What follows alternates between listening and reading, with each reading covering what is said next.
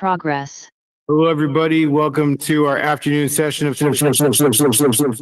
It is Tuesday, April 15th, 2025. I'll go ahead and call the meeting to order and ask Clementine to do roll call and share announcements with the public.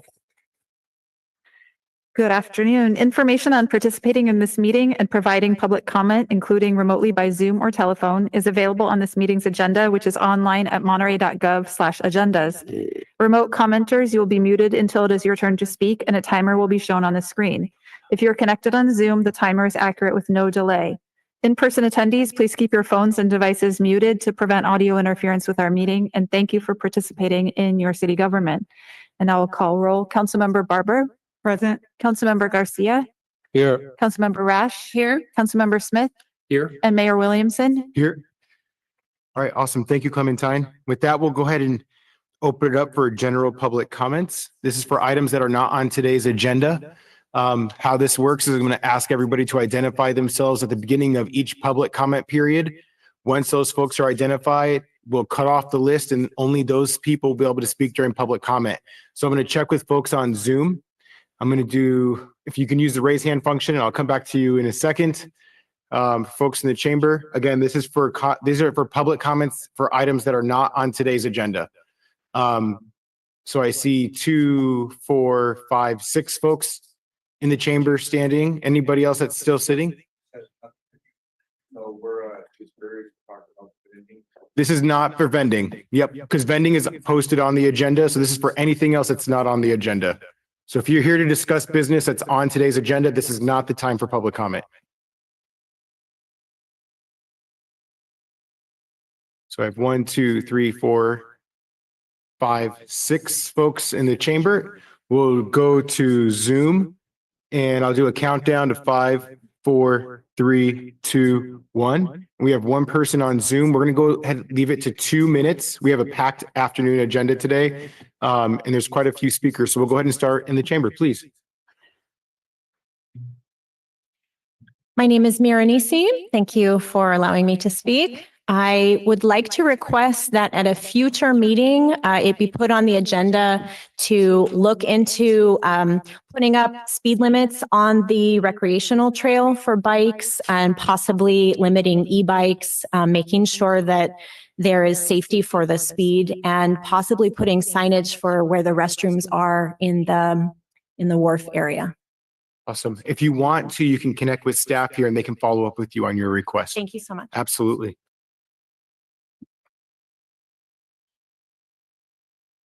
Good evening, Mayor, City Council members, Lorna Moffett here. Trees play a huge role in keeping our oceans cool.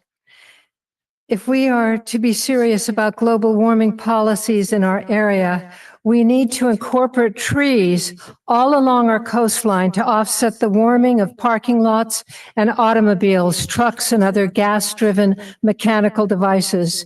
So far, this isn't being done to the extent it needs to be done. Please consider planting cypress and eucalyptus trees all along our coastline because they're fast-growing, salt-tolerant, and benefit the monarch's butterfly and all manner of insect and bird habitat. Is it so hard to imagine such a project in this time of permissive automation? I hope you will take a glimpse at the role trees play in cooling down our oceans, sent to me by physicist John Perlin at UCSB. The thoughts create action, and you are the powerhouse of that action. Our oceans are suffocating from lack of oxygen and acidification, and planting trees along our coastline would significantly help to offset that tragedy. You okay building projects by the hundreds, but planting trees along our coastline seems to be a most impossible endeavor. Please, we need to react to this global emergency that we have. We don't have any more time left. I want you to study that link because it's the world scientists from all over that will help you, inspire you to do this most important task. Thank you so much. Lorna.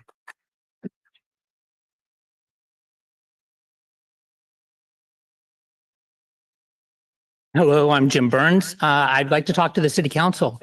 You guys run the city. You know, we all know the story of Clint Eastwood, right? And he took over Carmel because he had his vision and the city was interfering with it. Robeson built the swim gym and it's a legacy. And so you guys have the chance to have a legacy. And what I see is that, you know, what is your vision for this place? I mean, it's amazing. You're in power. Look at this. If you had the picture of all the Monterey city councils through all the centuries, it never looked like this. You guys are amazing. You own the city. You're the lawmakers. So there's one thing that's going to happen. Is going to happen, and you guys could be part of it. Is that the aquarium, the traffic at the aquarium, Cannery Row was never made for that amount of pedestrian traffic. And the thing is that those are children coming out of there. And because of the attendance at the aquarium, they're being pushed out into the street. The sidewalks are inadequate. If you see the sidewalks they built in front of the aquarium, they know what they needed, but the rest of Cannery Row doesn't. And so the worst thing is that you have cars parked along the street. So people are shooting out between the cars. I went on Google Maps through the years and everybody's jaywalking. In fact, what's amazing is that the money shot of Cannery Row is the picture of all the crossings. You have to stand in the middle of the street to get that picture.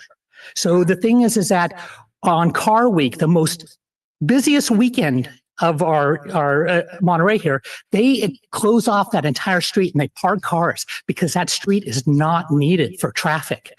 And so if you get a pedestrian stroll, and I picture like, get a monument of Panetta standing with a map in front of him of the marine sanctuary, like redefine Monterey as this environmental with the aquarium. I mean, and your guys' name would be on the stone there that says, this is the city council that put this forward. You know, it'd be an amazing thing. Thanks, Jim. Hi. Hello, Tyler. Mayor Williamson. And I just wanted to say hi to Gino and Kim and Ed. And I wanted to introduce myself to Jean or Ms. Rash. And my name is India Weeks. And I grew up here all my life. My father came here in the 50s. And my kids grew up here. And you know, in so many ways, I feel so fortunate to have grown up on this beautiful peninsula. And also at the same time, it's really sad to be from Monterey because like my kids can never live in their hometown because housing prices are so high and rents are so high. And so, you know, there's like, it's a double-edged sword. It's like wonderful to live in such a beautiful community. It was an incredible experience to raise my family here. And yet my children will never be able to return to their hometown because it's become too expensive. So I just wanted to put that out there. You know, I love this town. I love it so much. I ran for city council actually 20 years ago. So I did run for city council. I do love this town and I am passionate about improving it. And when I ran for city council 20 years ago, my issue was rent control. And if I had won, how much different maybe my family would look, because my kids are spread out around the globe, actually. Some of them are international. I have kids in the Midwest. I have kids on the East Coast. I don't have any kids living here near me. So I am still very passionate about rent control, and I'm excited to find out more about what's happening with the rental registry. And, you know, my father was the chef of probably almost every restaurant from here to Big Sur. He was the chef of Clint Eastwood's Big River Inn for 6 years. That's how I know that Clint was mad. He couldn't build on his side lot where they kept the dumpsters. And so he said, I'll become mayor if they won't let me expand my restaurant. So that's it. Thank you. Anyway, nice to meet you. Nice to meet you.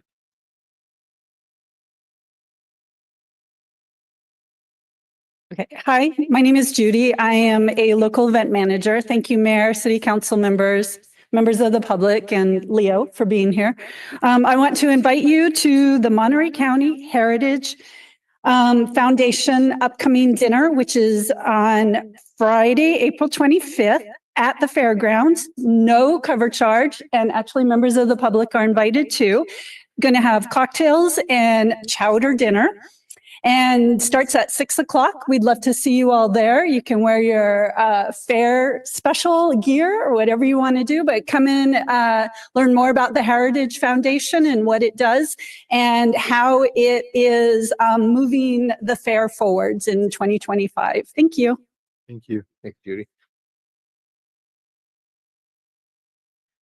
Hello, Mayor, City Council, Robbie Therese again, Ocean Fresh Seafood. It's falling on deaf ears again. Okay, I'm gonna start from this is just from the top, first thing real quick. It might be faster than 2 or a little less than 2 minutes anyway. Lulu's Restaurant on the Wharf. I had an opportunity to pick up the restaurant in November. I was told through property management that my lease would only be good till end of December. Come January, they were taking the space back, which I was under the assumption of when the lease is up, you renegotiate a new lease. Anyway, that's something I wanted to talk about later on another day. So I don't know how the leases work other than when I have my fish company on the wharf now, my leases always come up, we renegotiate. I don't know why Lulu's was different, but I lost out on a very, very good, profitable business and something should be taken into consideration. Again, I'm back here to talk about parking with lights and cameras that have not been even thought about, talked about. It's not even an issue to me anymore because it's been, like I mentioned before, about 6 years. The last episode, last Sunday morning, my truck was vandalized. They flipped up the cab of my truck and put rocks and dirt in my radiator. So that's number 12 now. Okay. And I'm getting a little tired. I'm using your parking lot to park my trucks. I spend $5,000 a year in permits and you guys are exempt. Not even a light, not a camera, no consideration at all. And I keep paying time and time again to have my vehicles fixed. Falls on deaf ears. So with that there, I don't know what I need to do to get something, even what do you call the lights that turn off and on in the nighttime when just get somebody some kind of discouragement not to do that. This is costing me now. This last one here is $5,600 to have my truck fixed. Okay, and insurance isn't going to take care of it this time. I pay for permits. I pay for my wharfage on the wharf. I pay lease of the wharf. I pay fish and game taxes. I pay property taxes for my rental properties. I'm just going to say $10,000 a year, probably more. And I can't even get a camera or a light to protect my properties on the wharf, which I don't think costs that much. And one other thing, you do have the porta potties. Sorry, I have to cut you off there because if I give you extra time, I have to Okay. give everybody else. But have you connected with staff on those items? I did, but I never got a phone call back from anybody about it. So I said it falls on deaf ears. Nothing personal against the department, but Feel free to connect with Nat over here and we'll be sure to get back to you Okay. on that. Thank you so much. appreciate it. All right, and with that, we'll go to our caller online. Go ahead, please, Brian. Oh, hi, City Council. It's nice to speak with you again.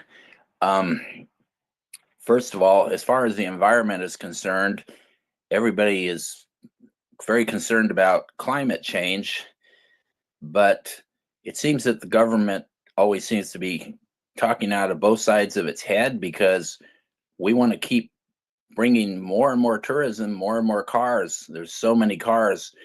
I'd just like to suggest that you work towards bringing the train back. They say it's going to come to Salinas with a stop in Castroville. You could really promote people at least doing that and have an express shuttle bus from Castroville. But, you know, it just doesn't make any sense to talk about global warming, and do everything we can to have more and more development. It's counterproductive and it isn't helping the environment, and usually business wins. I want to change the subject quietly to our national scene. I think the cities need to make a resolution. Trump is seizing all power and he's deporting people without due process, which is completely illegal. People, especially who have brown skin and dark skin, are particularly susceptible. Now he wants to deport U.S. citizens, but without due process, you don't have a democracy, you have a dictatorship, and there's a lot of abuse that happens. I'm asking you to all come to the protests that are coming. I think there's one coming this Saturday, and stand together against this tyranny. This is extremely dangerous to suspend our Constitution. Supreme Court, he's defying the Supreme Court, who said you got to bring this person back for due process. He's not doing it. They're refusing to do it. He's meeting with dictators. This is going to affect everyone in Monterey if we live in a military dictatorship police state. So I'd like to suggest that you do a resolution, please, and oppose this with all your strength, because it's going to ruin Monterey. And also, he doesn't like DEI. That he won't get. Thank you.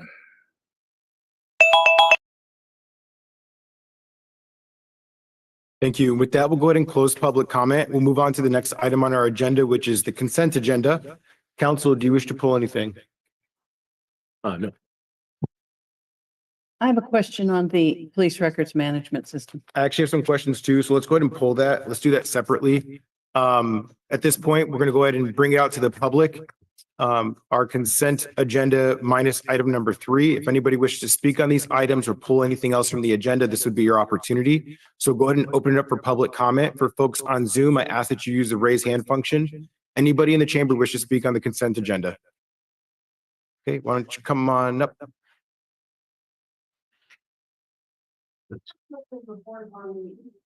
Nope, it's not. You don't have to sit down, but I mean, that's on you. It's your decision. Anybody else except for Pat that wants to speak on any items on the consent agenda, except for item number 3? All right. I'm going to do a countdown for folks on Zoom to 5.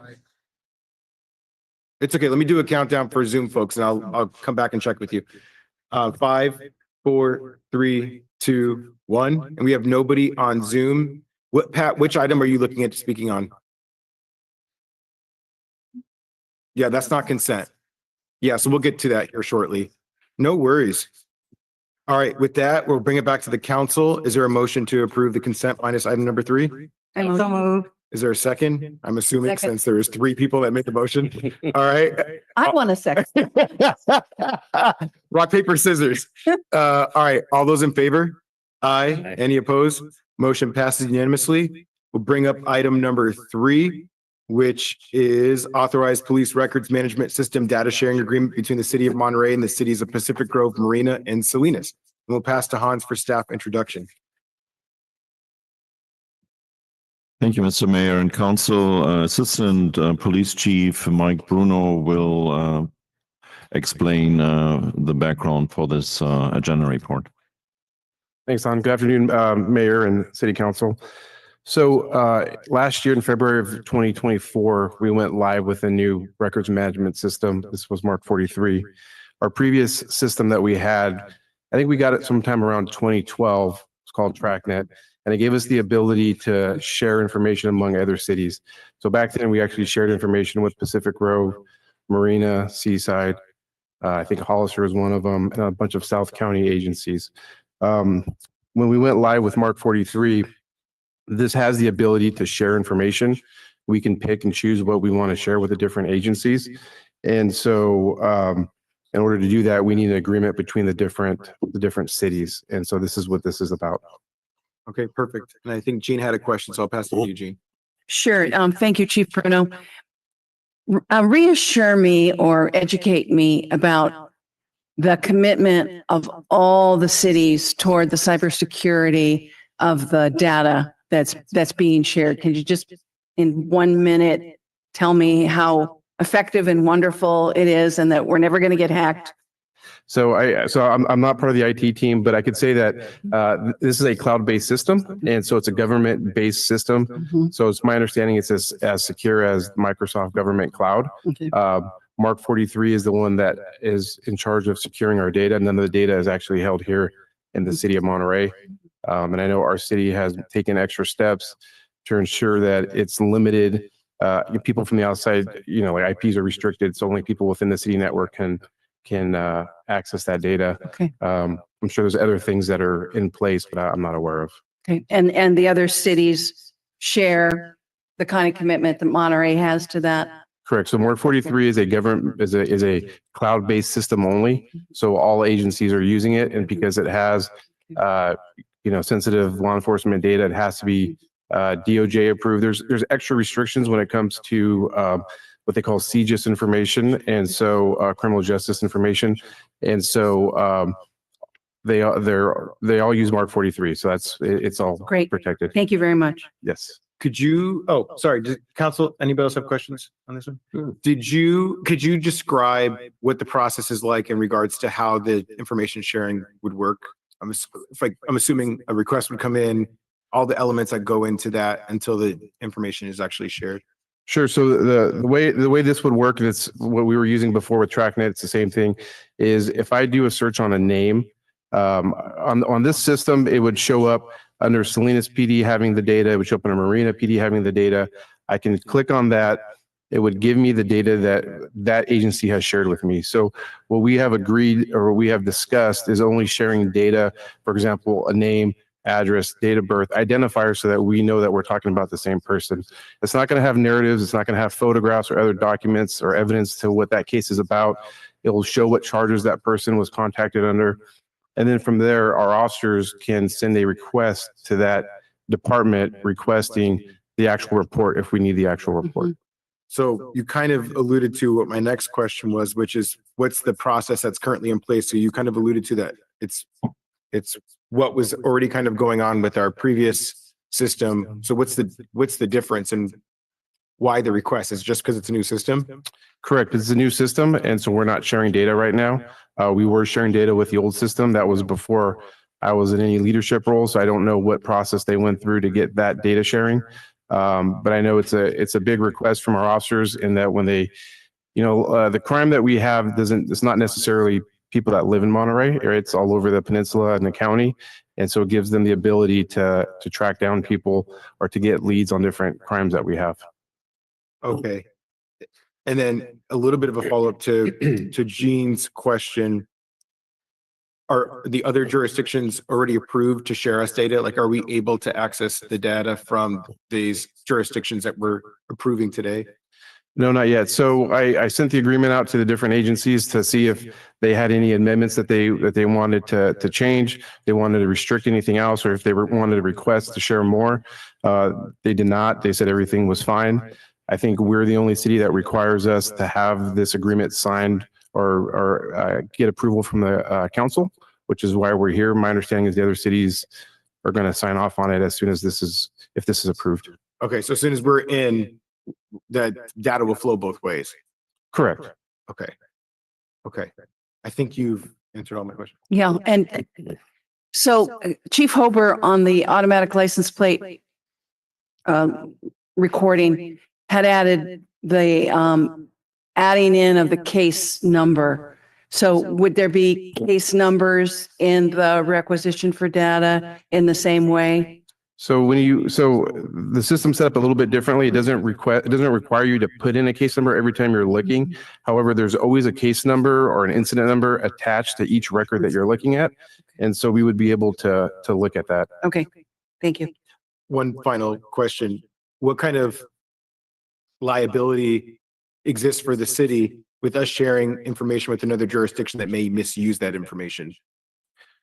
So I don't know the civil liability. I can ask Chrissy, but I will say though that there is in the agreement, it does talk about that an agency will not share data with another agency or anybody else without written approval from us. If they do, one is we can kick them off of the agreement sharing, and then I don't know if there's any civil liability with that. Right, and we do have an indemnity clause in there, so if need to use that, we have it there to protect ourselves. Okay. Thank you. Thanks for answering those questions, and Gene for asking some more. Thank you, additional Chief questions Bruno. here.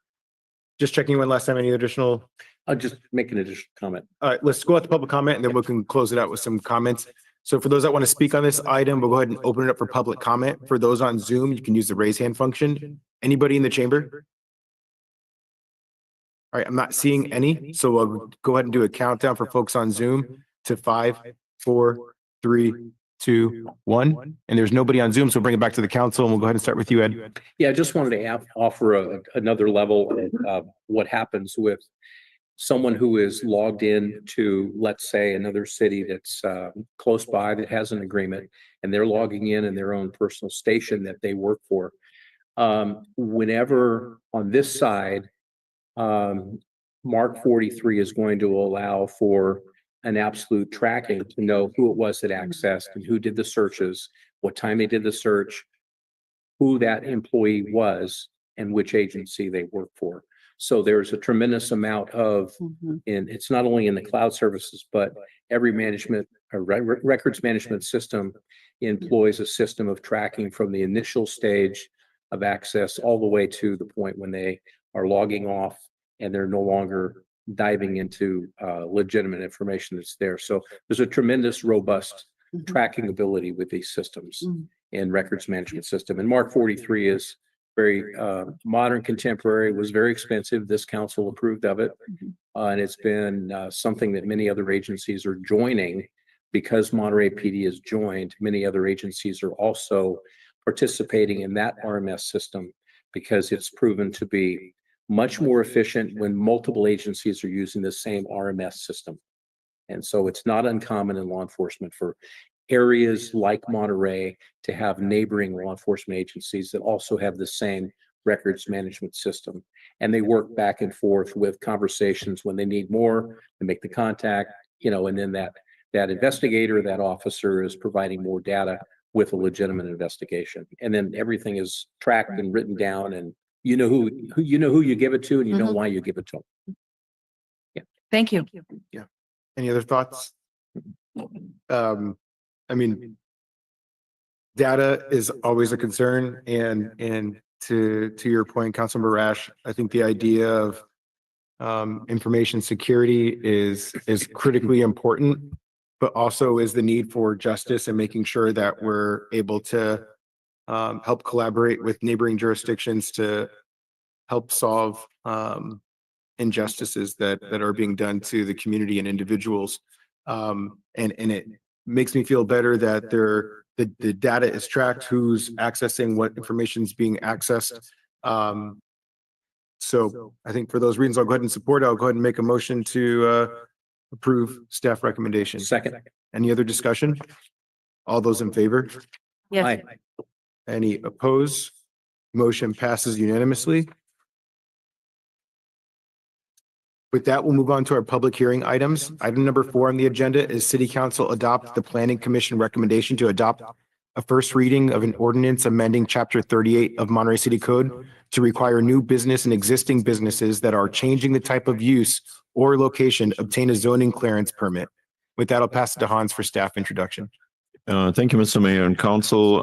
We are recommending that the City Council adopt the Planning Commission recommendation to implement something that we call a zoning clearance permit. And there's a lot of background why we think this is a useful thing. And our chief planner, Levi Hill, will present to you.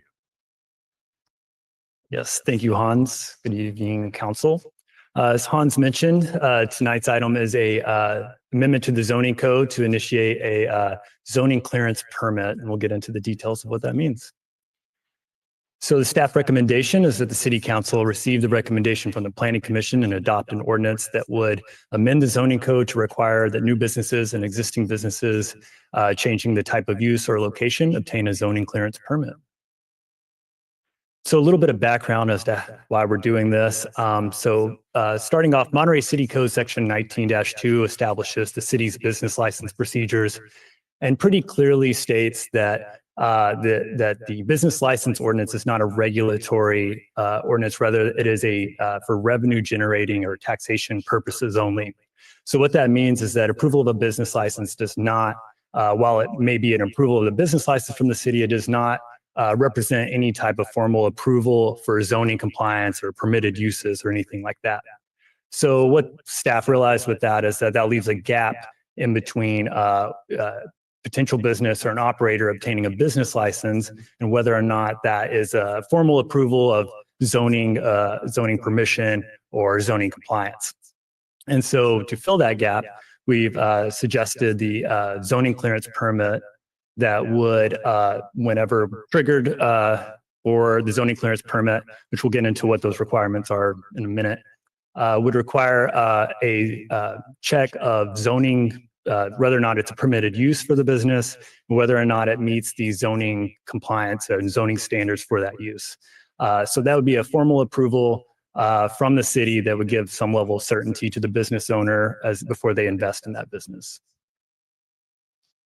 So, as is stated, it'd be a zoning clearance permit, determines zoning requirements for whether that's permitted use and then parking, landscaping, things like that. And then, as I said, it would establish that certainty for a business owner before they make significant expense or tenant improvements that the city is going to allow that business in that location. So when would it be required? It would be required for any expanded use of a site or new or expanded structure prior to the issuance of a building permit, grading permit, certificate of occupancy, or any utility connection. And they would also be required for any new business to the city that requires a business license subject to that code I cited earlier, 19-4. And then for any existing business that is requires a business license that is proposing to change the type of use or change the location in which they're operating their business. And so this item was considered at our March 11th Planning Commission meeting, where they held a public hearing and took public comment. And after receiving public comment on the item, they did ultimately adopt a resolution that recommended the City Council adopt the proposed amendments. And with that, staff's recommendation is that the City Council adopt an ordinance amending the zoning code requiring that new businesses and existing businesses who are changing use or location receive a zoning clearance permit. And that concludes the presentation. Happy to answer questions. Thank you for the presentation. Questions, council? Please, Dr. Barber. So thank you for the presentation. I understand this is a step in between, like a clearance, if you will, a kind of a clearance process. So I'm trying to understand, how does this impact existing businesses that are already operating under conditional uses? So if you've already got a business license and you're not changing or proposing to change your operation in any way, you would not be required to obtain the zoning clearance. Even if they have a conditional use currently? If you have just want to be clear about the terminology. So if you have a conditional use permit, you're already, that is a zoning approval essentially. Okay. So that already represents. Doesn't impact them. Correct. Okay, thank you. Yeah. Please, Councilor Smith. Do you have any sense of what number that we will likely receive in applications? And I know it's unknown because these are new applicants or new locations with changed conditions, but do you have a sense of the number? I hesitate to speculate. It would be similar probably to the number of business license applications that we receive, but I honestly don't have a good approximation to give you right now. Okay. We can definitely get that. So if we approve this tonight, how do we marry this to the business license process? Because currently a business location who already holds a business license receives a notice that it's time for renewal. What's the mechanism for this process to be noticed to new potential or existing business holders, but they're changing their use? So I'd like to know a little bit more about how we get the word out and we can unify our efforts. Absolutely. Great question. So I think most potential business owners or operators in the city are pretty familiar or aware that they need to obtain a business license. And that's really where we intend to get that outreach or make that awareness that you're also going to be required to get a zoning clearance that would require you to get a secondary approval pursuant to code that formally says that you're clear to operate that type of business and that you meet the zoning regulations there. So we really want to do it in tandem with that business license process. Okay. And in the business license application, that's usually at the counter, online, relatively easy. Correct. Doesn't take that long to fill that out. But then how do we execute that? We're saying it's by drawing the business license, that's one step. The next step simultaneously is staff has to have time to verify that it's not in conflict with zoning. So it's not necessarily a requirement prior to issuance of the business license, because as we said, the business license is a revenue generating. So it's kind of regardless of zoning compliance, the business license gets issued, which is kind of how we got to the challenge we're experiencing now, is it gives that impression it's approved. I think what our intention is to have language on the business license application that specifically says this does not constitute an approval of the proposed use and the zoning, and that's a separate process subject to this section of code. Yeah. So, and then as you mentioned, I think on the website, we would heavily advertise that this is one of two steps you have to go through. Yeah, and I think that's what I'm leading to, is that we don't want to see a business owner start to operate just because they pulled the license, but the language on the website, the language on the they need to be married together. And Correct. all due diligence needs to be initiated and not assumed because you have a business license. That's not the last step. Exactly. And that's the gap we're trying to fill with Right. this. Okay, that's very reasonable. And I know it's going to take time to make those transitions. Yeah, so we'll do a first reading or a first effort tonight. And so tonight is considered a first reading. That's correct. And then we'll come back in a second reading. So that gives you a chance for when the deluge of new business applications come in, which we encourage. Yes. Yeah. I'll have a number for you about Okay. it. Thank you very much. Of course. Yeah. All right, please. Thank you, Levi, for the presentation. Just a couple questions.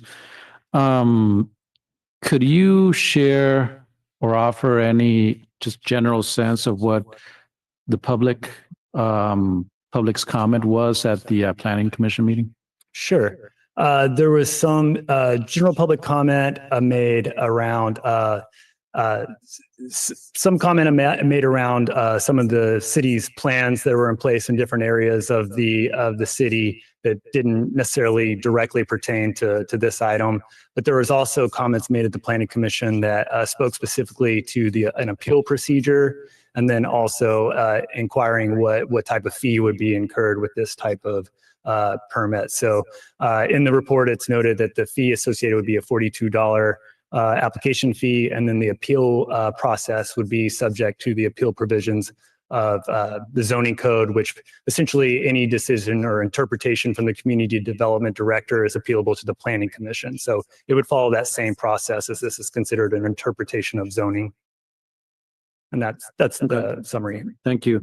And the second question is, this question came in the form of an email, and I'm trying to make sure that I understood it correctly, but I think what the email was referring to was that the type of change, right, that would be documented under this process is already addressed on Chapter 38 of the current ordinance. Can you speak to that? Yes. And yes, I saw the comment and yeah, I guess staff's interpretation that it's not already addressed, which is why we're introducing this. This is what was kind of drawn our attention to the issue, is that when it comes to projects that aren't receiving discretionary approval, so that kind of goes back to your comment about the use permit. A project that's going through a process requiring a zoning entitlement of some sort is inherently receiving some type of zoning approval when they get that use permit approved. So in that respect, this process is being captured. We just have a whole host of businesses that move into buildings that don't require discretionary approval, maybe don't even just require a building permit that we would see. So there's just not really a mechanism outside of that business license process that says, hey, is this a permitted use? Do I meet all the zoning requirements, or am I going to receive a visit from code enforcement 3 months from now after I've been operating? So I think it's addressed in those very specific areas where they're receiving discretionary approval or a building permit, but that's just a piece of the businesses. Got it. Okay. Thank you. Sure. So thank you for reassuring the public that there's an appeal process. I know Ms. Gorman was concerned about that, so I hope that helps. And I had the same concerns as Councilmember Smith, and Monique Caldy sent us a letter around noon. And to the point of, can we minimize the number of times the public has to come in and the number of licenses they need? But I'm hearing that it's complicated. I'm hearing that you have to get the business license to even kick things off. And then the zoning license is more complicated and takes more time and involves building and code compliance, inspections. So it's going to be hard to really dovetail it together for efficiency. Correct me Sure. I wouldn't say that it's harder. It's just checking different things. So the zoning clearance, as I said, is really looking at a specific criteria pursuant to Chapter 38, which is the zoning code, and lays out development standards for specific businesses. And that's what we're going to be looking at. Whereas finance department, when they're reviewing business license applications, are looking for different information. So I wouldn't say, we don't expect it to be a lengthy process by any means. It should be a relatively quick check on staff's part of whether or not it meets the zoning criteria. We hope that we can sync it up well with the business license process. Okay. It's just that we cannot, unfortunately, and I'll defer to city attorney's office as well. It's my understanding we cannot require the zoning clearance permit be issued prior to issuance of the business license, unfortunately. So we're doing the best we can for the public. Correct. And I think with, with staff, planning staff and finance staff has been coordinating for a long time on the business license process. So I think it'll be very much a similar process, and we can definitely marry those two pretty closely. Okay. Thank you. Of course. So I think all my questions have been actually answered, but just to kind of surmise what my understanding of it is for maybe some affirmation or correction. Right now, the way that the process works can lead to some not so ideal situations for business owners where and the city follows up and says, well, you've done all this work and it's not actually appropriate. So right now it's a little bit more like the Wild Wild West. We're just trying to get in front of that and say, hey, let's make sure everything is good before you proceed so that we're all on the same page. That's absolutely correct. Okay. And I'll also, going back to your point, Councilmember Rash, about limiting the amount of times people come in. It's not intended to be required for like renewals of business licenses. If you're not changing anything, this would not be triggered. So again, it's really just looking at those new businesses and existing businesses that are changing their use or changing location or expanding or something like that. Awesome. Thank you for answering those questions. At this point, we'll go ahead and open it up for public comment. So for folks on Zoom, you can go ahead and use the raise hand function. For those in the chamber, just ask that you stand to the left of the podium. I see two folks in the chambers. Anybody else want to speak on this item? All right, so we'll go ahead and cut it off in the chamber to these two. I'll do a countdown for Zoom. 5, 4, 3, 2, 1. We have one person on Zoom, so we'll go ahead and start here in the chamber. Good evening to everybody. My name is Mike Patel.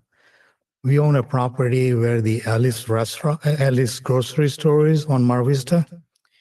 And there are two separate owners. One bigger lot is owned by Mariona family and us, Del Monte Pines, on a smaller lot. Common parking. Two owners on that lot. The city attorney made an agreement where I'm trying to lease one of our empty rental space. They approved the planning. But they had a condition on it that the owners must sign shared parking lot agreement. I'm willing to sign my part. The other party is giving me and the city a yo-yo around for 4 or 5 months. How do you address this zoning that you're going to put in when there are two different owners on the parking lot? It's impossible. The city must have an instrument where they can force the other property owner to sign that document. Because I'm not going to hire an attorney to cost me money. The city put this ordinance in saying, okay, property owners must sign to share their common parking. So what do? It's a limbo phase. So I'm sitting. My tenant is ready to rent. Unfortunately, the previous tenant, a good friend of mine, the Noto brothers, dentist, they passed away. And the building got empty. So we were looking for a new tenant. We found a nice tenant. Went to the planning commission, all approved with this thing on it, saying the parking lot agreement must be signed. It was never required before. Never. So what do I do now? Who do I contact? And you will have the same similar problems if you adopt this thing.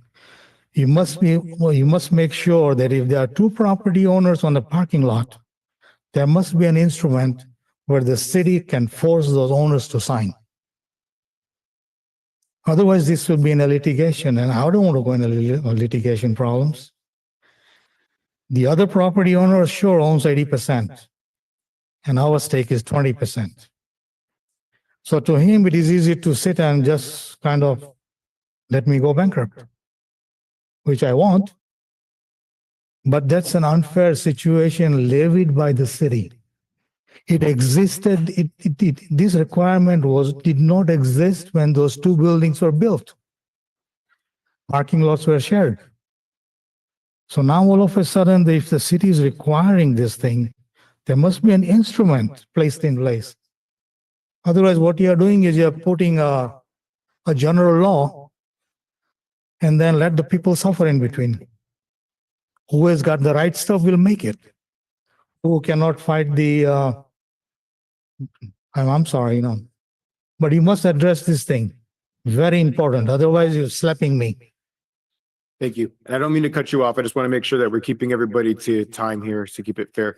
Thank you for your public comment, and we'll get those questions answered for you after public comment.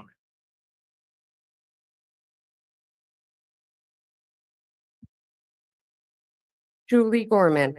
The agenda report was to amend section 38-150, but the first slide showed 38-29, so I'm a little confused on that. Hey, Julie, would you mind just pulling that mic Oh, down yeah. just to make sure that folks can hear you online? Okay, it was to amend 38-150, but the first slide showed 38-29. I thought that's what it showed. But anyway, the zoning clearance permit is only going to apply to the principally permitted businesses, not the ones that require a use permit. And a business license issued to a permitted business is issued for regulatory purposes and allows the business to lawfully occupy a specific property and continue to occupy the property as a non-conforming use if the zoning is changed.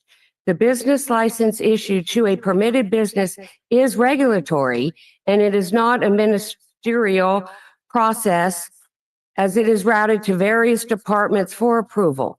And section 38-12 already provides the community development director the discretion in determining zoning for a business. If the community development director determines that the permitted use is not an enumerated use under the city's zoning ordinance, the determination can be appealed to the planning commission.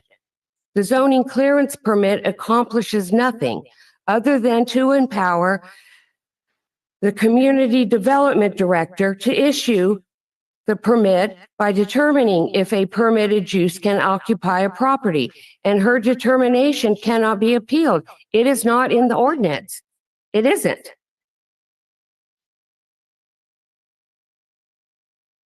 And there's no way to override what she decides.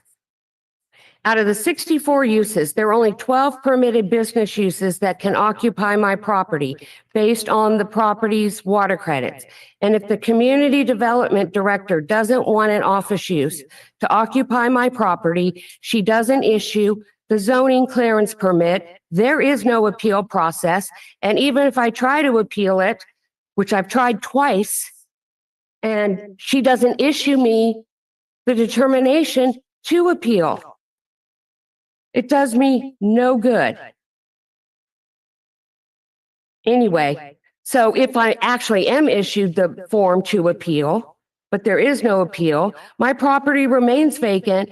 I am deprived of rental income, which is my livelihood. And again, can you check on the 38-150 that was the proposed, where the first slide shows 38-29, because I think that is the C2.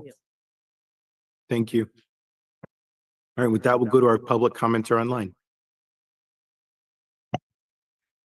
Esther, you can go ahead and speak. Good afternoon, everybody. I just have a general comment to make. I'm hoping that the city has made an effort, given what triggered this whole process, to revisit some of the policies that have been in place for many, many years.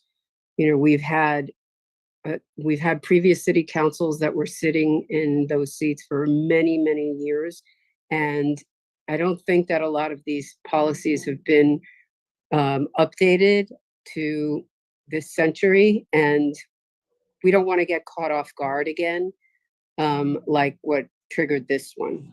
So I just hoping that staff is able to try and get ahead of that. Thank you. Right, with that, we'll go ahead and bring it back to the council for motion and deliberation. Can we get an answer for Oh, one of the things? Thank you. Yes. Yeah. Sorry, my allergies are going a little bit crazy here and yeah, so there was the question around 3850 versus 3829. Maybe we start there.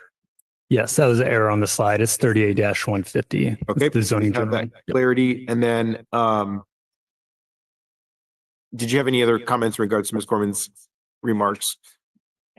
I think you kind of answered part of it already, but Yeah, I think the primary point of if we thought that the business license was a regulatory approval, we would not be requiring a secondary permit. So it's our understanding that it's not. perfect. And then there was the comments around the shared parking. I don't know if that's relevant for this because it sounds like that was an issue prior to this being in place. Yeah, but- I'm familiar with that project. That issue has arisen out of, that's a condition of approval that was received. So it's kind of a good example for this particular case. This was a project that required a conditional use permit, and that was the process in which that application went through to ensure proper zoning requirements were met. And in order for that business to meet the parking requirement for that business, the planning commission required a condition of approval that had a shared parking agreement because it's a shared parking lot for the entire shopping center. So to ensure that the zoning regulations and development standards were met, they applied that condition of approval that a shared parking agreement be recorded. And that's to ensure that adequate parking is there before the business starts to operate. So that received a conditional use permit, so it would not have gone through this process, but those are the types of things that we're looking to ensure can be checked before a business starts to operate. And then as it relates to his question, I don't imagine that there's anything that the city can do to force the other property owner to sign the agreement, but any comments as it relates to that part of his question? Not that the city would be able to. There may be some language in their originating documents and how that arrangement between the two property owners was formed that maybe stipulates what that process looks like, but to my knowledge, not a city process. Okay, thank you. I'll pass it back to Ed. I think you had some comments there.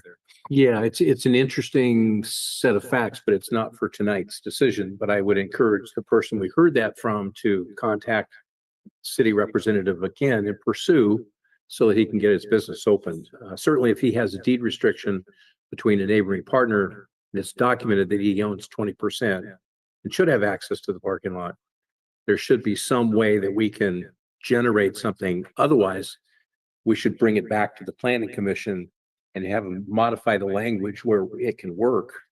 So it seems like we're kind of at a stuck place, and I don't want to be at a place where we're stuck and the business can't proceed and get open. Understood. So I will leave that for the applicant to recontact the city staff. I wanted to back on the matter before us on this item, the agenda item number 5, I believe it is. There is language 4, I'm sorry. There's language in the staff report that I wanted to highlight because there was a comment from a member of the community talking about the appeal process. And I want to make sure I understand this. One common misconception is that the business license is the regulatory permit needed to operate. And I appreciate the fact that we've said, no, there's part 2 now. However, the Monterey City Code section 19-2, the city business license ordinance, is not regulatory. It is for revenue generation only. A zoning clearance permit will provide the surety that the business owners need to open. They need the information to be able to open the business. Good stuff. Glad it's there. The planning commission considered the proposed ordinance, and the attached it is, at the March 11th meeting, regularly scheduled meeting. So if I continue down in its noting, additionally, decisions on zoning clearance application would be subject to the appeal procedure set forth in section 38-7E. So we heard a case tonight of someone saying that they don't qualify for an appeal. It sounds like they do qualify for an appeal if they're denied a use permit for something that may fall outside of a zone. So it seems like we do have appeals process that almost applies to every case.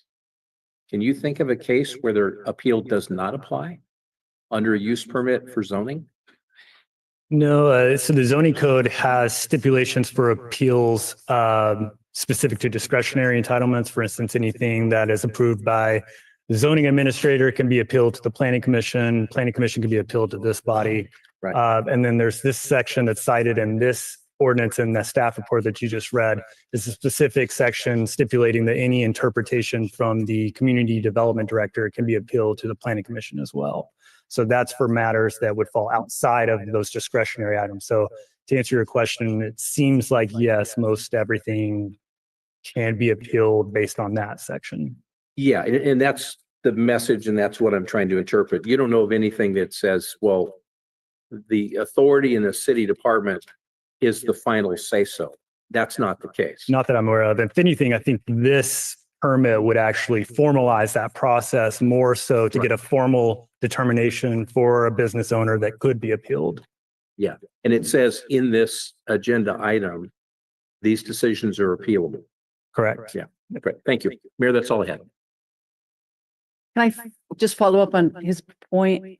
So that appeal language is actually in the body of a reference that the public will see. I mean, it's not just that you understand it's appealable and for 6 months, I understand it's appealable. It's actually in the document that Ms. Gorman can reference. Don't know that it's referenced specifically in the ordinance, the draft ordinance. I'm looking at it right now. Yeah, I don't think it would be because it's not an appeal process specific to this permit. It's a larger section that covers any determination made by the community development director would be appealable. So it's not specifically written in this ordinance or in this section of the code. It would live elsewhere in chapter 38. And I defer to perhaps Ms. Cole or Ms. Davi or you. Is that enough? I mean, is this an opportunity to put it in there? And I'm an attorney. I know you don't want to repeat every instruction. I get that, but should we? It becomes problematic if we reference appeals just in this one section without referencing it in other sections. And for that reason, we don't do that. And we do have an entire article just on appeals, appeal processes, what's appealed and not appealable. Okay. All right. Any other questions?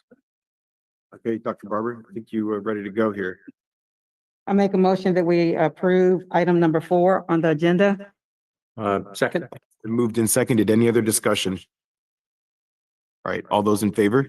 Aye. Any opposed? Motion passes unanimously. Moving on to item number 5, uphold planning commission's decision to deny driveway variance application for 548 Mar Vista Drive. Application AP-25-0031, variance permit application VA-24-0240, Helen's Desiree Albert and Michael Adridge, property owner Albert Desiree Trust, R1-15 zoning district, residential single family district, low density residential general plan use designation. And with that, I'll pass it. Oh, apologize. Thank you, Mr. Mayor. Sorry, Please hold let on him one do the, second. So we're going ex parte to just disclosure. check with the council for Thanks. ex parte disclosure. Anybody on the council speak to the applicant that you need to share with the public? Nope. Okay, so with that, I'll pass it to Hans. Sorry, Hans, I didn't mean to cut sorry. you off there for staff introduction. Yeah, so the Levi show continues. The Levi show.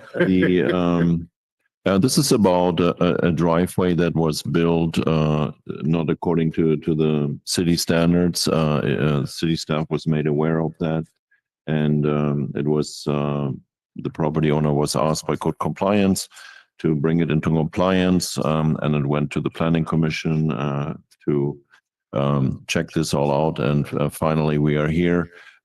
to uphold the planning commission's decision. So with that, Levi will dive into that chapter. Perfect. Thank you, Hans. Perfect description. So as Hans mentioned, this is going to be an appeal application for what was originally a variance application at 548 Mar Vista Drive.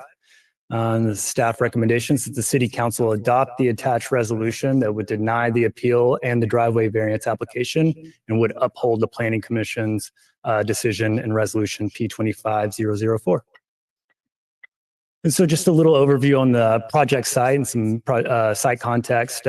This slide shows. Levi, if I can pause you for 1 second. As far as the timing of this works, it's not in the script, but it just popped in my head. Do we need to track how long staff is presenting in order to provide the applicant this similar time? Okay, so can we track that, please? All right. Just give Levi the heads up when he can start. All right. Awesome. Perfect. You have 9 minutes. I can do it. I can do it. Yeah. So yeah, this slide shows the property in question there demarked on the slide with the star. 548 Mar Vista. This has a general plan designation of low density residential and is zoned R115, which is our single family zoning with minimum lot sizes of 15,000 square feet. And it's in the Monterey Vista neighborhood. So the subject site, 16,220 square feet, and is occupied with a one-story single-family dwelling. And as Hans mentioned earlier, how this got started was a new driveway was constructed at the property, and it was reported to our code compliance division. And then upon inspection, was determined that the driveway was not compliant with the R1 development standards for driveways. Specifically, the section noted was that the driveway extended within 3 feet of the adjacent property line, which is not allowed. So here, there's a lot on this slide, but really it's the second bullet point is the subject matter we'll be talking about tonight. But this slide shows the parking and driveway standards for the R1 zoning district. And just generally, it limits front yard parking to the front yard setback in front of covered parking that's provided and required open parking spaces. And then, as I noted, that second bullet point really specifies how driveways can be widened from their existing condition, and then stipulates that they shall not be closer than 3 feet to a side property line, and that 3 feet of space between the driveway and the side property line is required to be landscaped and not paved. And then additionally, no more than 50% of the front yard shall be paved in general. So here's a photo of the subject property prior to the new driveway being constructed. This was, as noted on the slide, is from April 2021. And from staff's analysis, this driveway prior to being reconstructed was a fully compliant driveway meeting all the R1 development standards. As reconstructed, here you see that landscaping, that 3-foot landscaping strip has been removed, replaced, and the entire driveway here has been replaced with pavers that extend all the way to the adjacent, to the property line of the adjacent property next to that small retaining wall that you see leading to the gate. And then this is the same property with the new driveway, just from a different angle, kind of taken from further out on the street.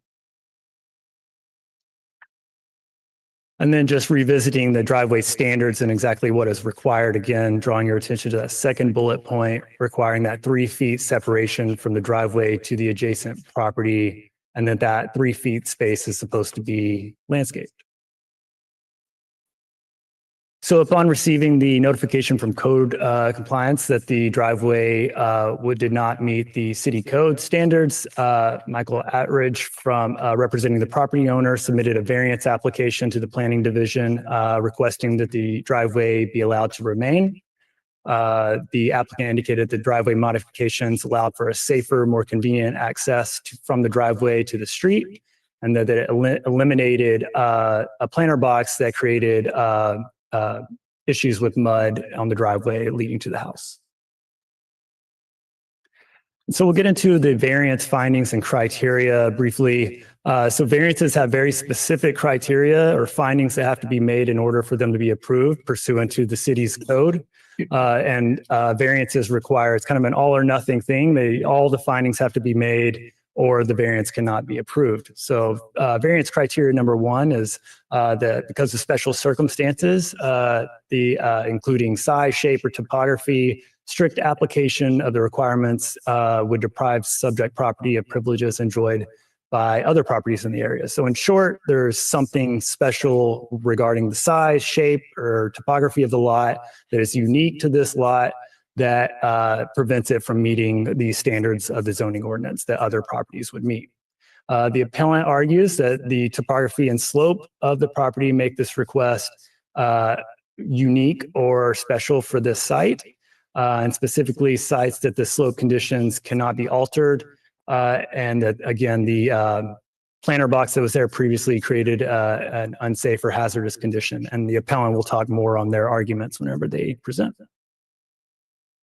So as it pertains to criteria number one, the Planning Commission determined that this finding could not be met, specifically citing that the subject property is as one of the largest lots along Mar Vista, that the topography on the subject site is similar in slope to other properties that meet all the zoning requirements, that there's nothing inherently special about the property or the location or surroundings that make it unique to other properties in the vicinity, that the lot is not unique in the size or shape or topography, and that there's no special circumstance applicable to the property, and that strict application of the code would not deprive the property of privileges enjoyed by others in the vicinity. So criteria number two states that granting the application would not be detrimental or injurious to properties or improvements in the vicinity or to the public health, safety, or general welfare. And the appellant argues that there's nothing in this variance request that would be detrimental or impede the public health or safety.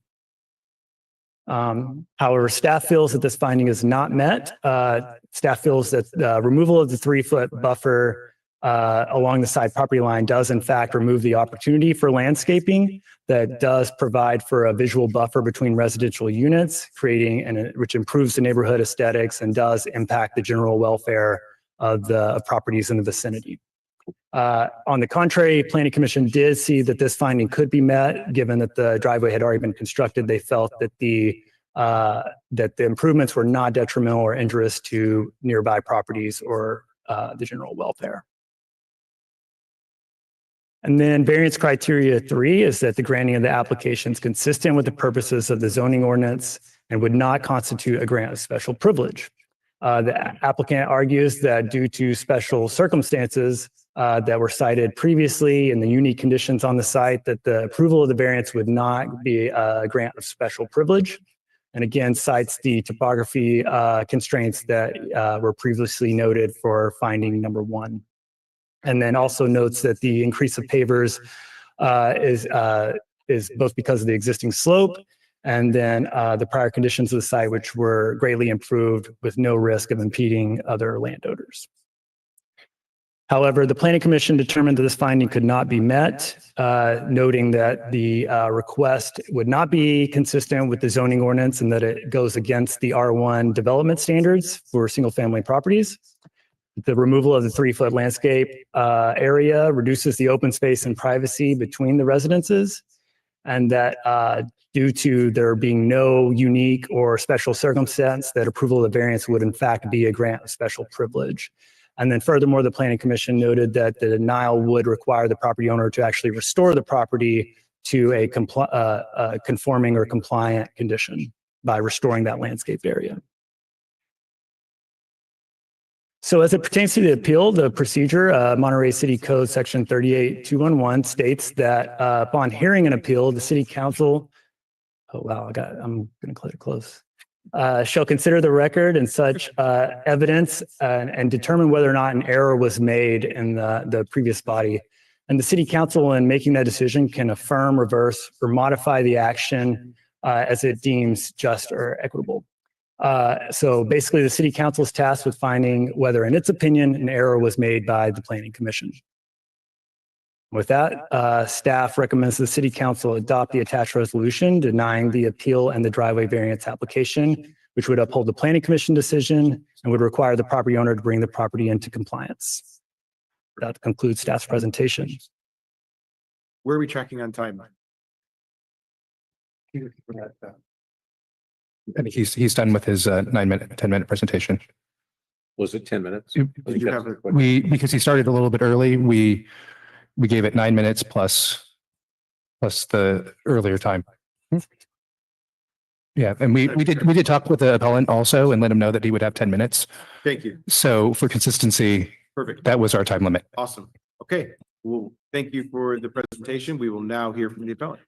Pardon the interruption. If we could have questions of staff, Thank you. which doesn't count towards the time limit, and then we'll hear Apologize. from the applicant and the appellant, and then council can ask questions. I just followed the script. I would probably be tracking with you. I apologize for that. Are there questions from the council for staff? Yeah, one question. Okay. Yeah. Levi, when this was going through the planning commission, was there any testimony by city or the applicant that there was another approach to this? In other words, was there an opportunity to modify that 3 feet to make it something like permeable where water could drain and then we could somewhat restore it to be in compliance with law so that there was some vegetation? Maybe it sounds like it's hilly. It looks like they put in a drain where there could be some potted plant vegetation on that 3-foot setback, rather than taking the driveway out, taking 3 feet and replacing it with similar material that would also replicate a permeable material that could serve within the compliance of vegetation setback. It would include some vegetation, potted plants or something. Was there any of that conversation? Sure. There was definitely a lot of conversation at the commission level about different remedies and approaching how to maybe bring this property back into compliance. I think the struggle is that all would still require the approval of a variance, basically based on the definitions included in the code. So our zoning code actually does define landscaping. It's very clear that landscaping excludes any type of pavers or pavement. So even if you went the potted plant route, it's going to still require the variance because there's pavers in that 3-foot area and the driveway does extend over there. I think, just to be clear, I think the commission's action in approving or denying the variance application doesn't necessarily require the removal of the entirety of the driveway. It's really the 3-foot strip that is out of compliance, which, yeah. So just want to make that clarification. And then, so just one quick follow-up. You were citing the 38.211 in providing us options to this body tonight. And you were saying could affirm, could modify, and maybe you could put it back up there. That's helpful. I think it's like the second to the last, or maybe the last slide.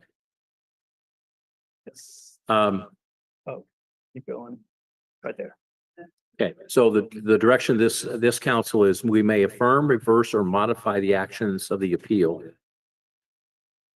But if I was to suggest permeable vegetation, it's potted plant, can't drive on it, but it's next to the driveway, are you saying that would still be a problem in compliance with the Muni code? The requisite findings for the variance would have to be made in association with that decision.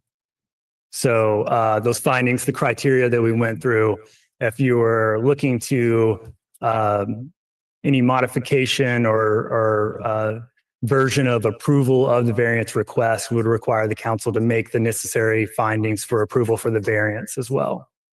So that goes back. Yeah, yes. So what defines landscaping? I guess that's kind of part of the question. That's the point. Because if there's no variance that's needed and it meets the conditions, so I guess it's. Sure. I can get that exact definition for you actually.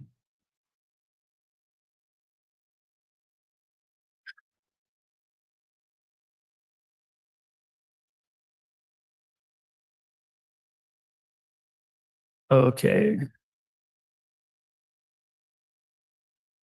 So we have two different, so landscaping is defined, I'm sorry, this is a little bit long, but an area devoted to or developed and maintained with native or exotic plantings, lawn, ground cover, gardens, trees, shrubs, and other plant materials decorative outdoor landscape elements, pools, fountains, water features, paved or decorated surfaces of rock, stone, brick, block, or similar material, excluding driveways, parking, loading, or storage areas, and sculptural elements. And then there is a last sentence here. It says, within the 3-foot area between the driveway and the side property lines on sites in the residential districts, landscaping does not include paved or decorative surfaces of rock, stone, brick, block, concrete, asphalt, or similar material. So the definition seems to have carved out this specific instance to make clear that it's supposed to be some kind of planted material in that 3-foot area. Well, this is starting. Unless a variance is approved. This is starting off with a lot of doors closed. This is going to be some work. Let me ask another question if I could. So you've defined what landscaping is. And is it true that you could have a driveway that is grass is growing on it?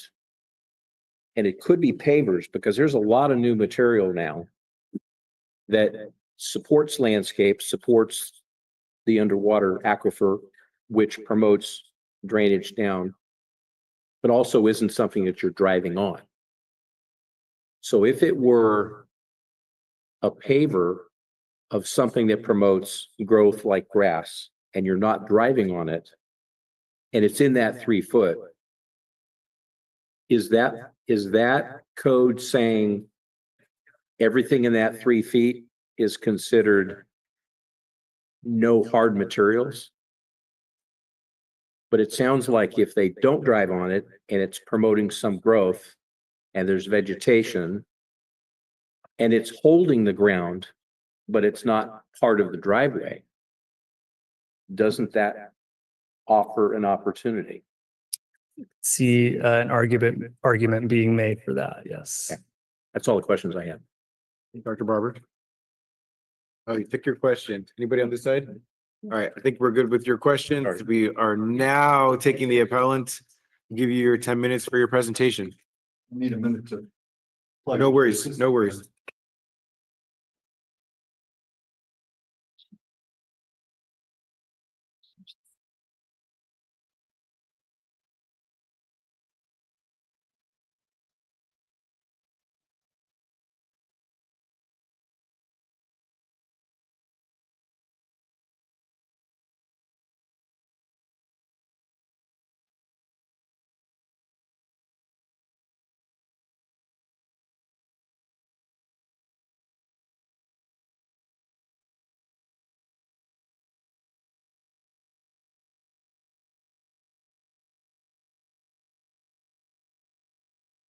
I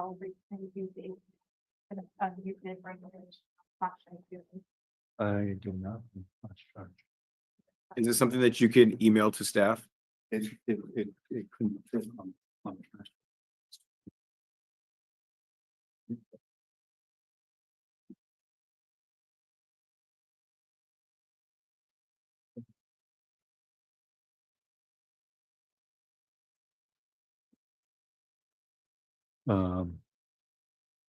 I don't think so. I mean, where would I mirror it into?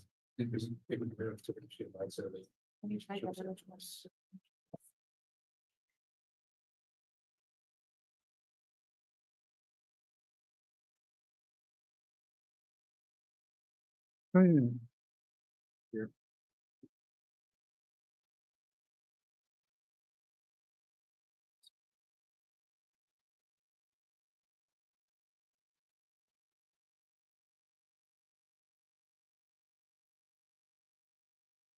So small.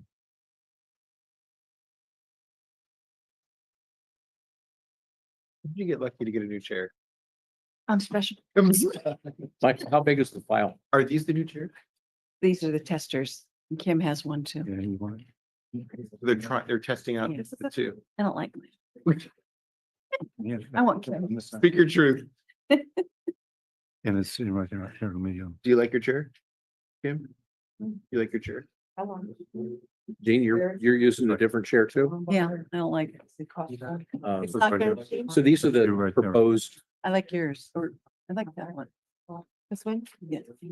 They don't look as executive like though. Well, that's what we're trying to figure out. You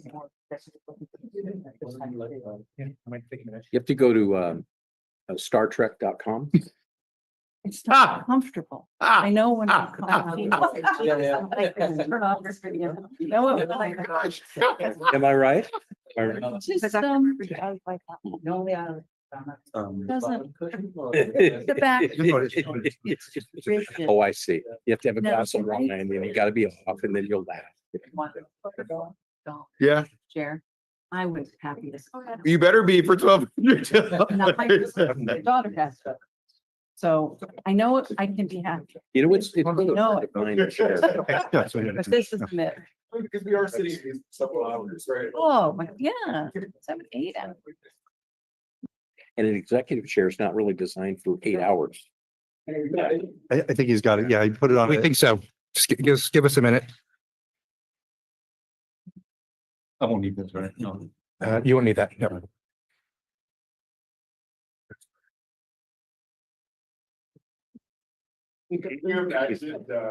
We just. What's that? dinner. What, continue it? Luckily, the evening is so. Hmm?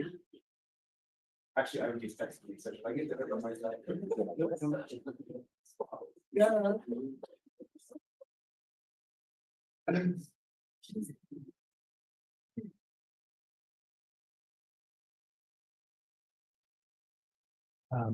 Is the first slide blank? Yes. Yeah, the first page is blank and then you have these pages in between each one. Okay, excellent. Well, Yeah. Yeah, we can do that. Yeah.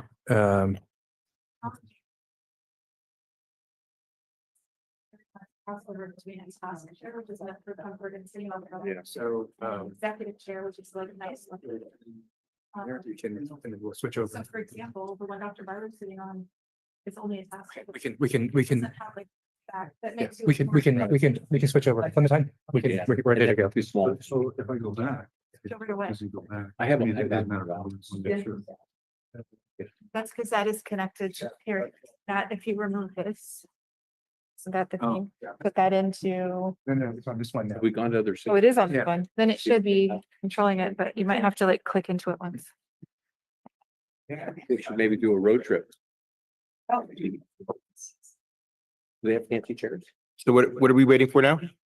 Oh, yeah. Okay. Sorry, I just want to make sure we're tracking on time. Are we Okay. good? Okay, We can move forward? we should be able to go forward and back. Okay, I think we're ready. let's start the timer. Let's do this. Mayor, council members, I'm Michael Atteridge. I represent Desiree, who's the owner of the property here. This property is up on Mar Vista and she is advocating that she meets the criteria for the variance. And it's nothing that's been different from what code enforcement and our planning department here in Monterey has been doing, possibly for years.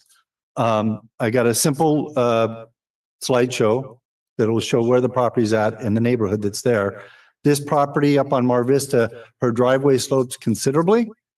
And what precipitated the remodel for the driveway 3.5, 4 years ago was the tree that was there, a sewer line that was impacted, and drainage problems. Because of the slope of the water, the dirt, and the street water from when it rains, it's going down into her property. So for the slope, she put in pavers that are in question on the property line. And this is her property up there. It is one of the largest lots up there, but the size of the lot doesn't have anything to do with code enforcement, the variance, or the situation. It doesn't matter what size the lot is. And this is a picture of her property taken in the last week. The driveway in question is on the left. And you can see the slope as best you can in 2-dimensional out there on Mar Vista. This is a closer up picture. She's got pavers up there. The retaining wall that's probably about 8 inches high was existing. Once the tree was removed and the defunct planter box, that's what was there. It's holding soil back from the other side.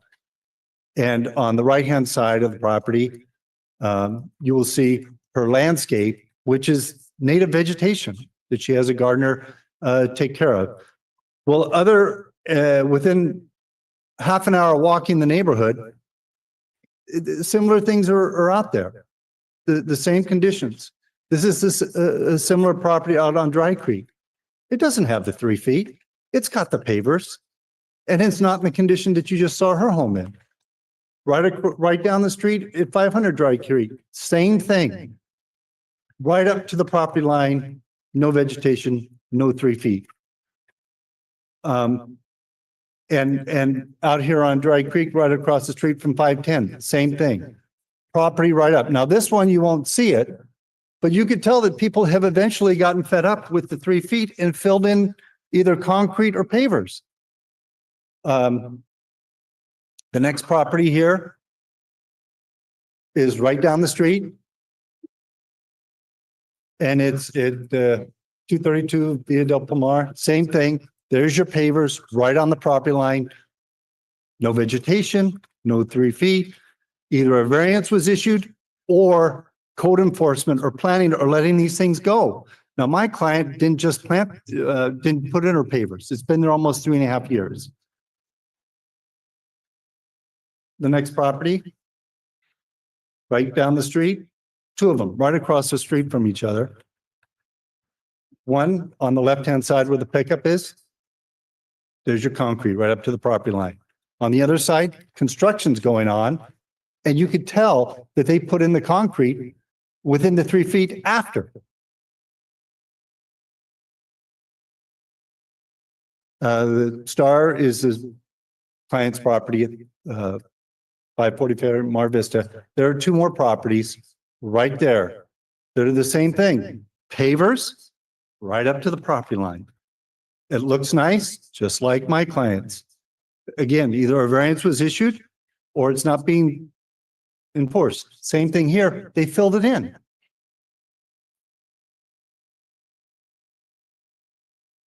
This is the example of where they filled it in. You could tell it's different age of concrete right up to the property line. My client had a slope, a sewer line problem, and mud going into her drain from the previous situation with the planter box.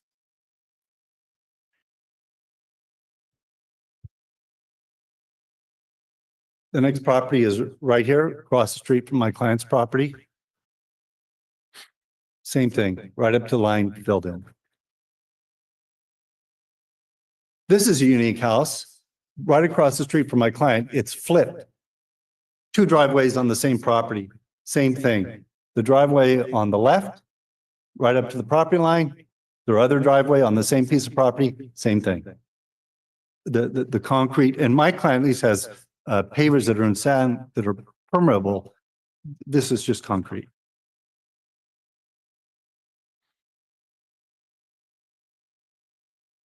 There are 3 more properties, again, within walking distance, same zoning, same regiment, same thing. There are the pavers that are different than the concrete, right up to the property line.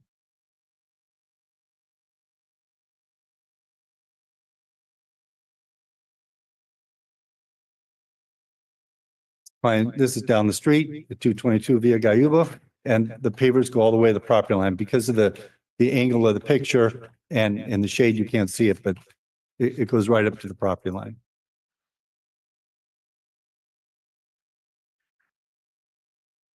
This is further down the hill. 2 more properties across the street from each other. This is again the shading, but it has asphalt that goes to the property line. There's no vegetation.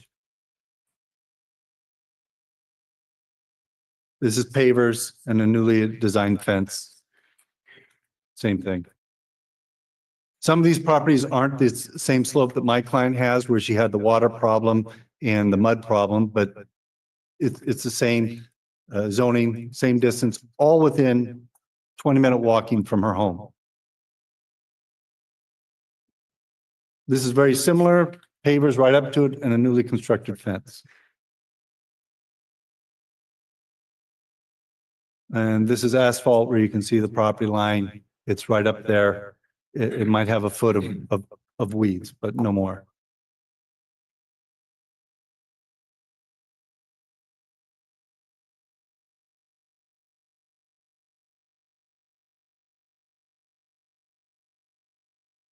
This is down on Solid Drive, close to the Monte Vista, old Monte Vista Market. Same thing, pavers right up to the property line.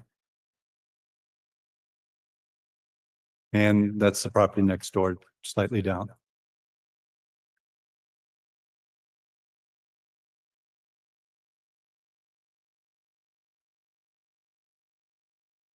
These are two more properties. This one has a fence.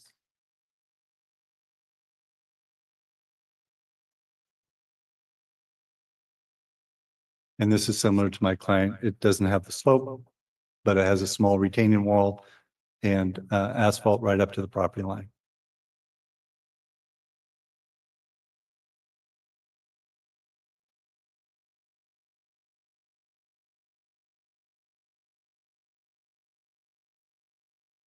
You can't tell from the shade, but it's a similar condition.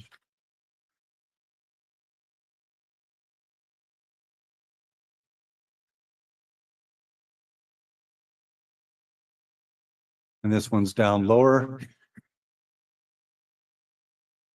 You could see on both sides, it has concrete up to the property line. This one here is in disrepair. Again, it seems like the standard that's been going on, and I think my client fits the variance. And I think she's done her best with the root problem going through her sewer line, the drainage. She has two drains up front that was always throwing dirt down in there. She didn't need a permit to put in a driveway, but she had the permit to do the new sewer line. So that was done. I don't think that Miss Albert is asking for a lot. And I don't think she's out of compliance of what's going in the neighborhood. And I think her standard of what she's put in is at par, if not better, than what's existing. I'll take any questions, but thank you for your time. Okay, thank you for your presentation. Council questions? Please. You mentioned that it's been 3 years. So what precipitated this incident? So in the middle of COVID is when she had the problem with her sewer line in the plant. So she took out the plant, replaced the sewer line and put in the pavers. I don't, it could have been code enforcement, zoning. I don't know. But it's been there at least 3 years. At least 3 years. And what would be, want to be sensitive to your situation, but what would be the big problem with taking the pavers and putting in landscaping? So I think it looks at, I think it's a question of equity. I think it's a question of standards that are in the neighborhood, what's been existing. I think many of the things out there, she wouldn't be getting any special consideration from the council to permit it. It looks like it's been permitted throughout the area. And the snapshot that was shown today with those pictures, it probably took a lot less time to get those pictures taken than to do the presentation and to put them in a PowerPoint. They're all right there in the neighborhood. And if the council members would go out in the community and look at other areas, that's what's out there. That's what's going. So I don't think there's a lack of privacy. I don't think there's a lack of vegetation. I don't think it's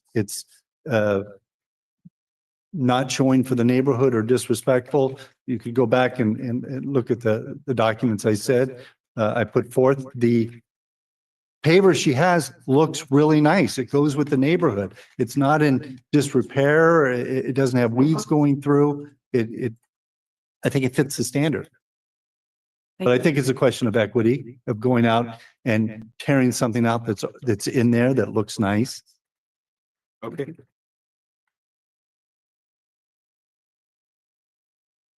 My question is more about the item relating to runoff, the runoff that was experienced prior to having pavers. So I heard in your presentation mention of mud coming into the driveway. Not sure if it was from the planter box or the property next door. And then also water coming in from the street onto the driveway. How were those items addressed by the installation of pavers? So when there's storms, first on the street runoff, when there's storms, the water comes down from the street onto the gutter, but sometimes the water will turn and go towards the client's property and down her driveway. Again, it slopes from the top of her driveway, comes and will go down into her home. So that's one of the problems that were happening or still happen. Then the planter box would get filled with water and shovel mud or dirt off into her driveway. She has two drains, or she has one drain. Now she has two drains. She has a French drain in front of the house that was installed with the pavers. And then she has a drain on the far left-hand side. I don't have a picture of it, but it's at the back of the pavers at the corner of the house where it goes in. She has a sump pump in there to make sure it keeps draining and goes out. So once the planter box was gone, the mud disappeared. Now she's only dealing with water and has a sump pump with a French drain and a drain to take the water out. So that was corrected with the installation.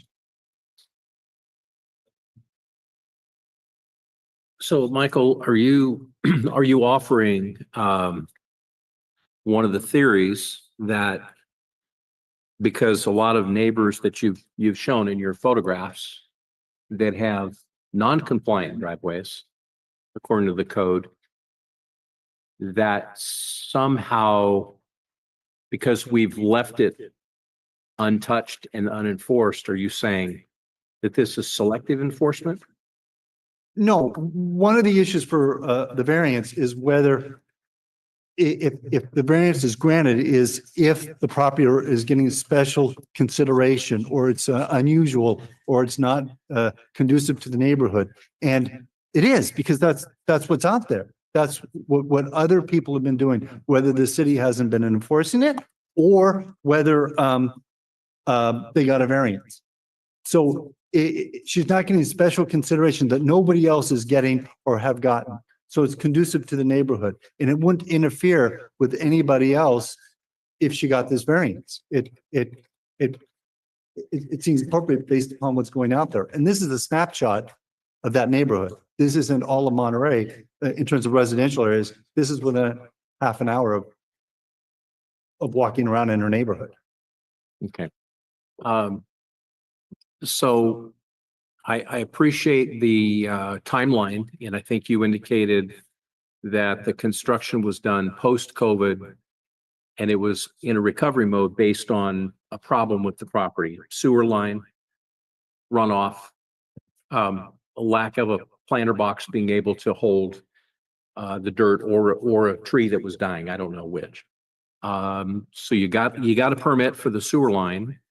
Was there a tree permit also involved?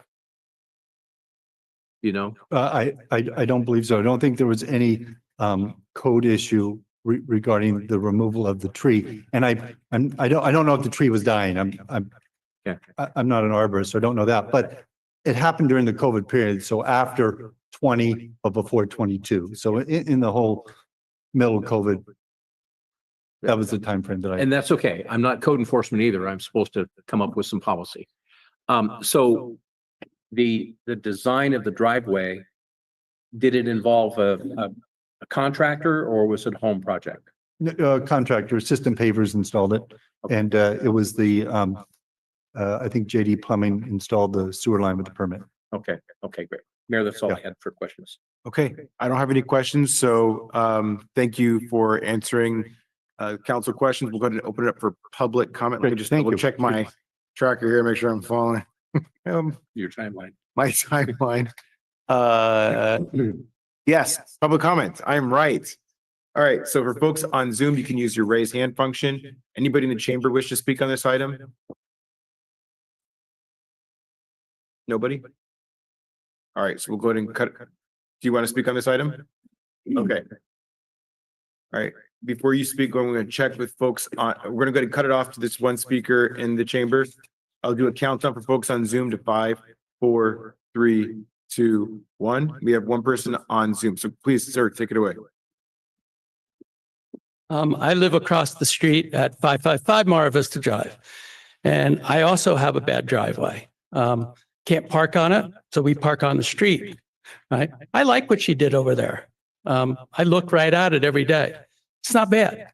I think the biggest problem, because I need a variance too. I can't park in my driveway. I park in the street. And if she's going to get one, I get one, right? And all these other people that have already done their driveways with or without a variance, we should kind of go ahead. I think last meeting, they said that the driveways weren't, or the code up there wasn't changed since 1939, something like that. I think if we do something throughout the whole area and the whole community, we know the traffic has gotten worse up there. Turning around there is very dangerous if you've driven up there. I think, the whole code should be relooked at in the whole neighborhood for safety, for people's flooding, and better for the community. I mean, you don't even allow pavers in there, but everybody's got pavers. You're asking for concrete. I think we can update the whole area, make it safer, better, and flow for the people in the whole neighborhood. I can't even park on a driveway. My vehicle will slide down because of the pine needles from the other trees. So that's what I'm thinking. I think it's a good idea that we all look at it together and for the whole community up there, and maybe it'll turn out something better. That's all I got to say. Thank you for your public comment. With that, we'll take it to our caller on Zoom. Go ahead, Tom. Good afternoon, Mayor and City Council. I wasn't going to talk to this item, but the more I listened to it, the more I became concerned about the facts of the situation here. I'm wondering, first off, is this a new requirement for this 3 feet? So keep that in mind. As all of you are aware, because you're all long-term residents of the city, I agree with the attorney representing the appellant that this is a very commonplace situation. In my block alone, I think I counted 7 driveways that are within 3 feet of the property line. So if code enforcement is going to all of a sudden seize upon this, I would suggest that they come up with a program for going throughout the entire city and flagging every driveway that violates this 3-foot rule. And I think you will end up having enough staff time spent on this that you will regret having gone down that road, because there are a lot of these. I think this is a situation where the appellant has good reason for what they did, and you should grant the appeal. Thank you. Thank you. With that, we'll go ahead and close public comment, bring it back to the council.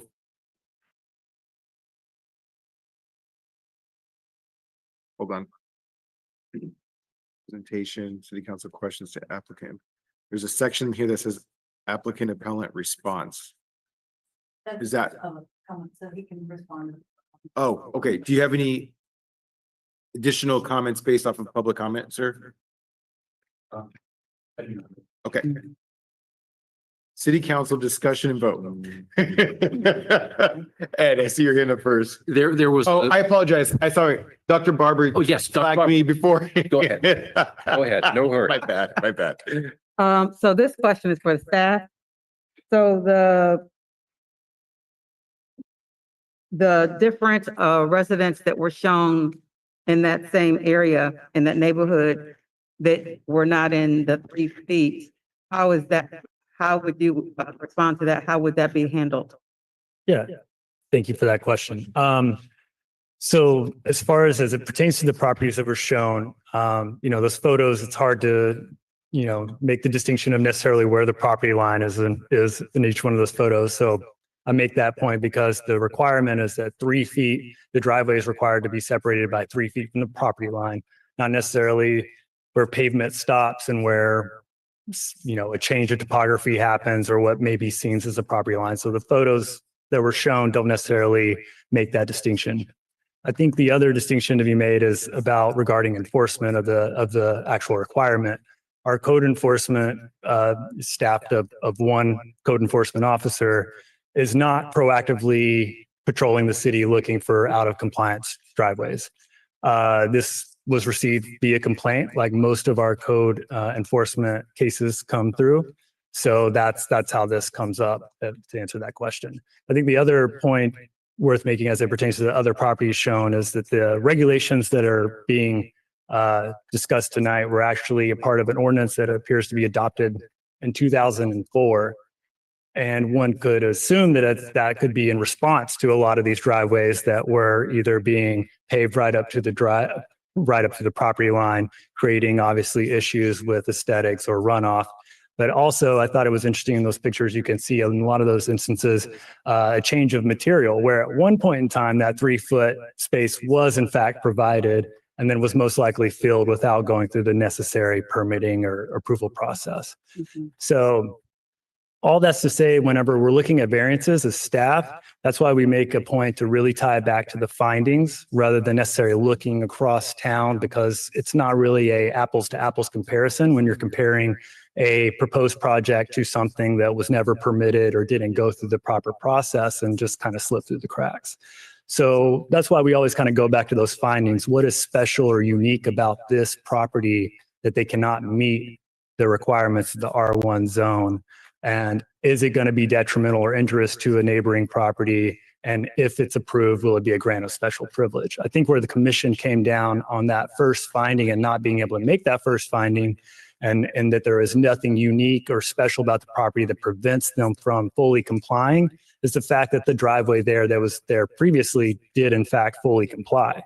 So it was very challenging for them to make that finding that it was impossible or it was a hardship for them to comply with that requirement because it had already been complied with at one point in time. Okay, so if I'm understanding correctly, this ordinance was back in 2004, and of course with the one building One code enforcement. code enforcement. You're saying not being able to look at a lot of these other properties. But if that's the case, would planning and zoning look at possibly talking with us about changing the ordinance or even looking at the ordinance, since this is now coming up that there's several different other properties that are in similar conditions? Yeah, if there was a consistency on the council and there's direction provided to staff, and then that was, that was the direction provided, staff would look into that. Okay, thank you. If I could just ask a follow-up question to that. Is there a reason why staff would feel it's appropriate to keep the ordinance in place as it is? You kind of alluded to some of that earlier, but I just wonder what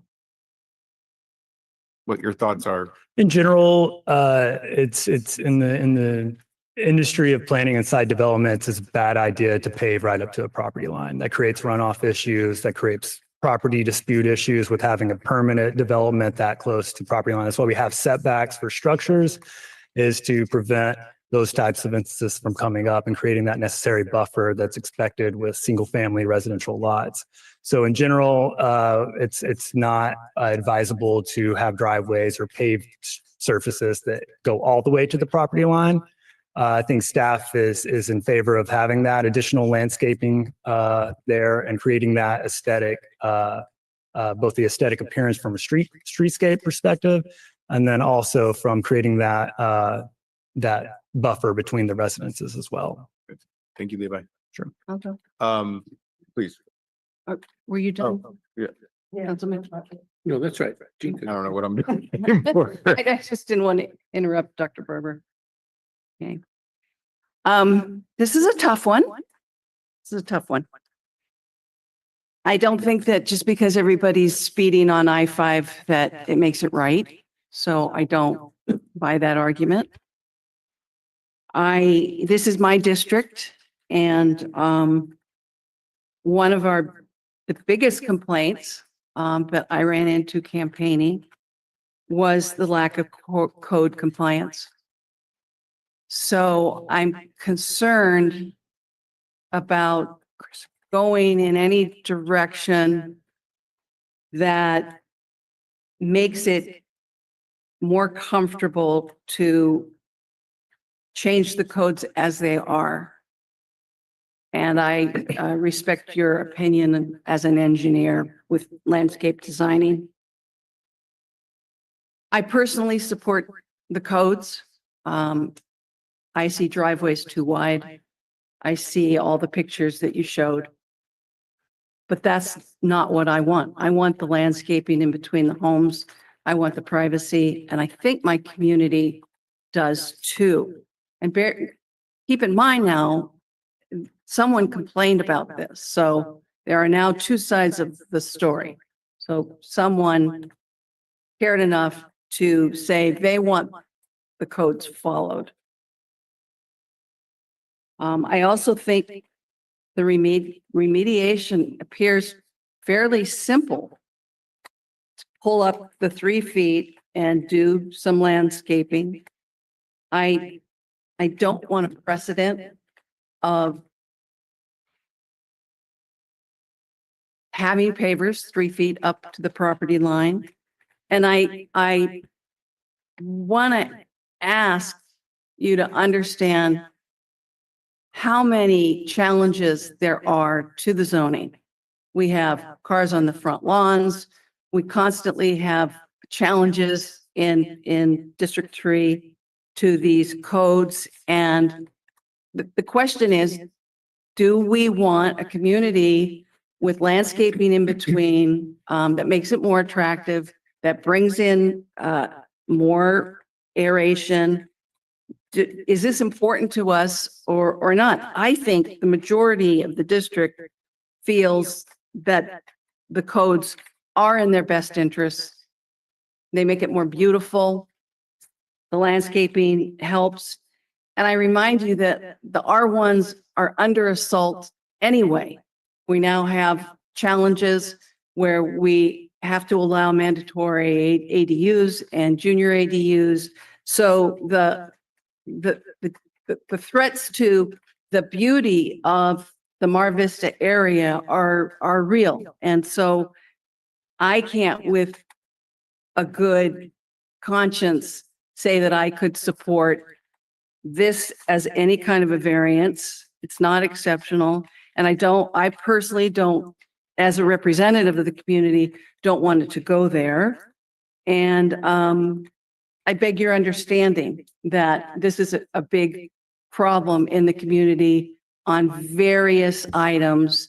And I support the staff on it. I'm probably one of the people that wants more code compliance. And I think what this points to is what I heard when I was campaigning from a lot of people. They don't want to have to be in a position of having to complain about their neighbor. They want the codes enforced. And I think we need a discussion about, should we have more, I guess, assertive code compliance? Or are we going to continue to just leave it on a complaint basis? So I will be voting to support staff. I appreciate their work. And it's hours and hours and hours to do these codes. It takes community effort. It takes master planning. It takes staff time. And now we have planning commission time and our time. And I want to give a real clear message that I support the R1 codes and support staff in their very hard job of keeping us compliant. So I appreciate your efforts. So we're a little bit tight on time, and I just want to make sure that the council is a little bit mindful of that. So if we can try to move things along just a little bit, I'd want you all to be able to share all your thoughts, but I just want to make sure that we're time checking here to get through the rest of our agenda. And pardon my interruption, but technically the appellant should have the last word. And so since staff was asked questions and there might be some rebuttal that. So let me let council finish, and that way if there's anything else that comes out, and then we'll let him jump in before. The council should not deliberate until the appellant has the last word. Okay. Do you have anything else to add? I probably agree. I agree that my thoughts are this still qualifies for a variance. And it's not just everybody is going against the code. I just say that she qualifies for it. She came here to ask for the variance. She didn't just not ask to get it reconsidered. And I think she tried to have it fixed because she was getting interference with mud, drainage, and a tree growth on her property that interfered with the sewage line. So I think she's done her due diligence to try to fix it. And in terms of privacy or the community, we didn't have one neighbor come today on a noticed hearing that they disagree with this. And you had one public comment who lives across the street who said she did a good job. And it looks nice. And I don't think that's a quote, but that's in essence what that neighbor was saying. And the pictures show it. So I do think she qualifies for the variance. I don't think she's getting special treatment. And I don't think you're going to come see a flood of people applying to get their variance. But if they do, they have a right to do that. But I think this fits for what's necessary for a variance of what was there before, which was a tree and a planter box and mud. And now all she has to do is deal with the water and the sump pump. So I don't think it's asking anything that's out of the ordinary that's going to ruin the neighborhood. Thank you for your comments. Thank you, Chrissy, for keeping us on track here. Any other comments from the council at this time? Yes, please. Go ahead. Go ahead, Ed. Okay. So the task tonight is, the way I see it, is that we review the planning commission's judgment on this.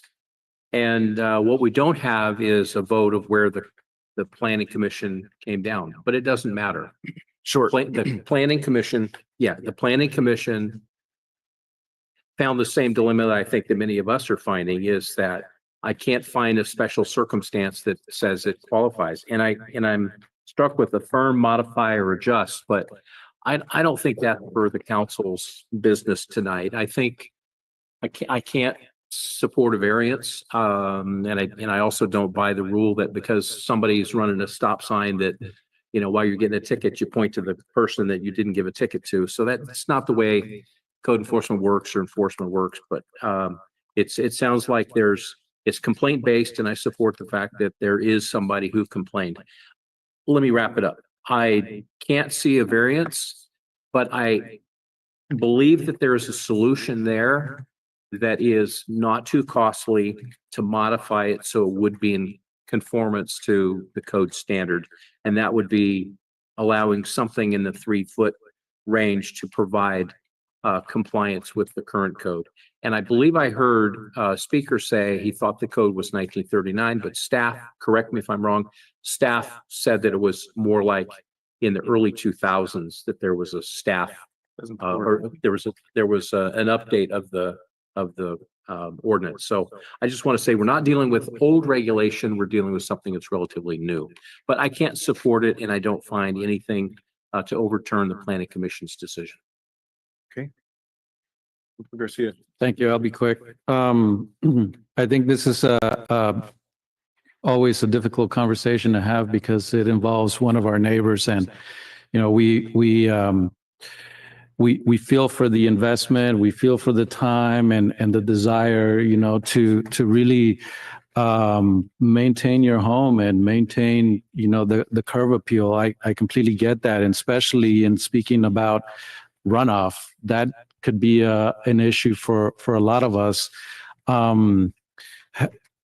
But having said that, you know, I still don't see the connection of how the installation of pavers on that buffer is correcting the issue of runoff. To me, it seems like it was the planter box that just needed to get removed. So that's kind of where my mind is still. But beyond that, I think there's a greater point here in just the need to maintain whatever that code is and respect that because of points that have been made here by council. So I'm going to support the planning commission's decision.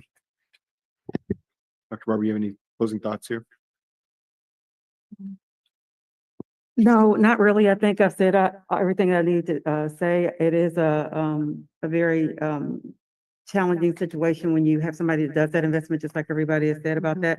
But I do think even if going forward, us confirming or affirming with the planning commission that I agree that some things we do need to take a look at as far as some of the ordinances. And when you say 2004, you're still talking about 21 years. So I do think that some ordinances we do need to look at, even if we go forth with affirming tonight. I think I'm going to take a little bit of a different stance. I appreciate where staff is trying to go in regards to the policy that was, the ordinance that was passed. I tend to, and this goes back to my time being on the architectural review committee, tend to want to support a property owner to do what they want with their property. And it does look nice. So I agree with the argument that's made there. I don't know how much of a difference it's going to look as far as curb appeal with adding that strip. And I do hear the concern, being a property owner and having to deal with soil going into the sump pump and that the challenges associated with that. I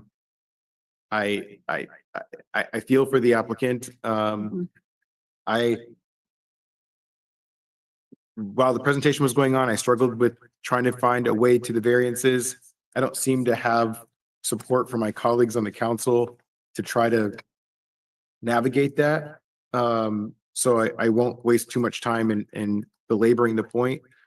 I'll end my comments here, open it up for opportunity for council to give a motion or any additional comments. Okay, I'll make a motion. I'll make a motion that the findings of this council are, let's see, I've got to get the wording right. That the appeal is, no, it's the appeal decision is denied. Recommendation, does that work? Well, it's we're upholding the planning commission's decision to deny the driveway variance application for tonight. Okay, is there a That's my motion. second? I'll second. All right, any other discussion? The only comment I have is that I think it looks nice. I know the investment's great. I did pavers and I know how expensive they are. I think the solution is there to create that 2 feet and 11 inches or whatever it needs to be for a portion of it.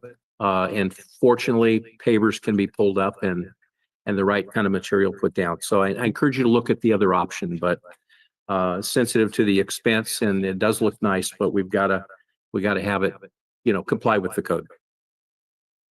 Okay, anybody else? All right, all those in favor? Aye. Aye. All those. All opposed, no. So motion passes 4-1. All right. Okay, I'm going to ask us to move quickly here. I appreciate everybody's patience. This is taking a little bit longer than we anticipated. We probably should have done a better job of agenda management here. So I apologize to you in advance, but I appreciate you all standing by. With that, we are going to go to item number 6 in our public appearance item, first reading of sidewalk vending ordinance update. And with that, I'll pass it to Hans for staff. Mayor, do you want to announce anything after 6? Are you going to continue roll through, or are you going to suspend it with 6 and then postpone 7, 8, 9? I think we should just try to roll through. Is anybody here for items 7, 8, and 9? We have one person. Are you okay staying, or would you prefer to come back in the evening session? Okay, let's keep it. Okay. We're here. I might as well just charge. Want to point it out. Okay. How does council look at the dinner break? Are you all good if we What? just power through dinner break? I've got a bag of peanuts. I'm good. Okay. I'm good. I get half of his peanuts. We'll share. Thank you. I love you for it. There's a team. Thank you. This is why I love Monterey. All right. Hans, do we need to make a motion to extend the afternoon session because we're already beyond? Okay. All right. So Hans, let's go ahead and introduce staff, please. So thank you, Mr. Mayor and Council. Sidewalk vending ordinance is in front of you now. Sidewalk selling, sidewalk vending is allowed all across the city of Monterey. There are, I believe, 2 or 3 notable exceptions, but in general, you can sell goods anywhere on any sidewalk in the city of Monterey. I believe the exceptions are on Lighthouse Avenue, and I think in front of the Monterey County Fairgrounds at a certain time there. And I think that's, and on Cannery Row in certain areas there as well. But other than that, sidewalk vending has been implemented since it was coming in front of council in, I think, 2019. So what is in front of you is an update of sidewalk vending, and Levi will continue to dazzle you with this information, and I hope he's not getting hangry. So anyway. You want some peanuts? I'm going to be coming for the peanuts pretty soon. All right. Thank you, Hans. So yes, as Hans mentioned, we're looking at an update to our sidewalk vending regulations here in the city, and we'll jump in. So staff recommendations is the city council adopt the first reading of an ordinance amending the sidewalk vending regulations.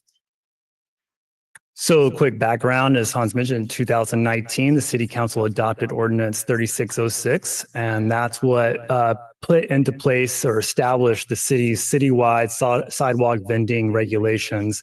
And then prior to that action, as you see here, is noted on the slide, is sidewalk vending was prohibited in the city prior to that. And so the interest in doing that at that time was to comply with the newly adopted state law, SB 946, which required cities to lay out a framework to allow sidewalk vending. And noted in that state law is that it creates important entrepreneurship and economic development opportunities to low income and immigrant communities, contributes to a dynamic public space, and increases access to desired goods and culturally significant food and merchandise. So some identified concerns that came in 2019, whenever that ordinance was being considered by the council at that time and was adopted, was specifically that the act of vending on sidewalks and other areas in the right of way has potential for increased safety hazards, and specifically inhibits the ability of has the potential to inhibit the ability of disabled individuals and other pedestrians with a safe movement. And then also it has the potential to inhibit emergency medical personnel and other first responders. And then also creates obstacles and contributing to congestion and high traffic areas. So as Hans mentioned, the sidewalk regulations were approved to apply to the entire city, but at that time in 2019, Cannery Row was identified as a high traffic area that did not have the infrastructure to support sidewalk vending and also maintain that safe pedestrian environment. So it was prohibited in that ordinance at that time. Also, the fairgrounds at certain times as it circulated around specific events at the fairgrounds. And then, of course, that ordinance also limited sidewalk vending along the recreation trail, which unfortunately at that time was not further defined as to what exactly that meant along the recreation trail. And then other concerns that have been identified is simply visual and physical access to coastal resources along our waterfront. And we'll talk more about that.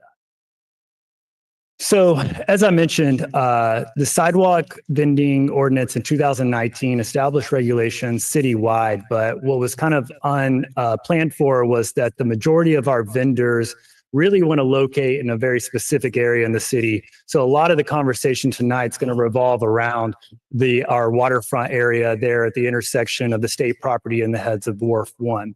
And so here on this image, you have just kind of the identified area there in the red, and that's the city-owned property in question. And what you have to the left there is state-owned property as you enter into Custom House Plaza, and then as you go to the top of that image there, crossing that red line, you're back on state property there as well.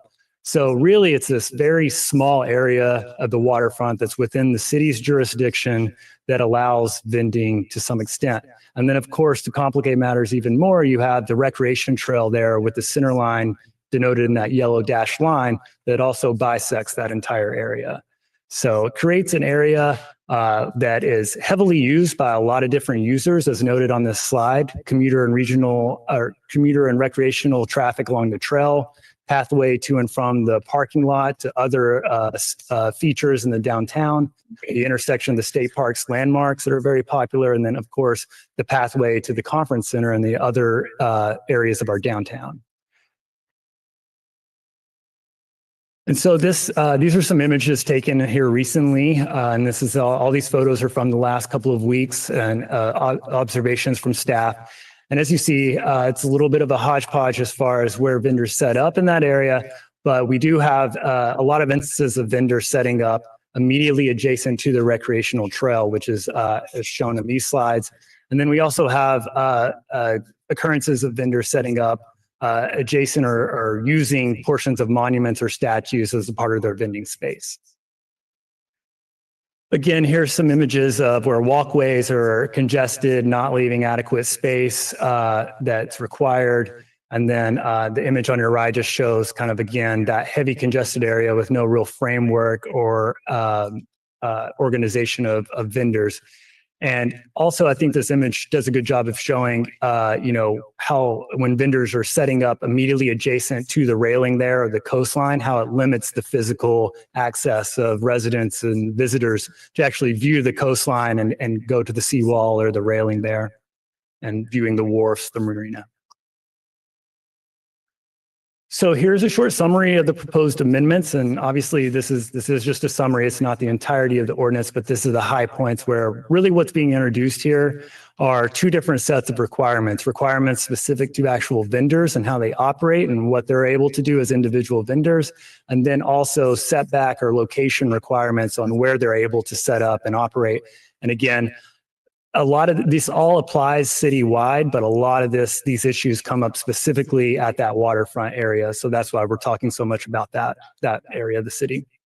So some of the requirements specific to individual vendors would be limitations of individual vendor space. We see a lot of vendors employing an increase of more than one table. So we see 2, 3, 4, 5 tables at times. So again, looking at limiting the space for individual vendors to 32 square feet. Display of goods would be limited to 28 to 34 inches from the ground. So that's a common kind of countertop or table height. So that prevents vendors from storing or displaying goods on the ground and also from hanging them from higher objects. And then, of course, that last one, no equipment exceeding 8 feet in height would be allowed. As far as location requirements go, what's being proposed is 10 feet from any driveways, marked crosswalks, 15 feet from other vendors, any fountain, statue, or monument, and any curb ramp providing that accessibility for ADA purposes. And then 25 feet from the heads of Wharf 1 or 2, and then 25 feet from the center line of the recreation trail. So I want to make a distinction that's 25 feet from the center line. So that would be measured from that yellow line we saw earlier. And the reason that is because the recreation trail varies in width as it travels throughout the city. So it's hard to say what an exact measurement, or it's not always easy to identify where the boundary of the recreation trail is. So we figured it'd be best to measure from the center line. So we did have a town hall where we advertised to our vendor community as well as those business owners at the wharf. That was hosted on April 9th here in the council chambers. It was a very well attended meeting. And we got a lot of feedback on these proposed changes. And that's kind of summarized here on this slide, but I'll go through it. Generally, there's a desire from the vendors to maintain what they have kind of a self-policing program that they're doing there, where they kind of I apologize for folks in the public. This is not the time to provide public comment. So just ask that you hold tight and wait for public comment. Please continue, Levi. Sure, thank you.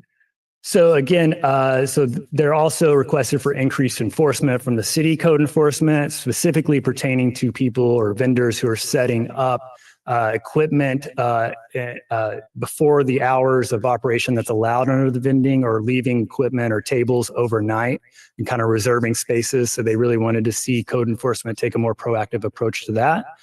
They did suggest some possible options to reduce congestion, such as limiting vendor permits that are issued and establishing perhaps a local preference for vendors that are local to the city of Monterey.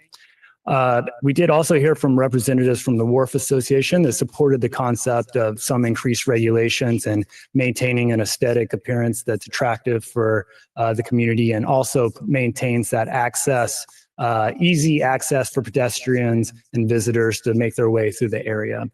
And we received written correspondence as well from the Old Monterey Business Association and members of the Cannery Row Business Association that supported the draft ordinance prior to this meeting.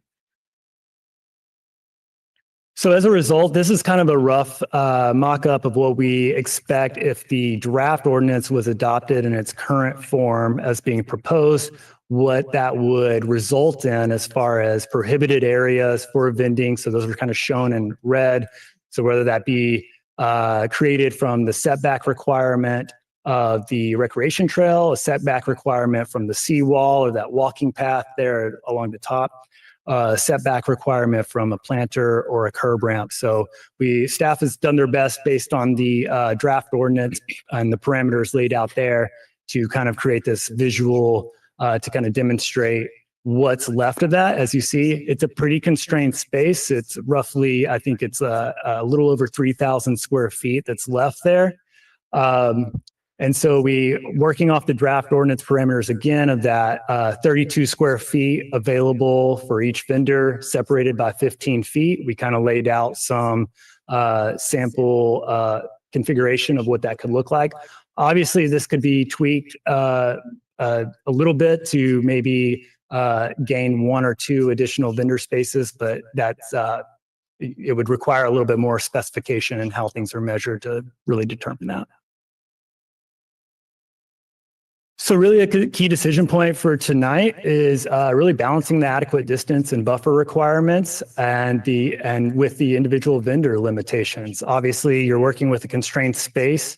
So the more space that each vendor is allowed to have, the fewer individual vendors you're going to actually be able to fit into the space.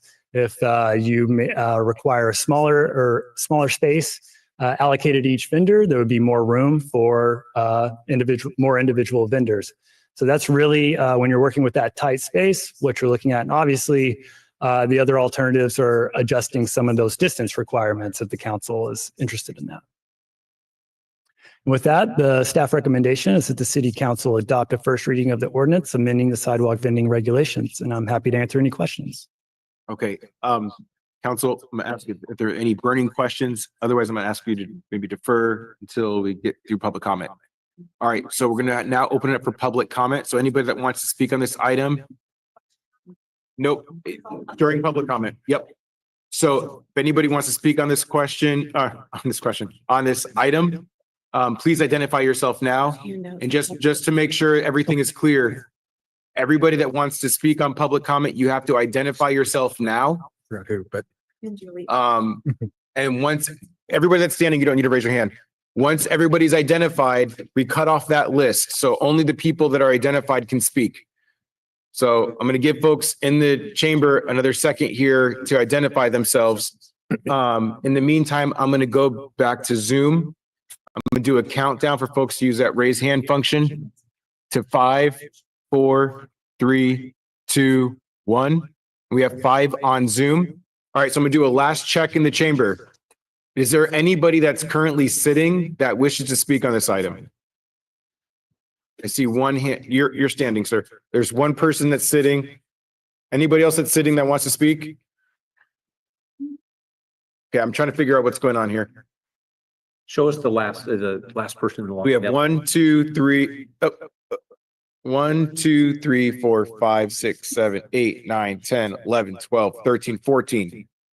So you are the last one in the back other than Mr. Lombardo that's still sitting. We have 15 in the chamber. We have 5 on Zoom. It's the lady in the green jacket. Pardon. That's Brett. Oh, I'm sorry. Sorry. I can't see distance wise. Okay. All right. I'm going to go ahead and limit this. I can't. I'm going to limit this to 2 minutes. We have a lot of public speakers to get through. So we'll go ahead and start in the chamber. Please, sir. Hi, Council. My name is Rafael Cenizo. My wife and I have vendors on the wharf, and we've been there since 2020. We have never broken any laws. We always work with city ordinance and we obeyed it. There is no danger over there. There hasn't been any accidents since 2020 that we've been there. So from there, I wanted to make a comment on the proposed amendment chart. I don't know if you noticed, you got a missing access point in there. So if we're gonna do something, let's do it right from the first time. This past weekend, I witnessed a city official and a business owner taking pictures of the vendors. And even though there were 4 vendors violating city ordinance, the city official didn't issue any citations or call somebody to issue the citations. It appears like this official is a part of a business association which hunt towards all sidewalk vendors. And most of the work they're doing is towards the business association and the business owners. They're not doing anything for us, as far as the planning department. To me, that's my opinion. Thank you very much.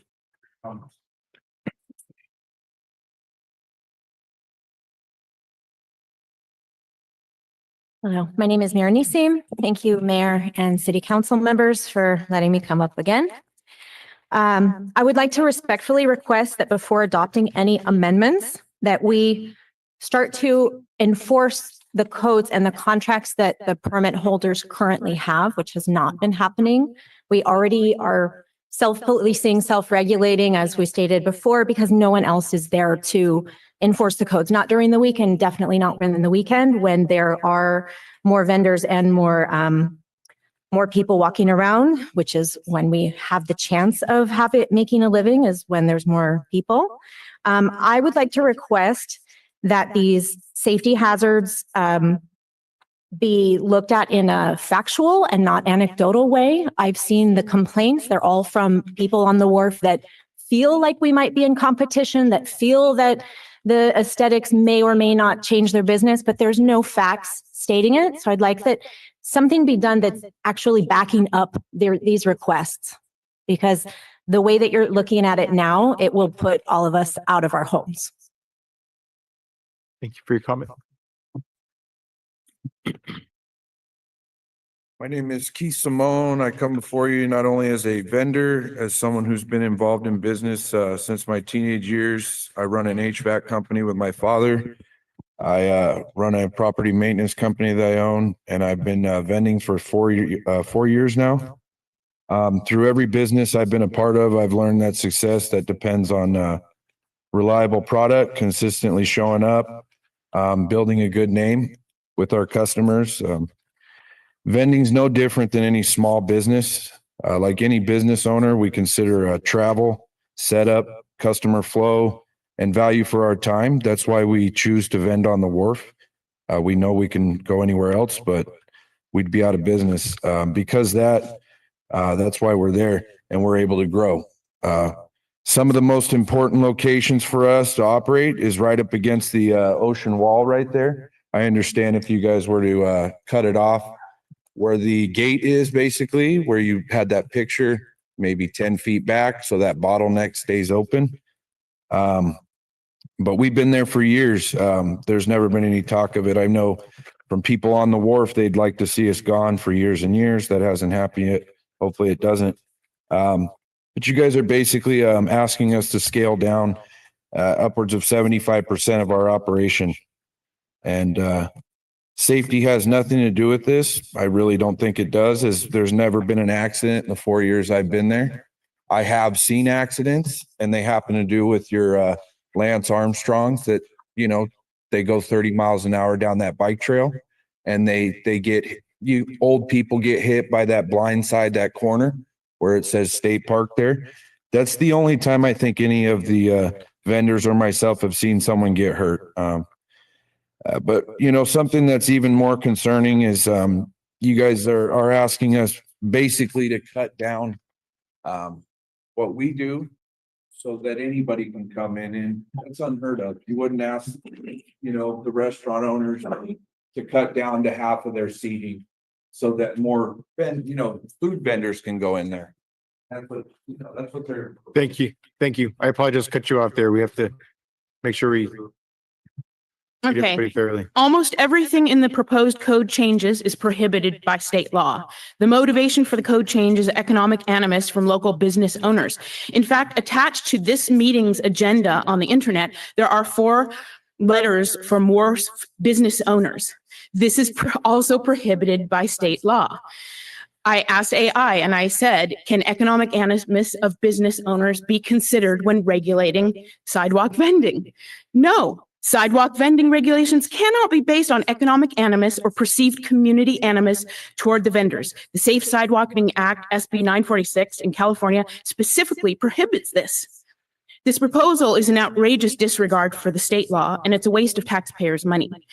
The economy is down. Tourist spending has been dropping for 3 years in a row. It's distressing to all business owners, and blame is being misplaced. I would invite any business owner who is here today to have lunch with me and to discuss how we can improve tourism in general, so we can all rise together. We don't need to scapegoat anyone because economic times are tough everywhere. I know it's tempting.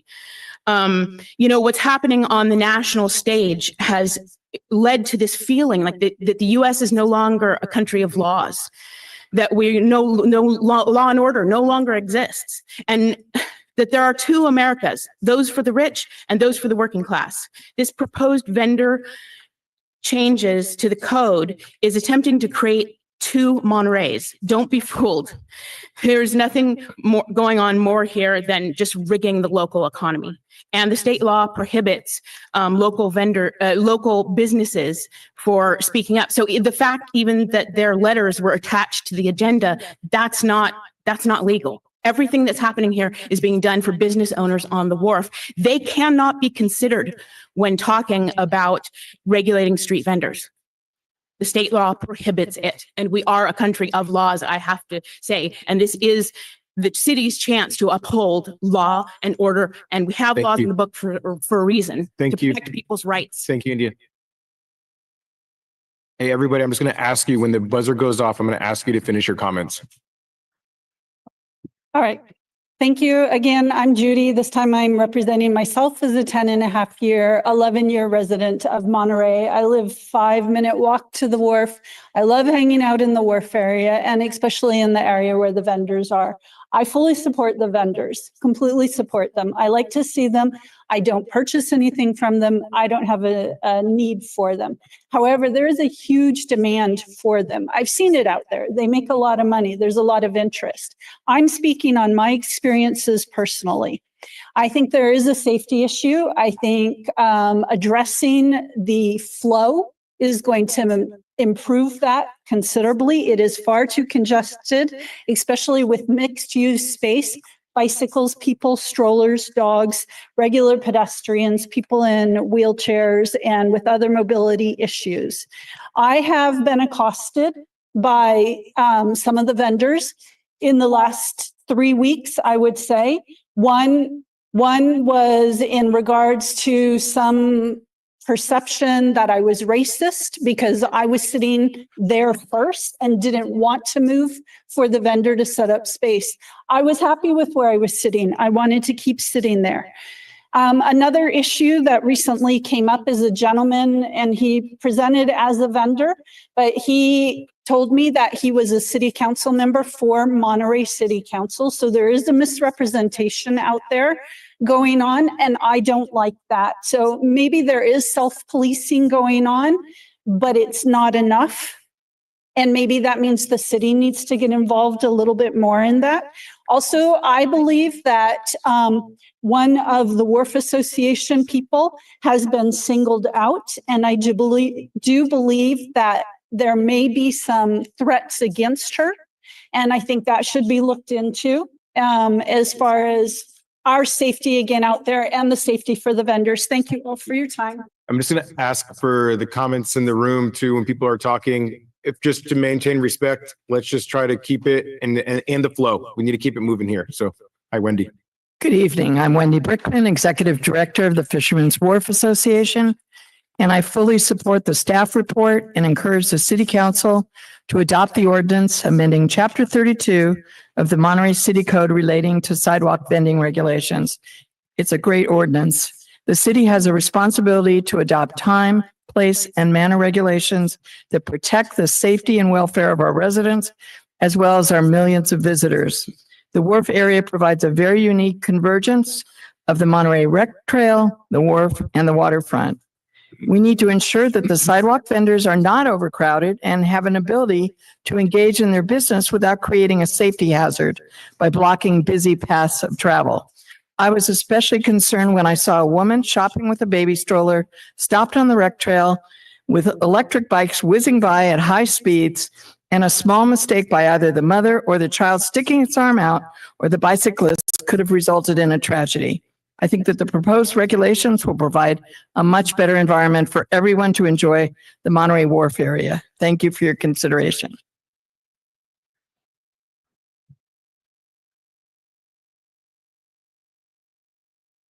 Hello, my name is Sherry Tuioti, and I'm a local resident of Monterey and a small business owner on Fisherman's Wharf. I do have a couple quick comments based on what I've heard earlier. And one question is, how will you decide who gets to be the vendor at the space on the wharf? If you have a limit of, 20, 30, or 50, whatever it might be, how will you decide who's there? And I don't think that self-policing is fair to all vendors. And I also don't believe that that's a safe way to solve the problem. I think it needs to be taken care of by the city. I don't think it's safe to have an unlimited number of vendors on the wharf. I do feel that you need to have to have it be organized. And I don't feel that it's fair to have unlimited space. So one gets more space than the other. And just a quick comment that this is not an economic question for the business owners on the wharf. Oh my. But I do want to say what I really wanted to say to all of you. I just want to say thank you.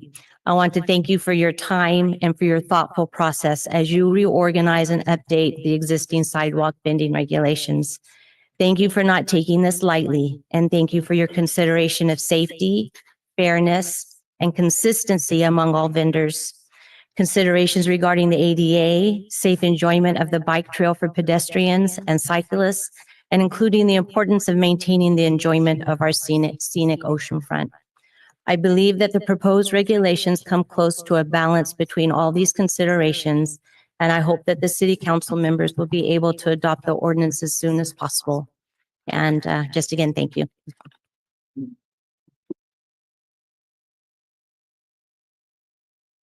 Good evening. Rick Aldinger, Monterey County Hospitality Association, and a resident of Monterey. The area in question is very popular, heavily used by a variety of people. And if we just take the vendors aside, the level of usage in that area at times becomes chaotic. There's definitely, especially given the proximity to the rec trail passing right through that area, there are safety issues. I've sat there. I enjoy sitting there and watching people and listening to music. And I see conflicts between visitors, vendors, and rec trail users regularly. And so, what's being proposed by staff here is really just common sense, for the enjoyment of everyone, and particularly for the safety of all of the users of that area. I support the staff recommendation to take a look at the ordinance and update the ordinance to make it common sense and with safety and in mind, and with enjoyment for all of the users in mind as well. Thank you. Make this happen, huh? Okay, Monterey's been great, and we vendors recognize that the proposed changes to sidewalk vending codes is not coming from the city council. When legislation is passed and signed into law, there has to be a test case, and this is when the court decides what is and what isn't legal. And we had that test case for SB 946 last July in LA, and we vendors won. No vending zones are illegal. Cannery Row is now open. This is state law. It overrides when they pass 946, it's a permissive law, not a restrictive law. So you coming up with, not you coming up. Okay, these guys last year were making vendors who had poor English skills, had no legal understanding, have to sign an agreement that they had one table, even though they had 4 tables or 3 tables, and submit a picture of only one table on a legal document that said it's perjury if you don't tell the truth. And he was making them do it, and he's making them do it. We brought in the Western Poverty Center of Law. Make sure your comments are directed at the Okay, council. the Poverty Center of Law. We brought them in because they're the ones that won down in LA. We're gonna win. Economic animus is not possible to shut down street vending. The other thing is health and safety. I can't call health and safety off the top of my head. You got to pay for a study. You're going to have to go and get experts to do this. You can't have these guys just going, it's bicycles, blah, blah, blah, blah. That's not true. So we're down there. We've had no problems. In fact, we're very popular. We got a petition. We got like 200 names in one weekend. We're going to go, we'll have 5,000 people out in front of here. You know how many friends we have? We're the new center of town. People love us. They love us. Now talk about capacity. Talk about the wharf. Start checking, make sure safety on that place. Those people are out over the water, So let's do some health and safety. The wharf is dangerous. Thank you. Yeah. Didn't you, sorry, time out. Pause. No, I apologize. You already spoke. She collected all. I'm sorry, you She can't. doesn't want to speak. I'm gonna, Okay. India, I apologize, but we have a process here. We have to follow it. No, but you can't. That's complaint. okay. Both of you, I'm gonna ask you to stop. And if you continue to talk, I'm gonna ask the police officer to take you out. Come on, Let's not add into your help. please, let's go. My name's Scott. I've been a vendor for about 17 years. I've seen a lot of interesting things go on there. One has I've never seen a bike accident involve a vendor, pedestrian. I would think one idea I have, Pacific Grove Rec Trail through their whole city has a 13-mile-an-hour painting or decals on the road on the rec trail itself. I think that would alleviate a lot of problems. I also think that the table limits and table size is a good idea. Everybody should have the same amount of space. There's a few vendors that have a ridiculous amount of tables and have been really greedy, in my opinion. And also, I think as far as vendors spaced in between, it should be 3 feet. That should be plenty for ADA compliance. And I really enjoy working there. I've been doing it a long time. Thank you. Thank you.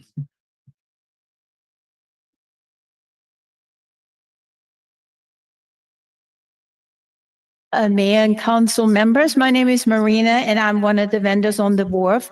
Safetyness is all vendors' priority. In fact, since 2018, 6.5 years, there has not been one accident in the vendor area. The same cannot be said about the non-vendor areas, which proves that we are safety conscious and doing a good job. Last Wednesday's meeting showed that some business owners are discriminating against vendors, and they have been from the very beginning. Sadly, that business owner, in so many words, labeled us as low lives and lazy, which is not very nice or true. Street vending is part of California's culture and is supported and protected by state law. Street vending provides flexible jobs that enlivens our streets, encourages walkability and social activity, and boosts safety, neighborhood safety by adding eyes and ears to our streets and strengthens community connection. Downsizing with unreasonable limits prevents the poor from having the business and thrive in their community. If you, for example, lost your wages due to cuts or hours, wouldn't you do everything in your power to survive? Thank you in advance and thank you for listening. For your comments. Hi, my name's Athena Zunizo. My husband and I have a little business called Rafa's on the Wharf. I would like to point out that in every picture used for this meeting and our last meeting for the town hall, violations were shown in some of the pictures and according to some of the ordinance, and yet not one citation has ever been issued. So I would say that's operating without integrity. Last summer in 2024, city employees without notice came through like a SWAT team taking pictures and videos and measurements of everyone's tables. As small businesses, we were not notified or given reason as to why this was happening, nor was anything said until we were blindsided. And I'd like to know, with every complaint issued, mainly from business owners and businesses, that is called business harassment. Thank you.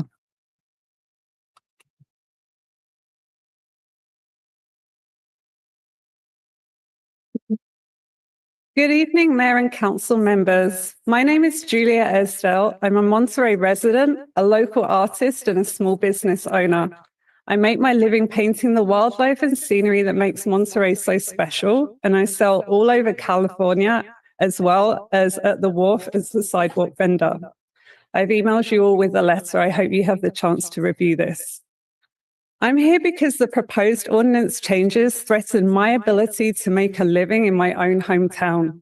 Other businesses have complained that we obstruct pedestrian flow, block views, compete unfairly with other businesses. But where is their evidence? Our displays are modest. There are no tents or walls. Bay views remain fully visible, and ironically, it's the multi-story shops on the wharf that truly block coastal visibility. There's a false narrative that we are unregulated. We are licensed, insured, taxed, and fingerprinted annually. Can the same be said of the employees of the businesses that are complaining about us? And what about enforcement? There's one code enforcement officer on weekdays, but not weekends when we are busiest. When was the last time there was any proactive effort to enforce the current rules? And as for competition, this is a public space. Isn't our free market economy based on competition? We may not have a storefront, but we have every right to earn a living. As neither the city nor the complaining businesses have offered any evidence to support their claims, I have filed a Public Records Act request to obtain real information on emergency calls for services to those affected areas, and I'll happily share that with the council. The proposed ordinance changes will destroy the livelihood of many of the vendors. Thank you for your time. Thank you.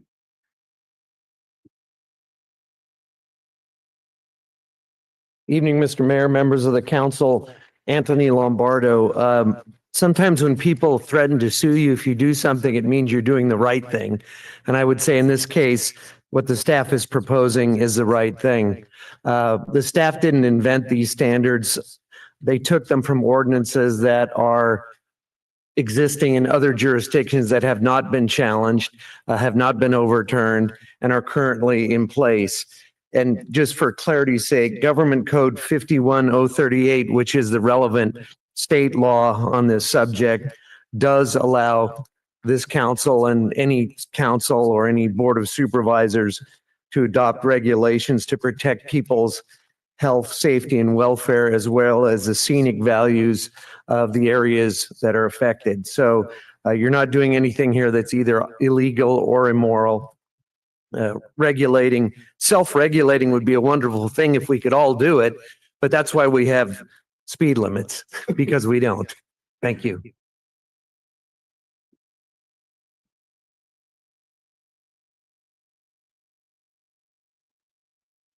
How's it going? To the honorable members of Monterey City Council, I would like to introduce myself. My name is Thomas Sims, and I was born and raised in Monterey.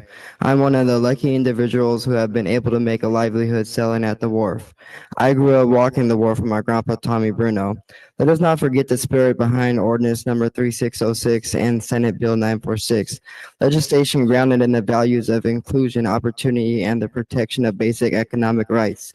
These laws were established to ensure the sidewalk vending remains a viable and legal means of livelihood, especially for those traditionally excluded from formal business spaces. To now impose more rigid limitations on table size, location, and goods sold under the guise of public safety and order risks violating both the intent of the letter and the protection. The concerns raised about visual obstruction, aesthetic disruption, and competition with established businesses are nothing new. These arguments are often used to prioritize commercial entrance over human dignity. But where are the data proving that us vendors are causing health, safety, or welfare concerns? On the contrary, feedback from town hall participants revealed that many of us vendors work collaboratively to maintain clean, safe, and walkable spaces. We are not the problem. We are part of the solution. We act as stewards of our space we occupy, self-regulating, resolving disputes, and ensuring the wharf remains vibrant and welcoming. We must question who truly benefits from the proposed restrictions and at what cost to the broader community. Are we protecting scenic views? Or are we protecting interests from Fishermen Wharf Association? Are we regulating public space, or are we evicting cultural and economic vibrancy in favor of sanctionized tourist zones? This is a pivotal moment for the city of Monterey, and we must decide whether to stand with small vendors, immigrants, artists, and families, or yield to the pressure of exclusionary commerce and gentrification. I urge you to reject the proposed amendments and recommit to fair, exclusive, and empowering policies for all. Thank you. Thank you. So the, we've, Try to do it online. are you on Zoom right now? Do you have your hand up on Zoom? Then I'll have to go until I open the door to get. All right, how about we're gonna do this? If you're still connected on Zoom, your number's gonna be called. So we're gonna go to the Zoom callers, and once you're called on there, I was on the active line. all right, we're gonna go to the Zoom callers, and if you're there, we'll take you. Otherwise, I'm not gonna be able to take you. I apologize. Okay, please. First, I'll call on a telephone caller with the last three digits 705.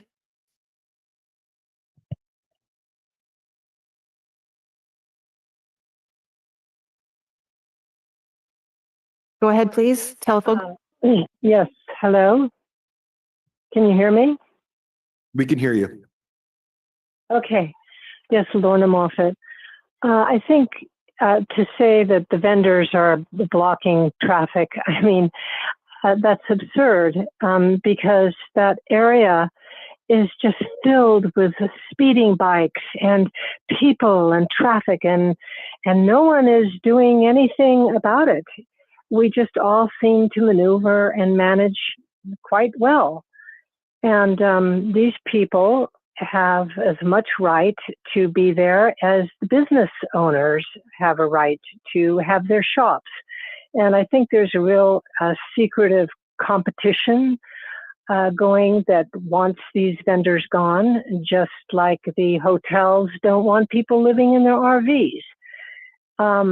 And we're going to have to live with each other, everyone, because there are people that are very rich and there are people that are very poor. And we must have compassion for those that don't know how to make money like the very rich. And if we don't have compassion, we die anyway, because we'll start killing each other off, and which is what we're doing.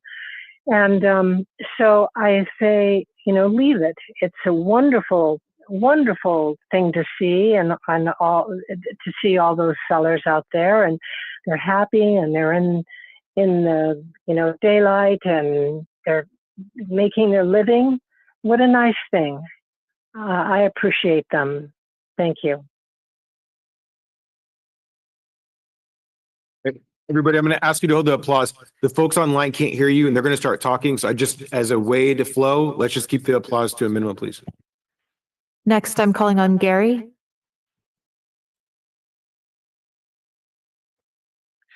Yes, thank you, Mayor, council members. Gary Curcio, Director of Government Affairs for the Monterey County Hospitality Association.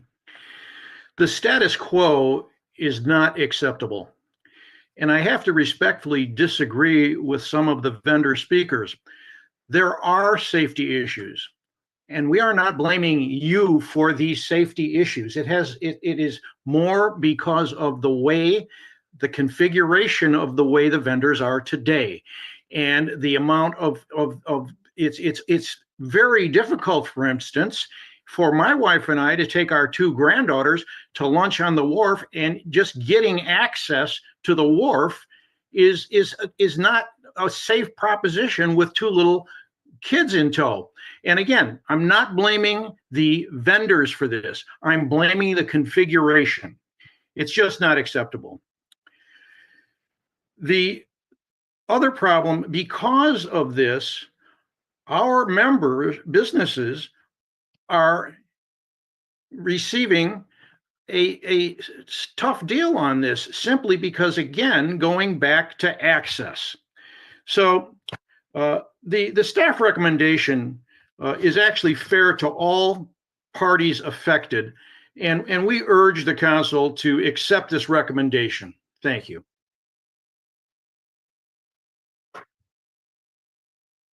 Next, I'll call on Lance. All right, can you hear me? Yes, we hear you. All right, good evening, Mayor Williamson, council members, city manager Olslar, and city staff.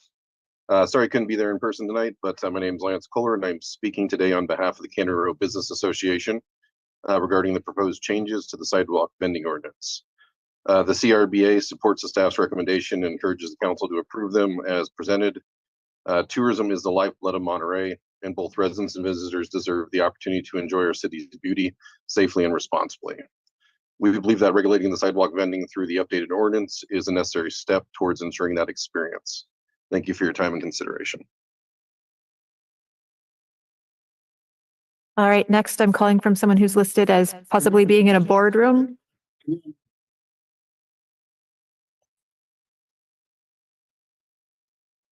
Hello, can I confirm you can hear me? We can hear you. Thank you. My name is Monica Lal. I'm calling from the Monterey Peninsula Chamber of Commerce. Thank you, Mayor, council members, staff, and again, all the entrepreneurs that are our vendors. Thank you for having this considerate and important discussion on the economic impacts of the wharf. I will start out saying the ordinance is a good start. What I have heard tonight is that enforcement is a factor. I will speak from experience, coming with people with mobility issues, coming people who are young, coming with people who are groups, and coming as someone who has the opportunity to sit on the National Marine Sanctuary Advisory Committee. Access to the view shed is impacted.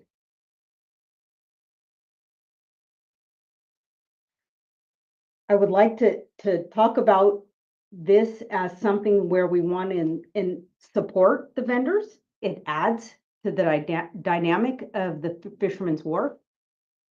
Our visitors enjoy it, our locals enjoy it. And to suggest that it doesn't impact the bicycle path, I would disagree with. I hope the council supports this measure, but that enforcement, which is what I really hear from the vendors, is a consideration. Thank you for your time. Sidewalk vending adds to our community. We love these entrepreneurs, but we do agree that there can be a better way to address this. Thank you. And Mr. Mayor, the fifth hand has previously been lowered. What was the number for the? It was Lori M. Okay. All right. We're going to go ahead and close public comment, bring it back to the council for motion and deliberation. Who would like to start us off? I've got a question. Please. Staff, if I could. And again, if we could try to. You want questions now?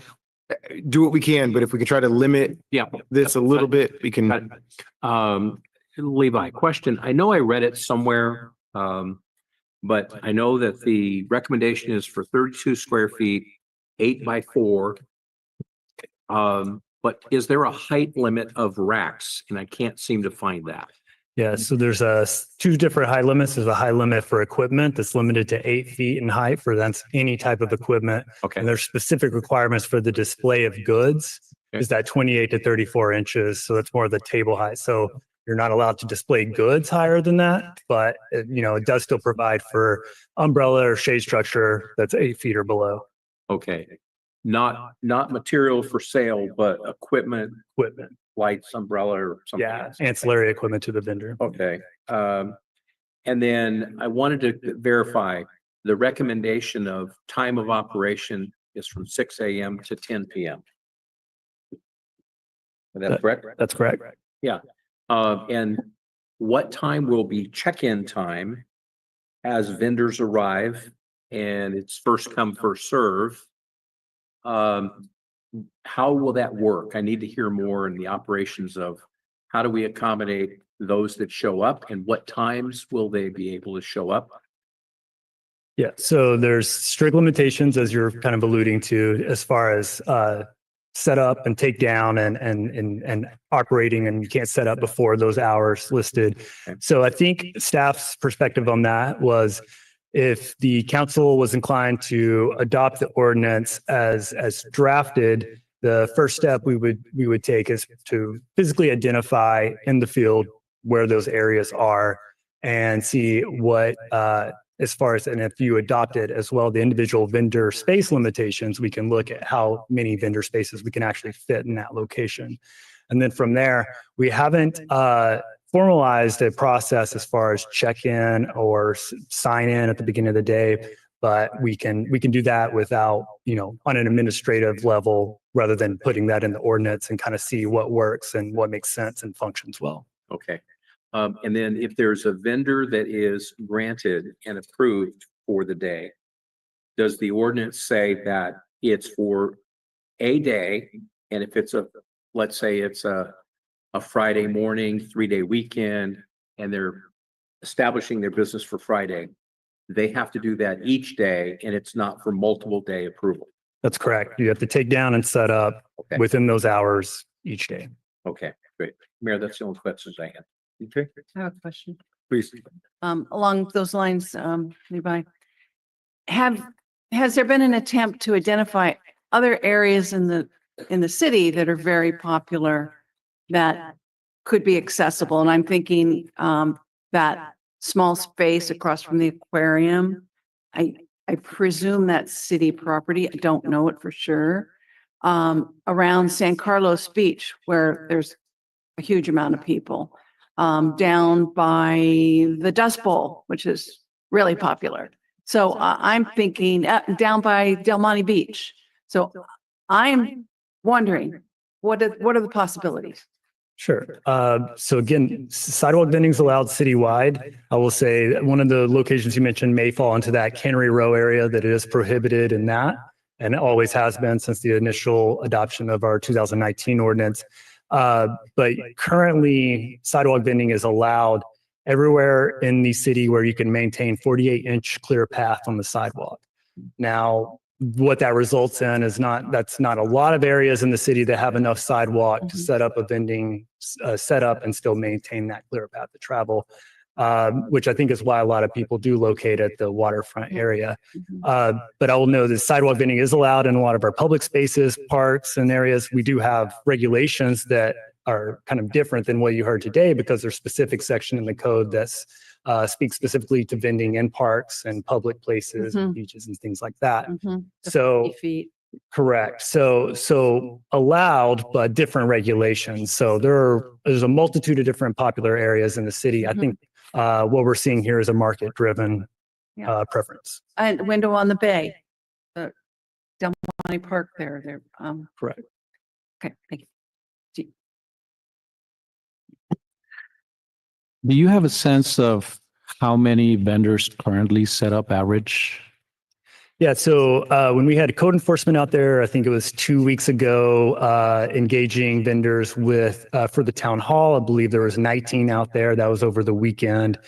We had heard comments during the town hall from the vendors that they've had up to 29 out there at certain times. On average, I'll say from staff, we issue on average about 33 sidewalk vending permits annually. Obviously, they don't all set up every weekend and it's different. There's peak times during the year, so it kind of fluctuates, but it seems to be a steady amount on the weekends in the 20s, somewhere in just below 20 or maybe just above 20. Can I ask real quick, just Sure. clarify? You said 33 total, Is how many permits we have issued. and that's not specifically just for. It doesn't dictate where you do vending. That allows you to vend citywide where you can meet the regulations. And with the current, or rather the proposed setup, the layout, was there a conversation maybe about expanding that a little bit, like stretching out the area right around the proposed layout to maybe have the ability to add more vendors, but maybe scattered a little bit more?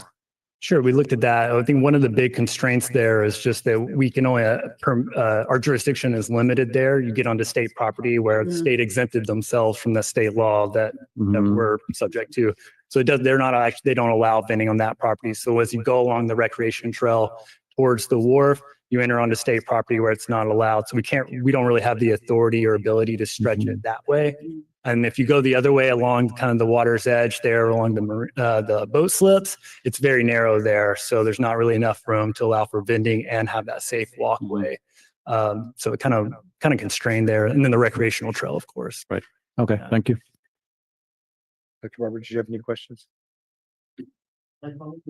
You cannot, One- no public one comments quick over? one. What about that plaza area near the hotel, after you leave Custom House Plaza? And there's that wide walkway to Wells Fargo, to Chase Bank.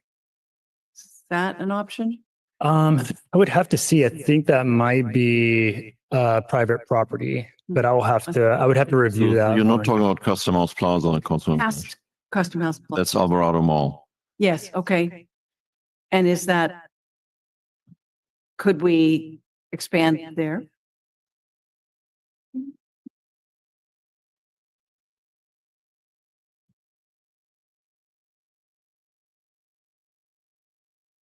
We'll have to check the property. We have Yeah. to look because Alvarado Mall is part of the Portola Hotel and Plaza. And so it's not an easy yes or no right now for staff. Okay.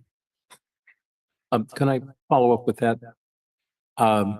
The fire lane or the access for fire trucks is always an issue everywhere we talk about. With the proposed recommendation, does that help ensure we have fire truck access more than we have now on the causeway? Yeah, so it would maintain, so it requires 12 feet of separation from the wall or the railing there on the causeway, which I don't know that would necessarily be used for a fire apparatus to access, but it would certainly allow for more space for emergency personnel to respond to, whether that be first responders or medical responders. There are, under the proposed ordinance, there is additional requirements that weren't included in the existing ordinance that requires 15-foot separation from any fire hydrant or red curb and things of that nature and fire escape. So there is some additional regulations or restrictions proposed in the draft ordinance that would further ensure that space is there. Yeah, and I think I misspoke. The causeway different that talked about the rec trail. Oh, Recreational, it's certainly wider than a Correct, fire yes. truck, but currently the way I've seen it is there's no way a fire truck could get from the parking lot to Wharf 1 unless we moved some of the vendors. So it looks by your map is that you're clearing a path that well, there would now be like, at least 25 feet on each side of that center line. So in theory, about 50 feet clear away for which would be more than enough for a fire apparatus. Okay, great. Thank you. I just have a quick question. It came up in the public comments. I just wanted to clarify. I did notice that there was letters added, not just from business associations, but just from business owners to the agenda. And I'm wondering, how is it determined which items get added to the agenda versus the public portal where public comments are uploaded? Yes, so when we receive public comments pertaining to an agenda item, they're provided to the city clerk's office to be provided as a public comment, posted on the public comment page. I think it's a matter of timing on when it's received. So if we get items in advance of that, then we include them in the packet. And if they come in after the packet's been published, I believe they get put onto the public comment website by the clerk. I could be mistaken, but that's. I'm just going to open it up because I think one of these may have been received after the fact, but it's a procedural thing and we can maybe talk offline about that. I just wanted to make sure that we have consistency with that. That's my only question. I'm just going to open it up for comments and I'll go ahead and kick us off. I'll say first that clearly this is an emotional topic, particularly for the vendors that are impacted on the proposed policy. So I feel that, I see that, particularly when this is an issue that impacts your economic situation personally. So I recognize the impact that's happening as it relates to the proposed policy. I don't think that anybody in the city is conducting a witch hunt. That's not the intent. It was in order to provide information for this, whether you agree or disagree with it. We had to have a process that allowed us to capture what was going on so that staff could do a professional job in presenting what they were instructed to do by the council. So I just want to maybe help elevate or kind of come to a center ground here as it relates to the pathway and what led to this. One of the things that I hear, and I attended most of the town hall last week, and it was represented there a lot as well, was this whole conversation around enforcement. And so there is a little bit of a question there for staff, actually. What is the plan proposal as it relates to, excuse me, enforcement? We will enforce. What, can you, Yes, Mayor, we will enforce with using. tell me the plan. What's the plan to enforcement? What does that look like? We will enforce using the code compliance officer to conduct checks about the implemented ordinance with spacing, etc. Planning manager Levi Hill explained that if if the ordinance gets accepted as is, we plan on providing the spacing on the site as well to make clear where it is. And it's clear to me that the requests for code compliance have been very clear, and we will have enhanced enforcement on that side. We also spoke about how are we doing the prioritization in the morning when more than 10 vendors pop up. We have plans for that also in place. The area is monitored 24/7 by Harbor Patrol and Harbor Security. And those folks will play also a role in ensuring that the enforcement is active there. So oh, sorry. That is where we say we want to enforce the code and we want to have code compliance in that area as well. So what does it look like as far as staff commitment? And is there a certain time? I mean, I guess I want to be a little bit mindful that we don't want to maybe be too specific as to not get folks to anticipate when staff is going to be there. But does this look like something over the long term, over a short period of time, randomly, maybe? Yeah, and it really depends how we achieve compliance. So if we have if we achieve compliance and the compliance continues to be there, then we have to scale. We are allowed to scale back on code compliance enforcement. So if we see that the vendors are compliant and we do not have to regulate a lot, then of course we can dial back. There will be unannounced code compliance checks on weekends like we did in the past year, and I believe also this year already. And so there will be also other checks that we conduct in the middle of the week. And as we see the potential code violations or code compliance, we can scale up or we can scale down. Okay, thank you for that, Hans.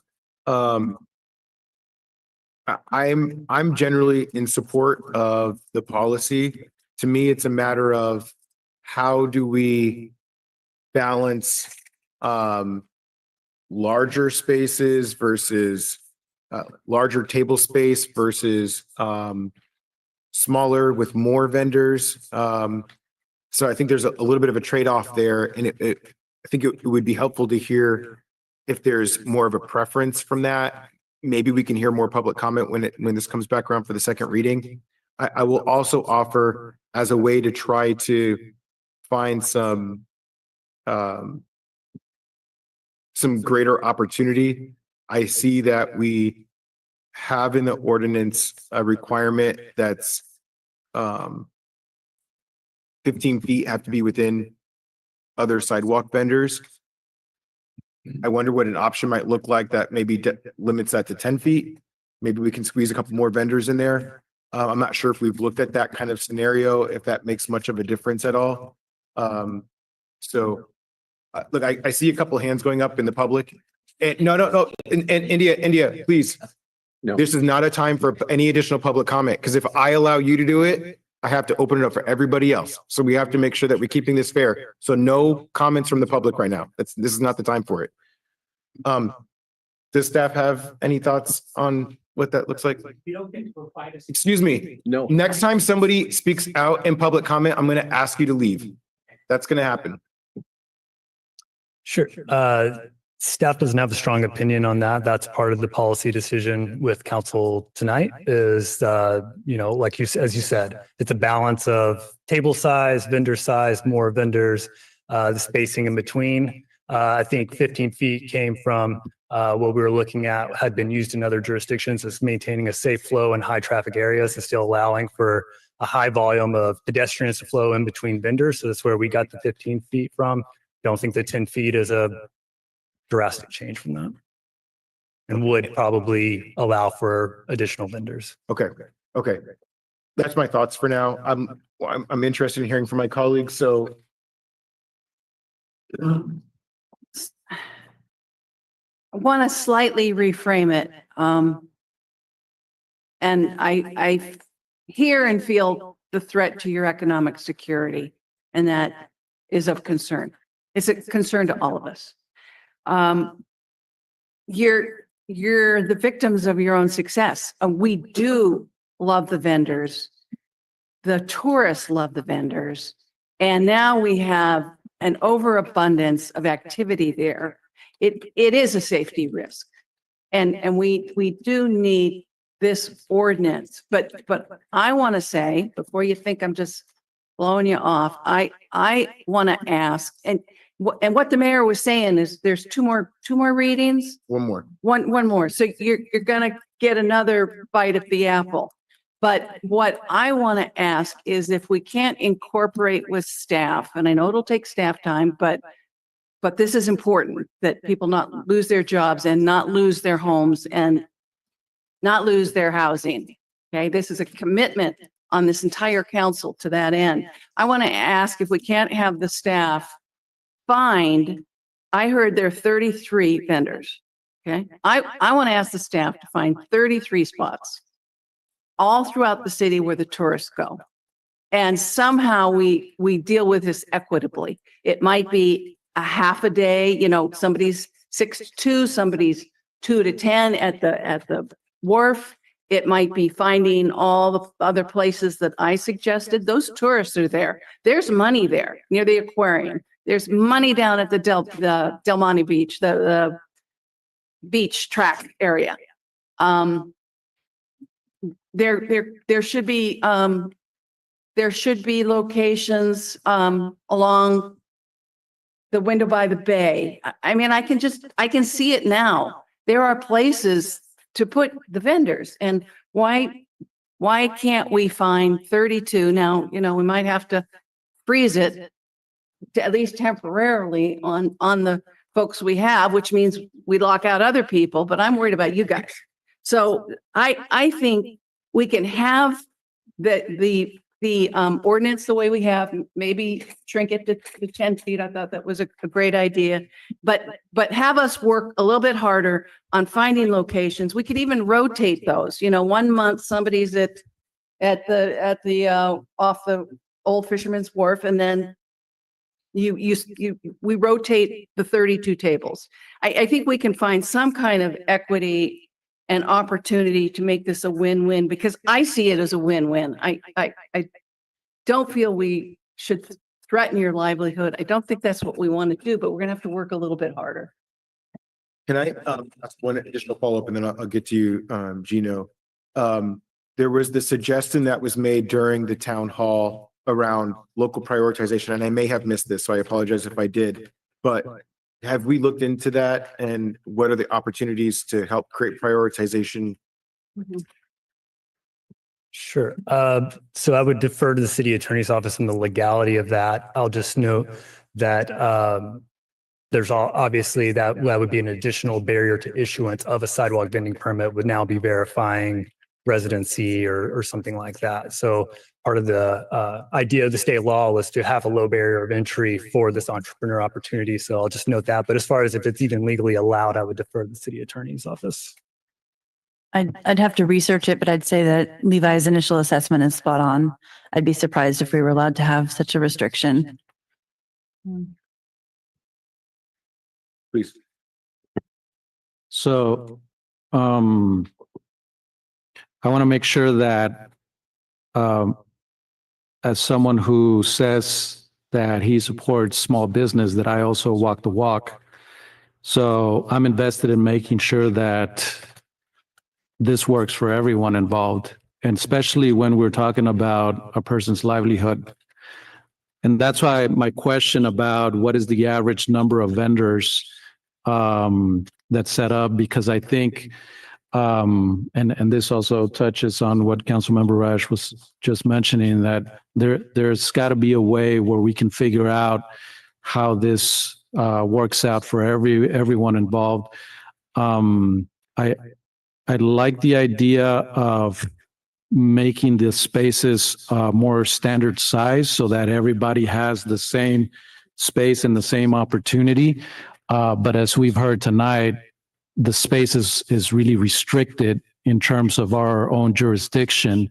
So we have to make sure that we balance that out.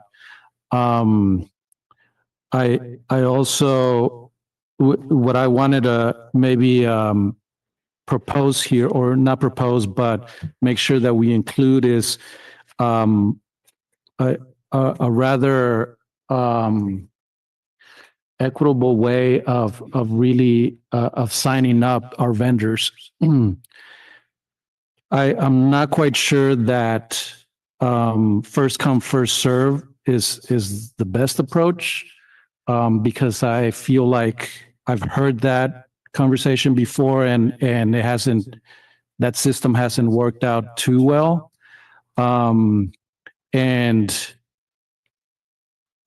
I also think that if we're having folks show up at 6 a.m, and let's say that the opportunity is offered that day to 20 vendors, we just had vendor number 21 come at 6 a.m. for no reason, right? So I don't want that vendor to have to do that and then walk away feeling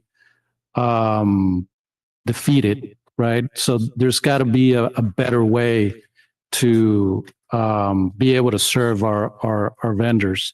So that's what I'll propose, and I will support the recommendation here, but with that added information. Thank you. Who wants to get going next, please?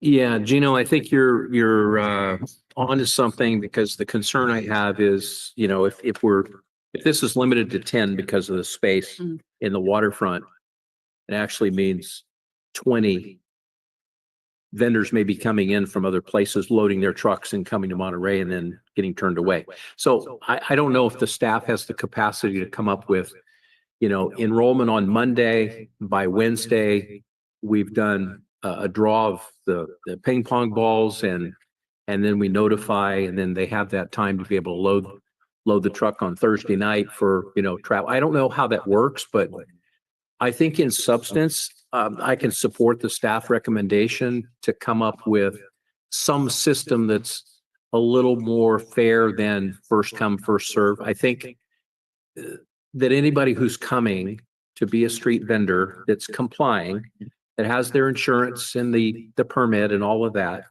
shouldn't have to decide if it's go or stay at 6 a.m. in the morning when there's 20 people. And I think that alleviates the chaos of actually staff having to determine who got the first 10 spots and then says goodbye to 20 other people that drive away angry. So I just think there might be another system that alleviates the chaos of the individual as well as the staff for the city at 6 o'clock in the morning that have to regulate it. So I'd like to, agree with that.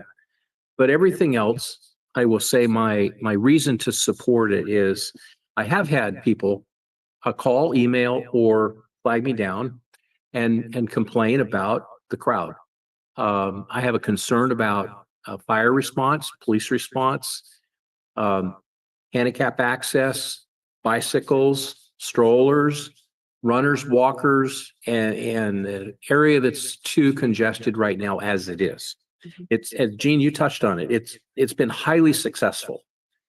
And we haven't had any regulations that has modified it since we started in 2019. And this was an unusual regulation by the SB, the Senate bill, that required us to adapt to it. And, again, the state exempted themselves from it. So they left it for the cities to deal with.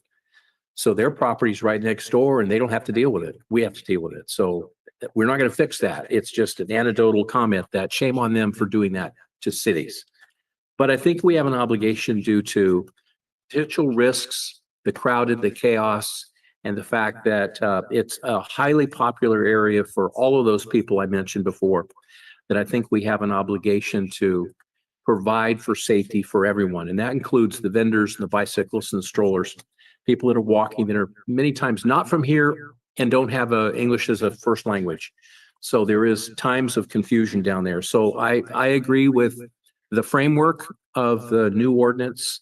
I know it's a reach to figure out how you're going to modify it down to the square footage. But I think that because we have limited space and we're trying to achieve fairness across the board for everybody who's trying to see a peek at the ocean and navigate and travel through there, we may wind up getting to the point where 8's not the number, but we can go to 10 because staff's going to come back and figure out how they can modify the arrangement. So with the way it's laid out, I agree and I support staff's recommendation. If we could come back on the second reading, and I don't know if we can do this, but it's the selection process that I think that needs to be modified a bit. Other than that, I'm good to go. Is it possible for us to have an approved policy for that that's separate from the ordinance, or would it have to be embedded into the ordinance? It's sounding like we want a separate process just for that specific area. So it'll probably require separate codification of that area. As law. Yeah. But could we say that the ordinance as proposed, with the exception of the selection process starting before 6 o'clock in the morning, we want staff to come back with the methodology that they start the selection process for those 10 vendors? So earlier in the week. there's a couple of things happening here. I think we're putting a number of spots, which the ordinance doesn't right now designate. It does have dimensions and criteria. Yeah, we have an estimate right now. We have an estimate right now. So if we're going to end up saying there's 10 allowed and this is how they're going to be selected, I would probably bake that into the ordinance. Okay. So you're thinking we would have to come back for another first reading and then a second. I think we're probably going to have to anyway. And I just, frankly, I haven't looked at this. I haven't heard from staff on best practices for selecting this. I just haven't, I'll need time to answer that question and to figure it out. Yeah. If we gave general direction, does it require Yeah, you don't have to pass a first reading tonight. It can come back again revised based on the feedback you've given us. Please. So we have looked how our other cities are doing this. First come, first serve is the one that is most commonly used according to our staff's research. Having said that, we understand that other cities have a lottery where they basically pull the numbers and then there's a lottery system. So there is also the question then, if you show up for the lottery and you're number 21 or number 18, you still, so we have to research, so you're still losing at the end. So the idea that I kind of picked up from what the council is contemplating is maybe just to allow a certain amount of vendors for a period of time to say, okay, you have that spot now for 2 weeks or for a week, and then we have a different lottery again. And so then you may not show up daily anymore for the lottery because you might be already in, and the other ones find other spots in the city where they can where they can sell. So is this kind of reflecting also what Councilmember Garcia was saying about the issue of ensuring that vendors don't show up in vain and be sent home, that there is some planning security about, okay, do I have a spot? Do I not have a spot? And so there are models out there. I share with you, we went after first come, first serve because that was what we saw in the literature as the most standard solution. Having said that, there are lotteries out there, and of course we have to look into if there is what the legality is for lotteries and how often we have to do that. My suggestion to council is we should start somewhere. We can work maybe on figuring something out between now and the second reading. But I think the way it's written is legal. The way it's written allows for 10 to potentially more vendors to vend there if we decrease the spacing. And again, not everyone who has a permit is selling every weekend. So, I mean, there is a starting point that I think, and I don't think we will create a perfect ordinance today. We will not have a perfect ordinance in 6 weeks. So I think it's a good starting point though. Could it be a virtual lottery? Like the day before, Yes. It's a randomizer or something, and it picks, and then it doesn't have to necessarily be restricted to a certain number. It could provide alternates up to a certain amount. So that way, if there happens to be smaller tables, the folks, and they take that risk, those 5 folks that might go over the 10 that are assumed to fill the space if there's the full table. I'm not sure if that fits legal. So I can offer this for right now. Passing a first reading tonight, it's fully vetted. It's reasonable time, place, and manner restrictions, taking into account all the safety factors that were heard. It's not an arbitrary ordinance. I think it's defensible, and it's based on a first come, first serve basis. Changing that up will require a substantial amount of time to review and probably to significantly revise this draft. And I've looked at those other models. I've seen some in San Francisco. So I can't, it's all doable. I just, that would be a separate, it'll need a whole new first reading. So my thought is that whatever it is that we come up with tonight, let's pass that so that staff has some direction in regards to what needs to be tweaked in the ordinance. And if it works from a legal perspective, that permits us to move forward with the second reading. If there's an issue, then Am I understanding that correctly, or is that? Well, if the direction is to develop a lottery program, that to me is a substantial revision. That's going to take some time and it won't happen in the next 2 weeks. Okay. Yeah. Okay. Dr. Barber. Well, you're already kind of going in the direction I'm asking. So we go ahead and approve it tonight. Can we give administrative direction to come back with a selection process? We just require second reading. So we can pass this, the council can pass this tonight and then have a second reading and this ordinance could go into effect in 30 days. Meanwhile, and it would be a first come, first serve process. That might give time to see how that works. Meanwhile, we could be working on amending it again and coming back and doing this again. Yeah, so may I make comment? Please. I think, Were you done? Go ahead. well, I want to loop back into what Kim's point is, and I think it's, we understand that we're trying to create an ordinance that has the guidelines that's been well founded by our city attorney and the recommendation.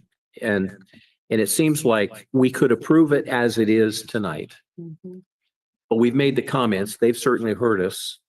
And by the time the second reading comes along, they might have recommendations for that change.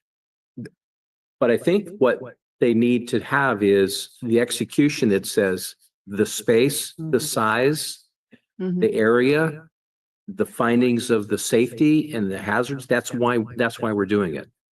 But I think in the first reading when this comes back, it's going to change a little bit with the methodology of who gets the space. And then we'll have to do a second reading as well. But I think in the interim, if we approve it tonight, that gives staff the 30 days to get everything else in order. And then start to, staff it in terms of what would a lottery look like or a different thing that's rather than just showing up at 6 o'clock in the morning. So, I mean, that's just my thought. I think we could approve it as it is, and then we're going to see it again in 30 days. And then at that time, we might have another alternative to the 6 a.m. show up. That's my thoughts. Any other thoughts? I would support the proposed ordinance as it is with the friendly amendment that we reduce it to the 10 feet. I think, Mr. Mayor, that was a good idea. Whether it gets us another table or two right in that location, I don't know. But it moves the bar closer to having more opportunity. Yeah. And I appreciate Spacing of 10 feet apart from vendors. Yeah, as opposed to 15, which is what's currently in the ordinance, which I think that's reasonable within the bounds of. I can live with that. And I would also want to just give direction to the staff to come back with 32 possible locations throughout the city. Off the ordinance. I'm going to ask one more question, Chrissy. Is this something that we could say is ministerially determined? Like, is it something that has to be in the ordinance for that process of letting staff figure that out is essentially where I'm going with it. Is that something that we could include as part of the motion that would permit us to move forward with the second?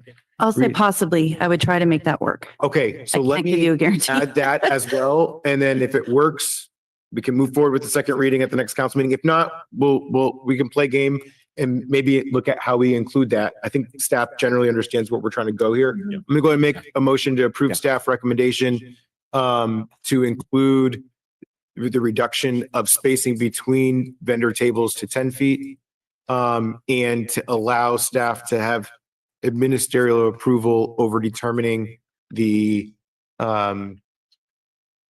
registration of the site, the sign up process for the spaces at the mouth of the wharf. Second. And pardon me, just to make sure we have clarification. So right now there's a 50-foot spacing in parks.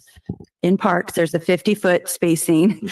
I assume you're not reducing that to 10 feet. Maybe you are. I just want clarification on Yeah, no, that. in the ordinance, there under section 13A2, it says within 15 feet of any, and then A is other sidewalk vendor. So that only that part would change. Okay, and that only applies outside of parks. But Yeah. in parks, it's a 50-foot separation. Thank you And for so- clarifying that. Yes. Yes, okay, Only outside of parks. okay. Yes. Point of clarification. Is San Carlos Beach grass area, is that a park? Is that? Yes. So if we opened up vending there or people took the opportunity, that would be every 50 feet? Could Right. we exempt San Carlos Park for the possibility of staff finding 5 or 7 more locations along San Carlos Park?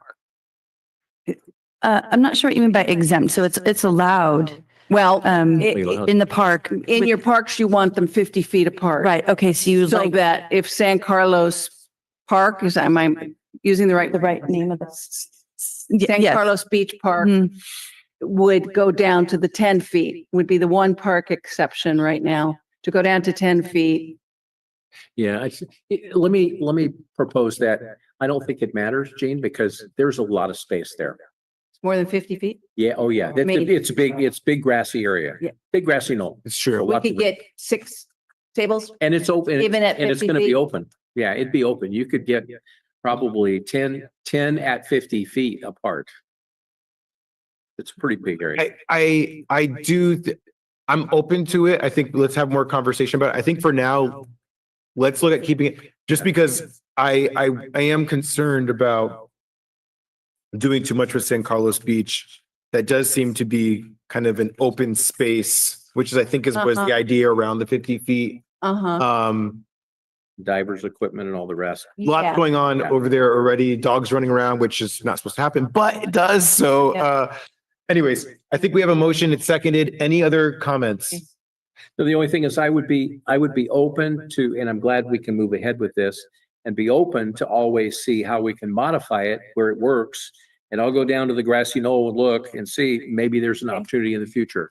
But it's currently open under this ordinance. To be Okay. able to be utilized. All right, I'm gonna call for the vote. All those in favor? Aye. Aye. Any opposed? Motion passes unanimously. I'm gonna call for the recess now, table the other 2 items until our evening session and give us a Monterey 5, which is gonna be 15. We need a break. We need to take a break. So for those that are here for the evening session, we'll be back in 15 minutes. Do you know how they do it in Santa Barbara?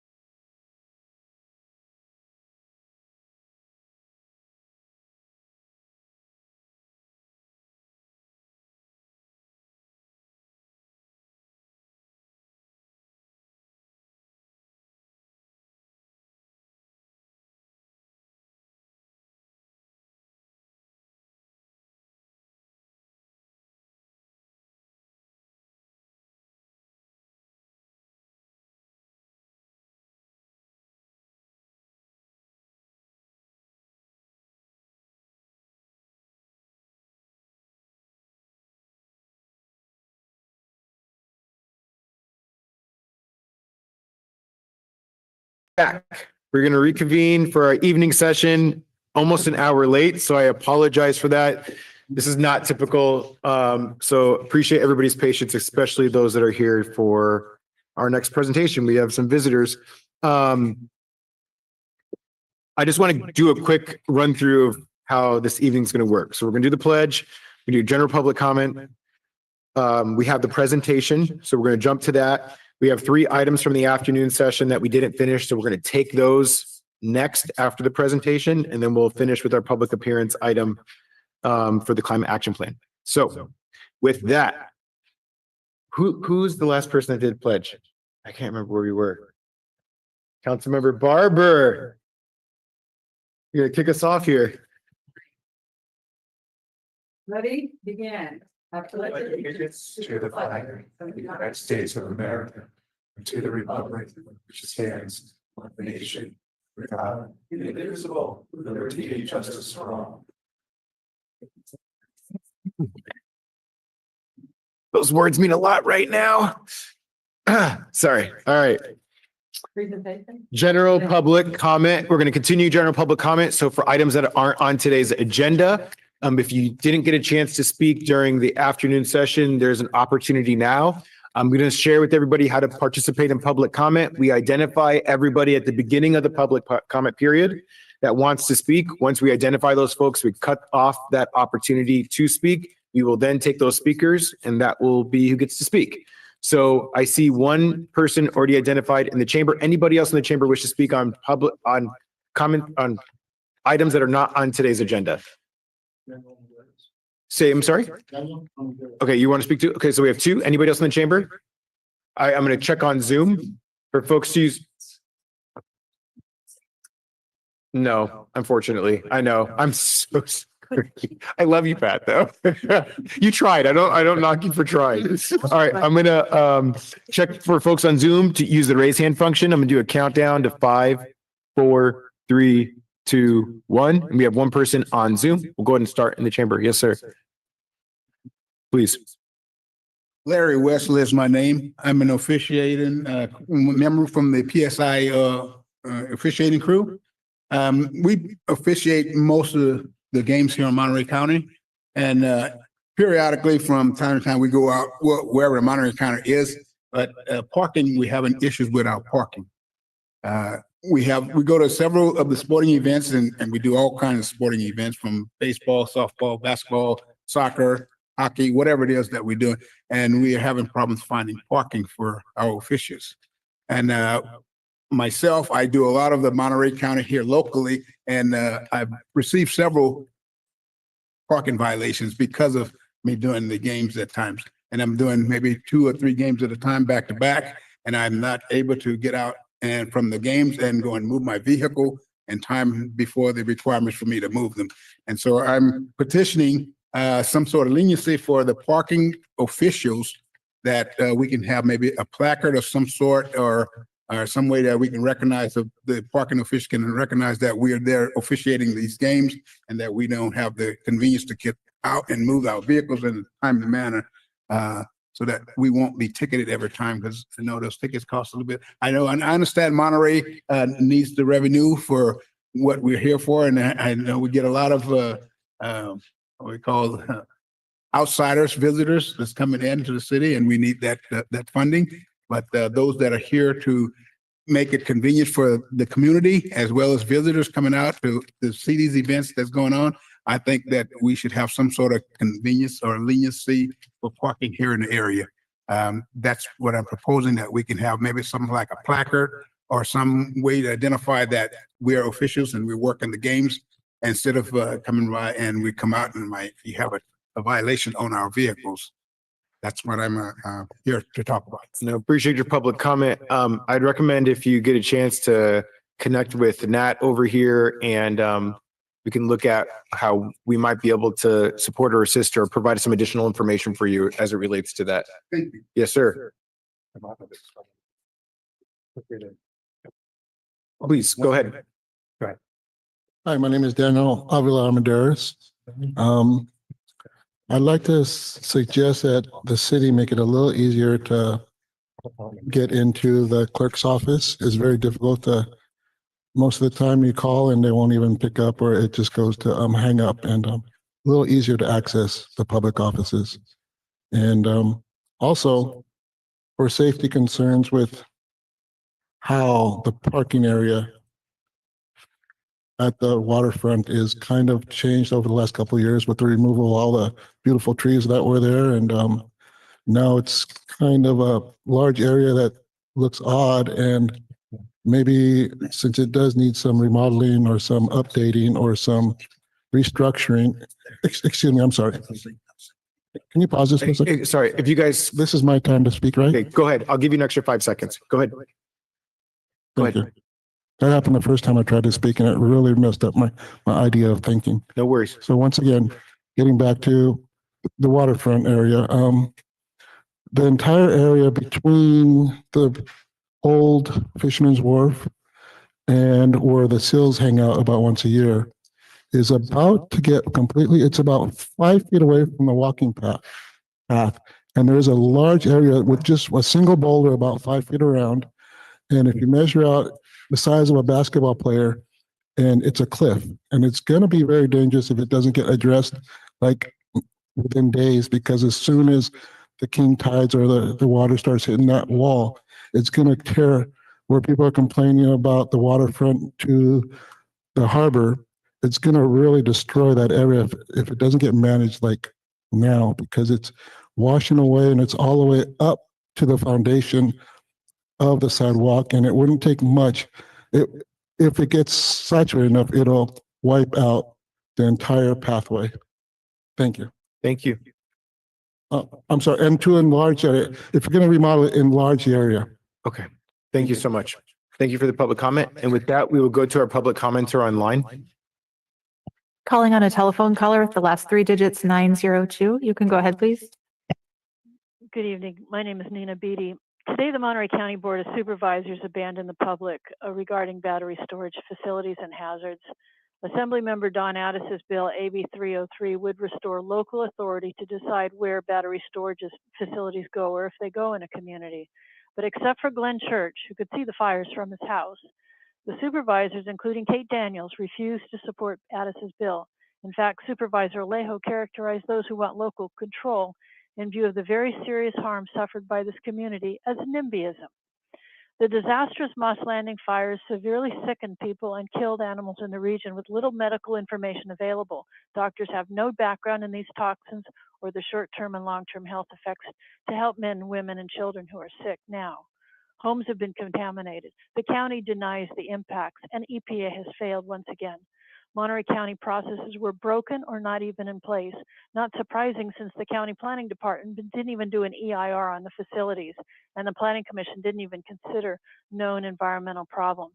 This has caused economic damage and hardship. I urge the city council to strongly support AB 303 by Assemblymember Don Addis. Jurisdiction of these facilities must be returned to local communities. And I want to say that renewables must be real and they must be safe. Not knee jerks, not short-term band-aids. Sacramento has jumped on a bandwagon without doing its due diligence and has failed to respond to well-known hazards, such as the explosive flammability of the batteries and the manufacturing defects that can't be detected in these batteries that industry has even admitted. AB 303 protects other communities based on Monterey County's hard experience.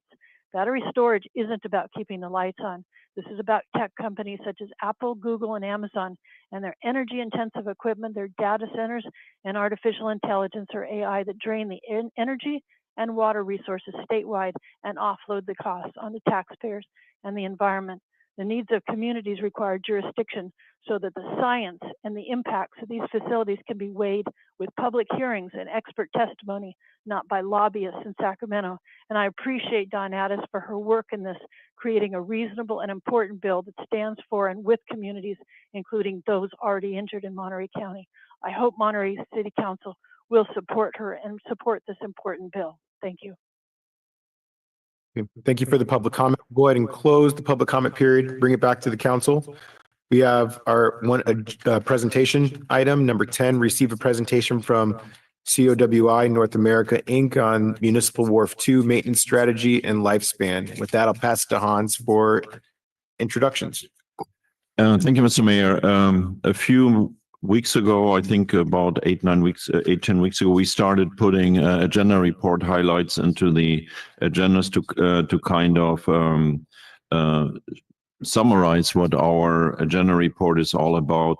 And this agenda report highlight that is on item number 10 is doing a fairly great job in pointing out what the challenge is, and it ends with the last bullet point that says the city's current maintenance approach is considered a band-aid solution with an unknown lifespan, and that's kind of the bottom line that our engineering team here from COWI will present to you.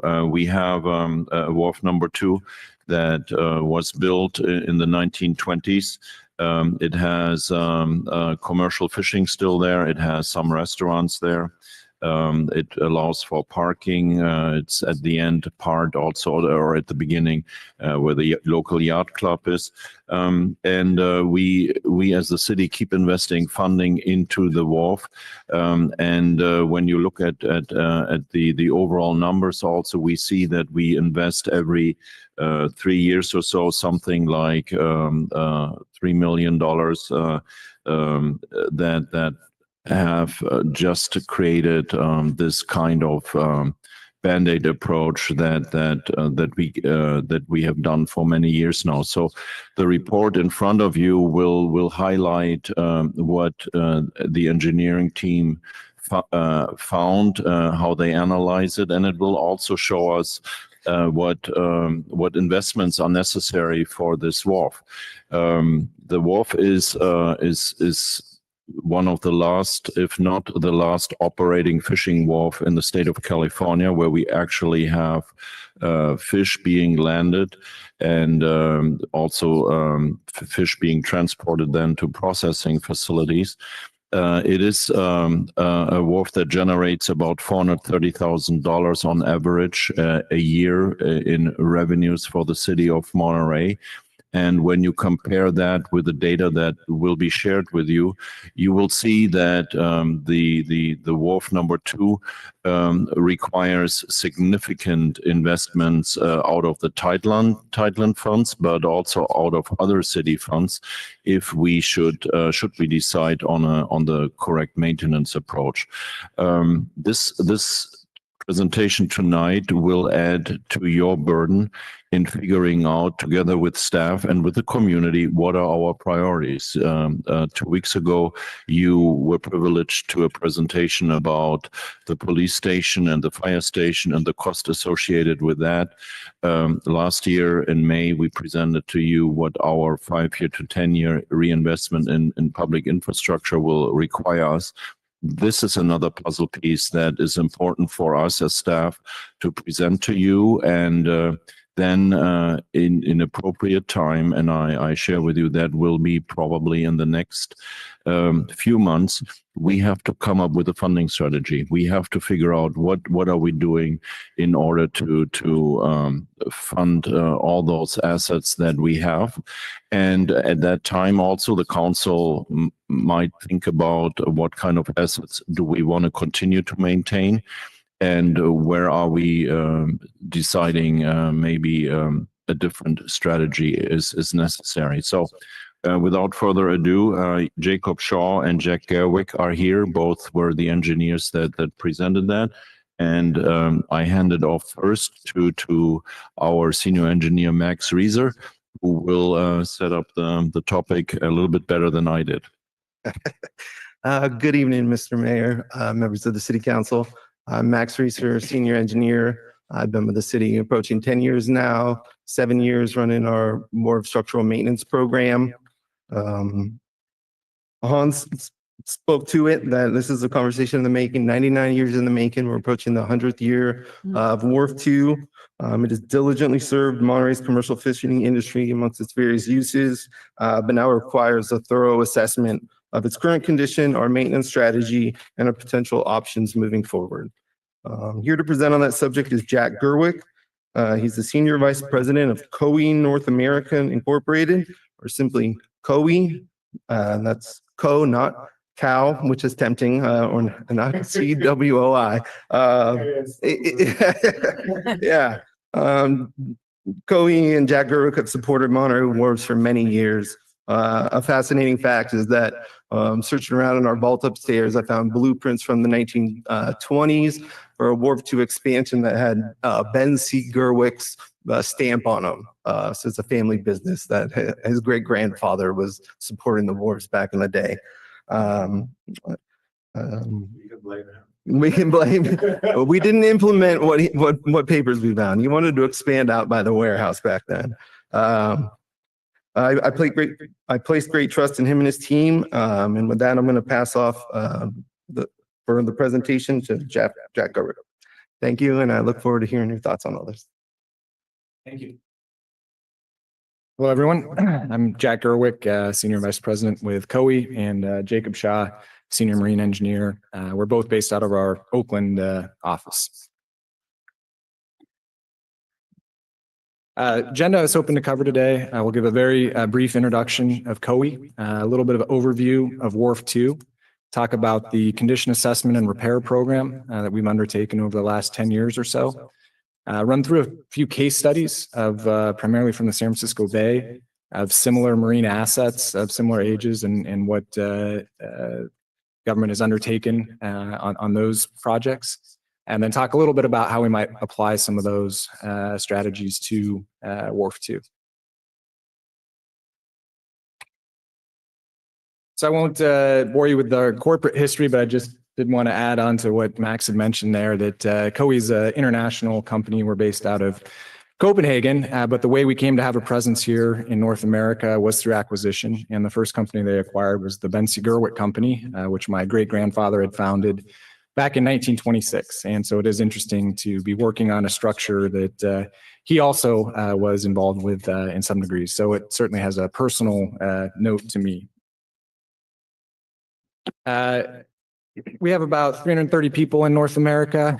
We can see our offices pretty much follow the coasts, about 7,500 internationally, and really focus on infrastructure, the largest sector of which is marine. And so it's projects like Wharf 2, ports, working for the Navy, coastal protection. That's the type of thing we specialize in, and it's all engineering, detailed design that we do.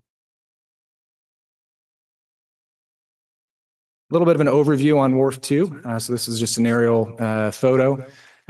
You can see there's kind of three different areas highlighted there. So the original construction back in 1926 really has two different sort of configurations.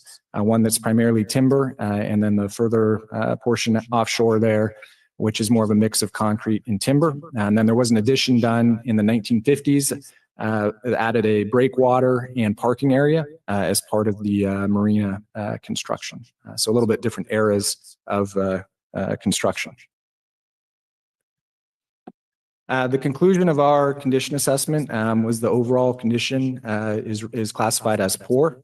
This is in accordance with the American Society of Civil Engineers Waterfront Inspection Manual, and you can see the definition of poor, and that's there is widespread deterioration, does not significantly reduce the load-bearing capacity, but that repairs need to be carried out. And that's, I think, apt for the Wharf 2 structure. Now, a little bit on those conditions and what led us to that conclusion. So here you can see, I guess, a quantitative description of the pile condition out there. So there's ratings according to American Society of Civil Engineers from minor to no damage to severe. And you can see the different numbers of piles that we observed in each of those classifications. And this is based upon above and below water, primarily visual inspection. I guess what worth pointing out here is that it's roughly 25% of the piles that would qualify as either major or severe in terms of the damage that they have. And what that looks like in plan. So this is a partial plan of the end of Wharf 2 that shows the piles, and the different colors denote the different types of damage. It gives you a little bit of a sense of where that damage is located. So on the piles, for example, it's concentrated along the fender system. That's the perimeter there, but then fairly evenly distributed amongst the inner side of the wharf.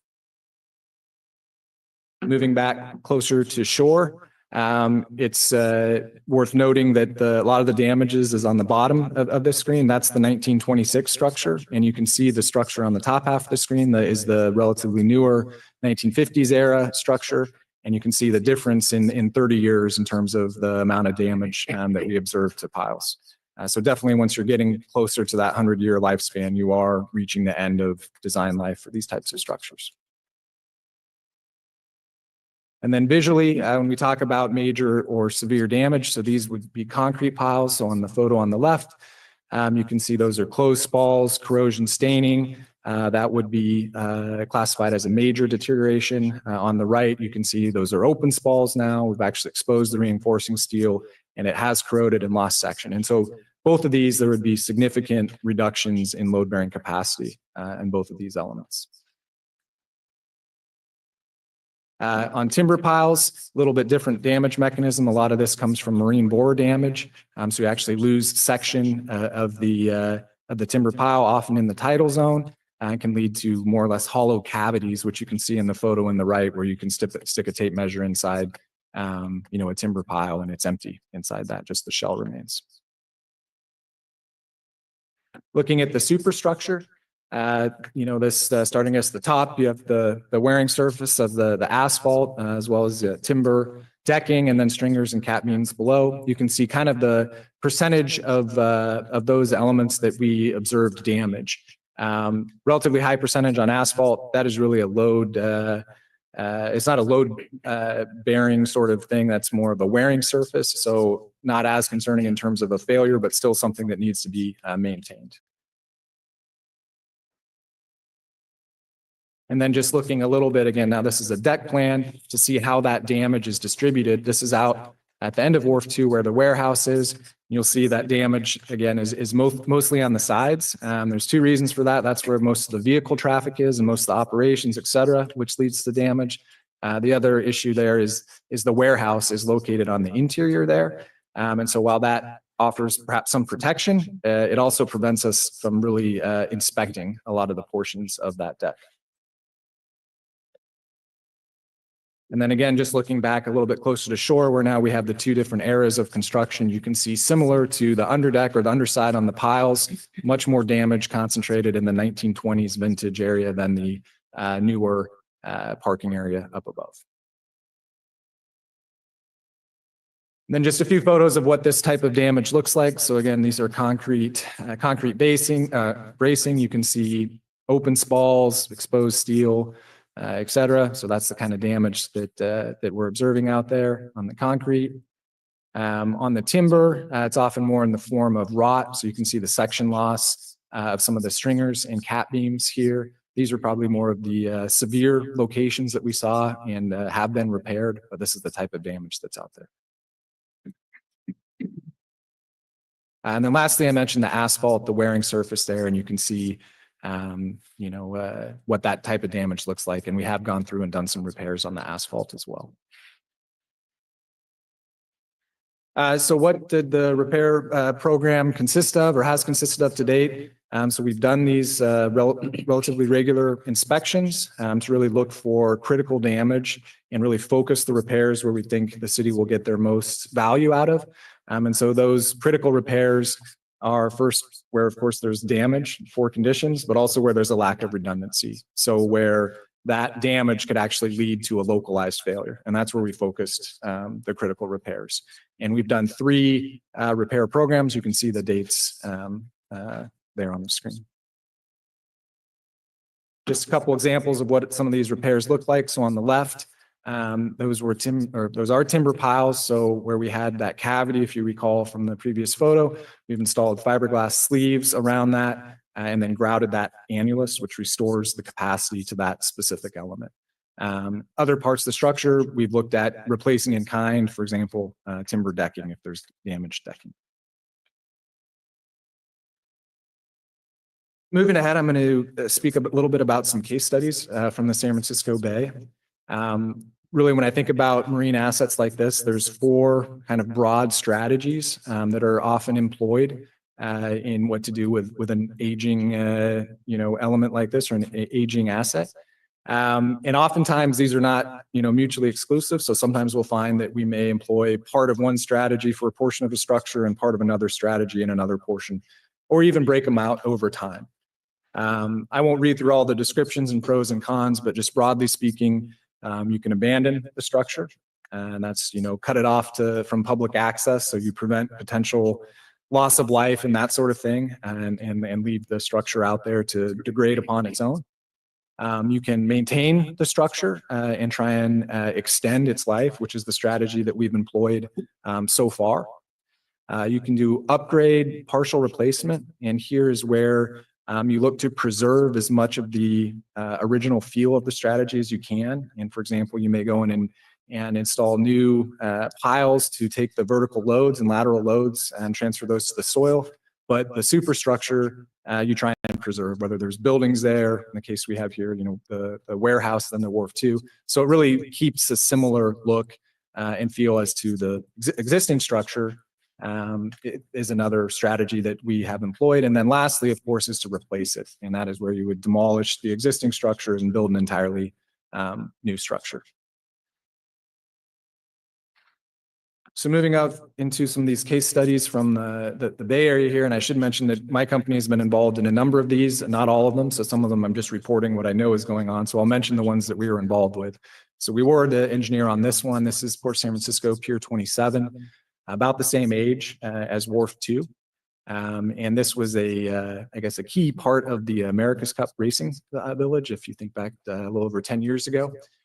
So the strategy we employed there was to actually repair the underside of the existing structure, primarily concrete repairs, which allowed them to then build a new building cruise terminal above that. You can see that in the top photo, a very modern cruise terminal building. And so this was a very successful project where we were able to use that sort of third strategy in extending the life and adding features to it.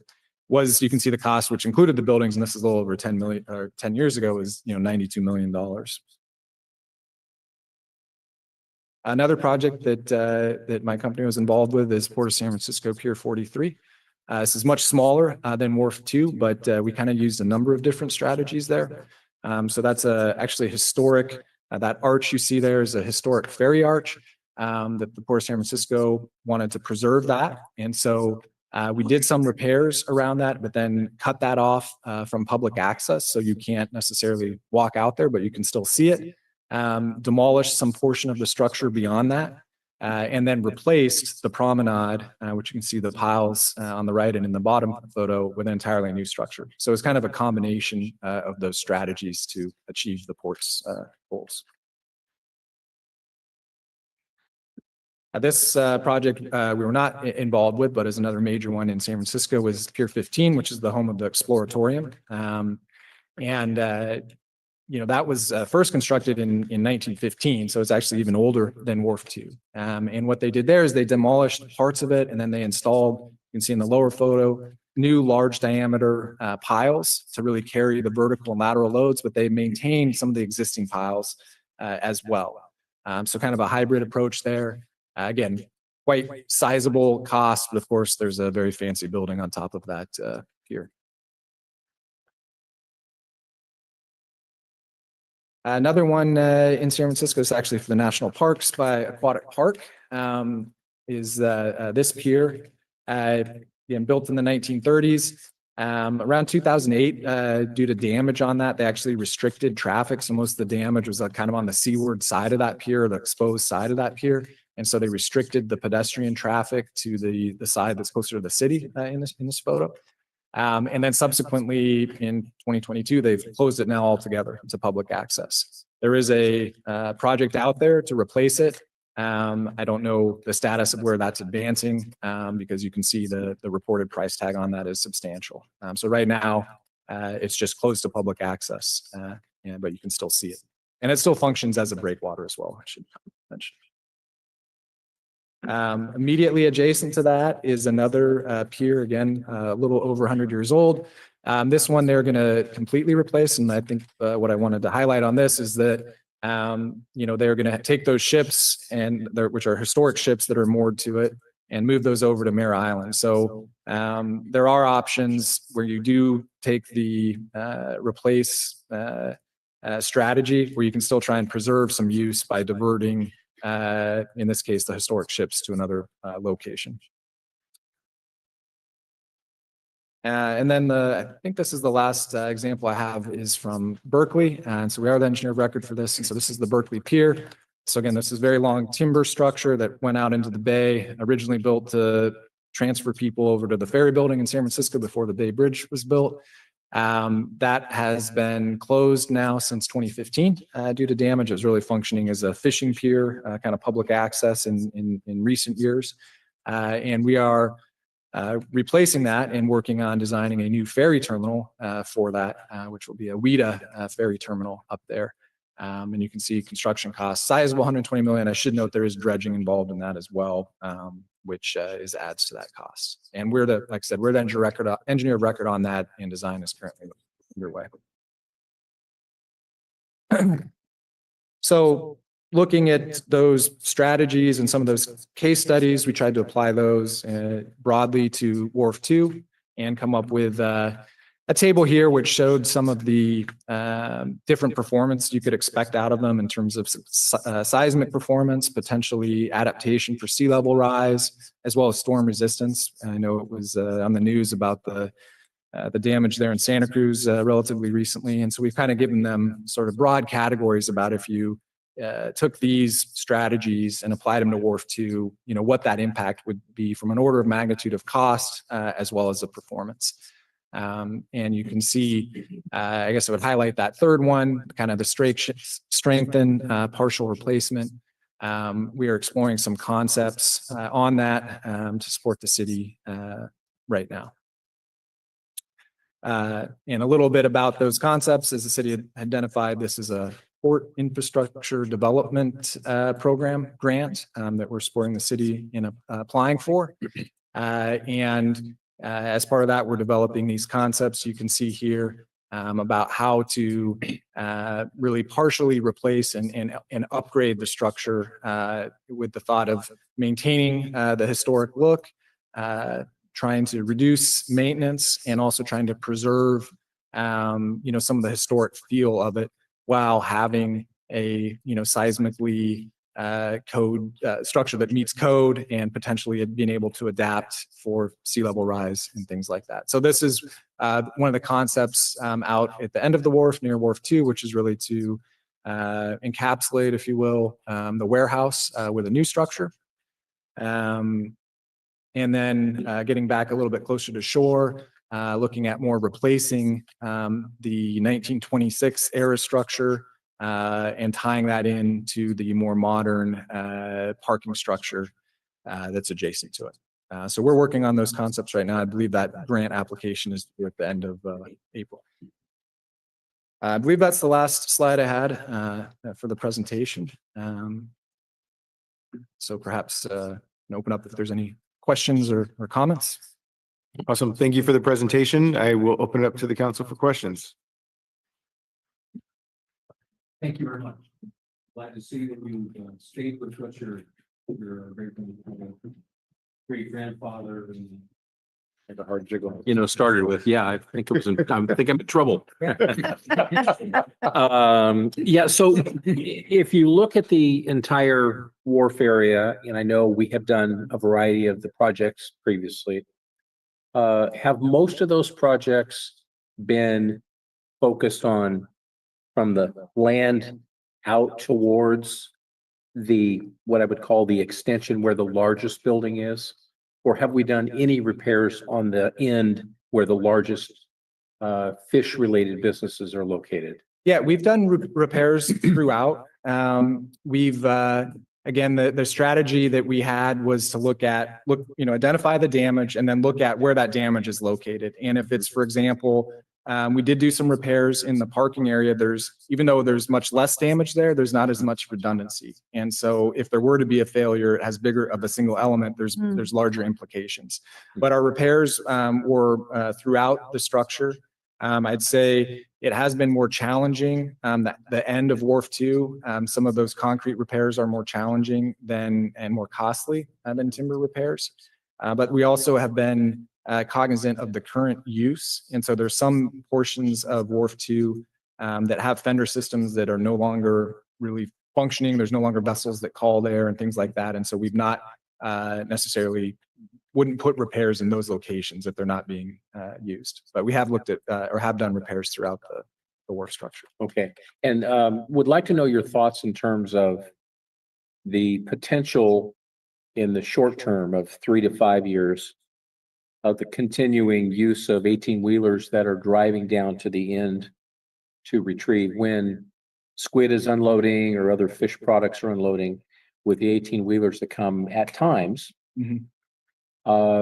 What is the risk factor for them to continue driving down there fully, empty and then fully loaded when they leave? In terms of that in space, relative to compare it to closer to upland or upland. What those trucks are definitely the largest live loads that we see out there. When we do assess where to locate repairs, we do consider what loads are being implied in those areas, and then we do design the repairs to meet those loads. And so our repairs are intended to allow those to continue to operate safely. That being said, that is definitely the largest vertical loads that we see out there. But I don't see any, it's difficult to put a definitive timeframe on, when they would no longer be allowed to be out there. I think we continue to inspect and repair underneath that path of travel to maintain that capacity. Yeah, you can't predict the future. Yeah, appreciate that. And we also have limited the use to just one 18-wheeler at a time on the wharf now. So that was done about 2-3 years ago when we restricted it, correct? Yeah. Yeah, and I know some other ports that have much more traffic actually have long-term or long-distance pumping systems where they keep the trucks on the land and they actually pump from the boat through pipeline underneath the wharf. So, if we really got into this, if we felt like the trucks were causing damage in the way, I mean, there's certainly other options to be able to provide, the pumping of the product to where the truck needs to stage. So, yep, Mayor, that's all I had. Okay. Dr. Robert. Thank you for the presentation. So first, I wanted to find out, when was the last condition assessment? I know you did one in 2024, but when was the last one, the one prior to? We've been targeting those about every 3 years, Jacob, is that right? I'm down there. Yeah, so you can come to the mic when you're chatting, just so that folks online can hear you. So we did a full inspection with a dive, 2014, and I believe it was 2017. We come down regularly, like 2 or 3 times a year to look at a variety of repairs and inspection, but that's just from typically a boat. We don't do a full dive inspection and a boat inspection. Okay, thank you. So, in 2014 and 2017, was this brought back to the council at that time of what the conditions were and what needed to be done? We did not, this is my first time in front of the council, so we were not involved in that. I'm not aware if there were other conversations that may have occurred within the city. Okay. Okay. So we always did the programmatic wharf repairs. So we got about $300,000 a year in Tidelands funds. But I don't believe, and Hans can correct me if I'm wrong, but I don't believe it's been brought to council. So this is part of the effort that we started 2 years ago into bringing more transparency on the state of our infrastructure. Thank you. So I have one other question on the PIDP grant support that you talked about. I see it has, we would have to have matching funds for that 25%. Is that correct? I will have to defer to the city and I think it's 20%. Okay, because here it says, and it would require matching funds of around 25% is what it says here in my agenda packet. So is it 20%? I believe it depends on the size of grant that we end up Okay, applying so for. anywhere between 20 to 25% possibly. Okay. And what percentage of the project that you're proposing, would that cover? the overall grant value was what, $50 million? And so just our rough order of magnitude is that is close to what we think the construction cost could be for a upgrade type scenario. But to really develop accurate costs, we have to develop those costs, those concepts, and then estimate them. But it did seem to be on a similar order of magnitude as that upgrade strategy. Right, thank you. Anybody on this side have questions? Please. Did I recall correctly that the income from that wharf is 460,000? 430? 430,000. So that's rent. There's probably not sales tax on the fish, right? So we're talking rent. And I'm not, I'm ignorant as to The typical annual revenue for the wharf average $434,000. That includes the $72,000 in base rent, $114,000 from percentage rent from restaurants and the yacht club, and as well as $203,000 of base rent from fishing businesses, and $45,000 in wharfage, which is the landed fish by pound. Okay. All right. It doesn't include sales tax, I think is with the, Well, no, there was some sales tax through the yacht club, which I hadn't even, I you think know, I think that's rent. figured. But anyway, where it comes from is not critical, but I mean, I can't imagine Monterey without that wharf. But you kind of go, if it's costing $1 million a year to just maintain, and it's bringing in 430,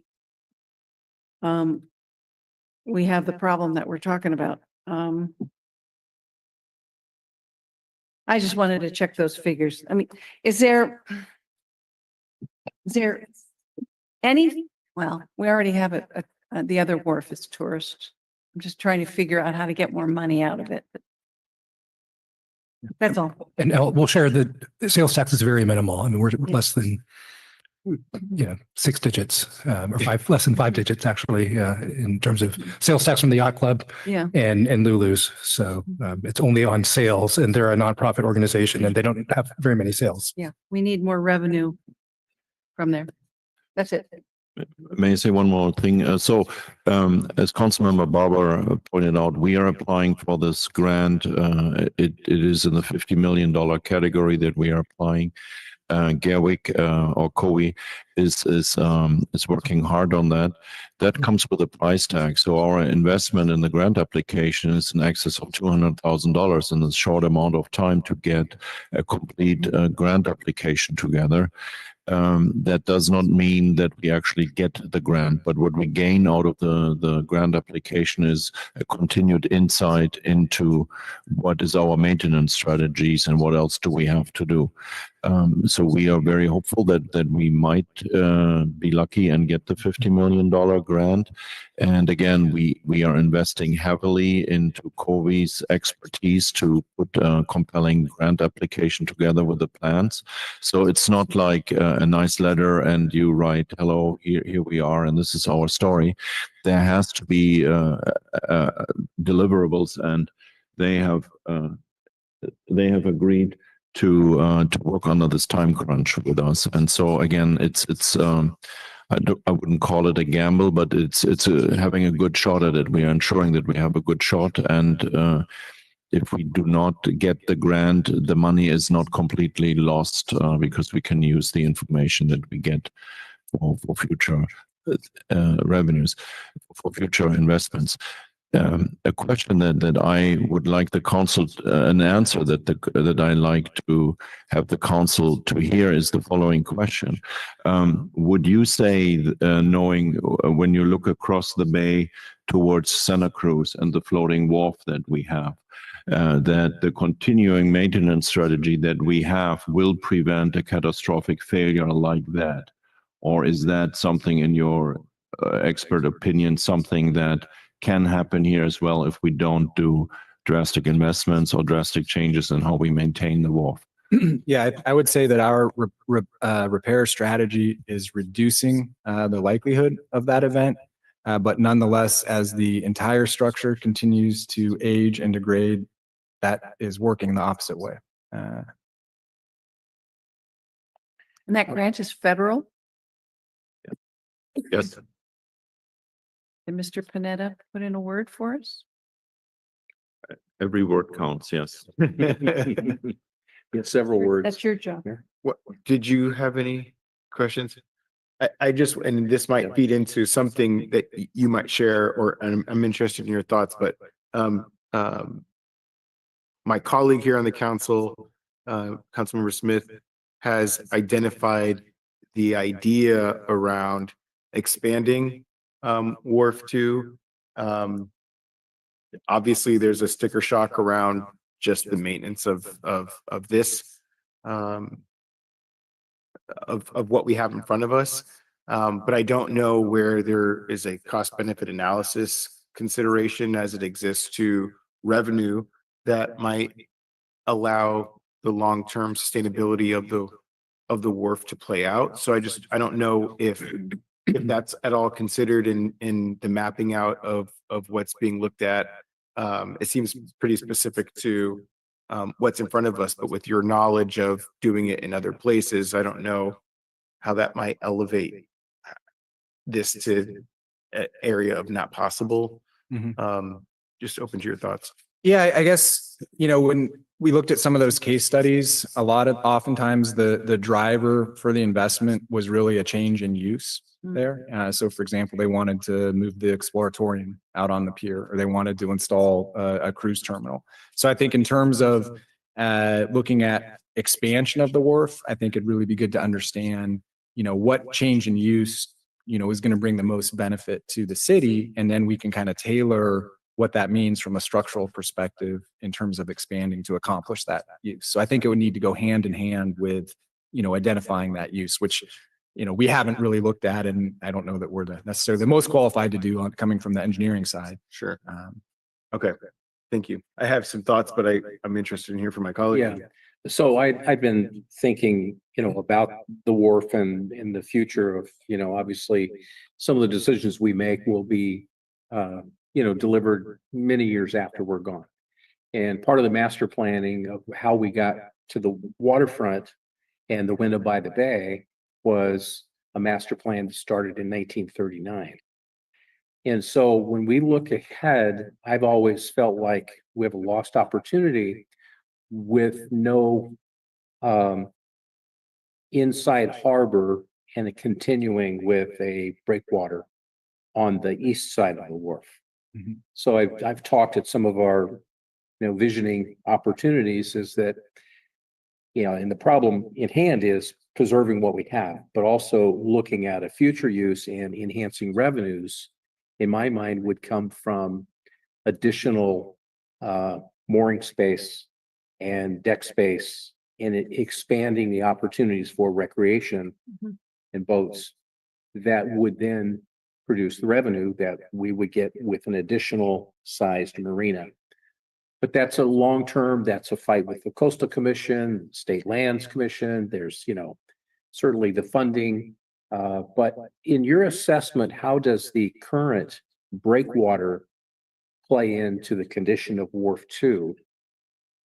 And are there any factors of an expansion of the breakwater or an additional waterfront or a breakwater on the east side that plays into this future identification of the uses of Municipal Wharf 2, where we really need another breakwater so that we can protect our asset And then also an opportunity to look at additional revenue from moorings and another marina. Yeah, so the existing breakwater, it's precast concrete sheet piles with concrete batter piles behind it. And there is a difference, I think, in the era of construction and the longevity you see from when that was built and when the original wharf was built, because that is in very, relatively speaking, good condition, that breakwater. Now that, if you think about it, it runs out along, about halfway down the wharf, and then it jogs south, to create the marina there. And so it could be extended further out, for example, if you wanted to extend the sheltered marina. I think, that could be an option. Mm-hmm. And I think that existing breakwater, I don't see any need to undertake any significant repair or replacement or anything like that in the foreseeable decades. It looks to be in pretty good shape, and we'd expect it to continue to be in good shape. Yeah, and I know every harbor is different with the currents, and I think Santa Cruz is particularly unprotected because they have no breakwater, and we have the breakwater that serves a great purpose. But just something to talk about in the long term. Do we want to say, okay, well, this is something we'd like to look forward to. We need these repairs, but we also need these repairs so that we can have offloading for recreation and create the revenue opportunity with an east side marina. So, but $50 million and an application for the grant is the number one priority to get that through. But also, you talked about, the rent against the expenditures. We also have a tremendous recreation, as well as the one restaurant, the yacht club, well, two restaurants, the yacht club, as well as, the end with the high volume of fish sales. So we've always been, since I've been on the council, fighting to preserve a commercial fishing presence, although it's shrinking. And today, interestingly, Fish and Game announced that there will, for the third year, be no salmon fishing in the state of California. That's hard to take. And that takes a lot of people out of, recreation, as well as those that live and work on the ocean, dependent on another species of fish. So that doesn't help the problem, because salmon fishermen are not going to be going fishing for a whole year. So that means they're not contributing into fishing licenses, not parking in the marina, and not taking their boats out. So long story to say, we've identified several problems tonight. The number one problem is we need to make sure the wharf stays in good condition, and we need money to make it in a better condition, because for me, I can't imagine a Monterey without Wharf 1 and Wharf 2. Just can't imagine it.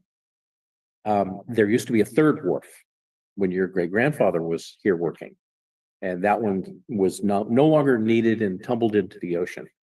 And I don't want to see either of our current wharves fall down in the condition which Santa Cruz encountered without putting money in for maintenance, as well as the opportunity for future enterprise for the next generation when they're living here and making these decisions when we're all gone. I think we need to fight to hold on to that historical piece, the recreation piece, and the enterprise piece, and the value of that wharf. Thank you, Mayor. Alrighty. Well, with that, let's take it out for public comment. So for those that are on Zoom, would ask you to use the raise hand function. Brain's starting not to function. And then is there anybody in the chamber that wishes to speak on this item? Okay, we have one. Anybody else? All right. So if you want to start heading up to the mic, sir. And then in the meantime, I'll do a countdown for folks on Zoom to 5, 4, 3, 2, 1. And we have 2 on Zoom. So please go ahead.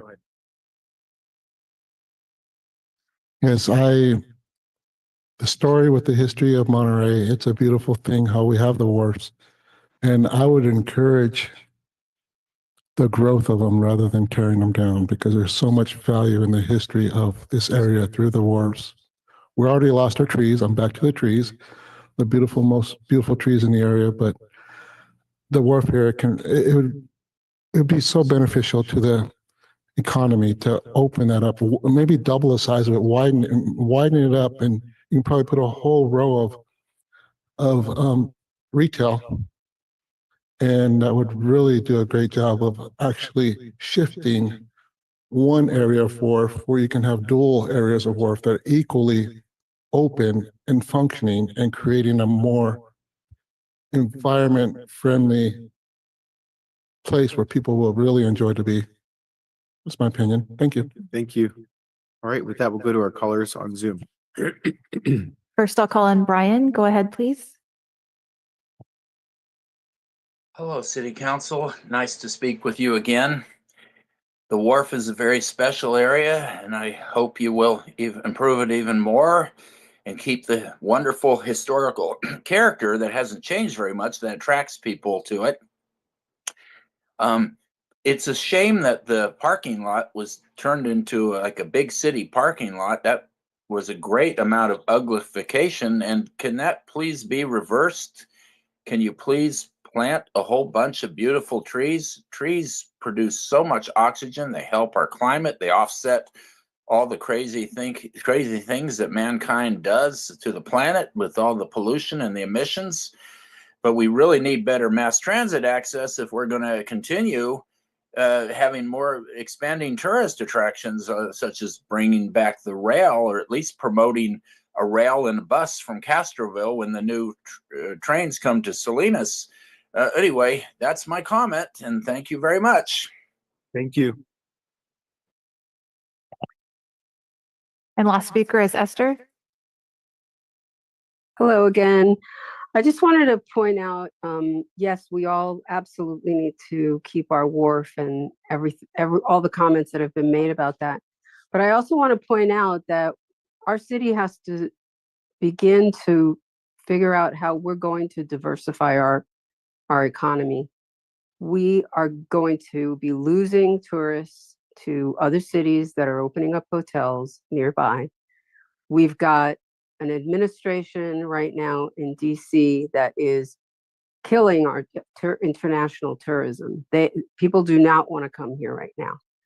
And in general, we need to figure out how we are not going to be so tourist dependent, because how are we even going to pay for these upgrades if they're not here and they're not coming more than the year before? Because we're looking at numbers from the past that have the money that's been brought in. But going forward, if there are less tourists, we're not going to be even able to bring in those older figures, let alone increase the numbers. So I just want to, stress the importance of anyone who's interested in the long-term, success of this city, to remember that we have got to find ways to diversify. And obviously that's tied into housing, which is tied into water and all of that. But in the big picture, we need to diversify because we cannot be dependent, 90% of our industries on one industry that decimated us during COVID. That's what we're up against. So we got a preview of it, and we need to focus on that simultaneously to all of these, conversations about upgrades and positive things that we want to see happen. In the meantime, we've got significant budget problems. Thank you.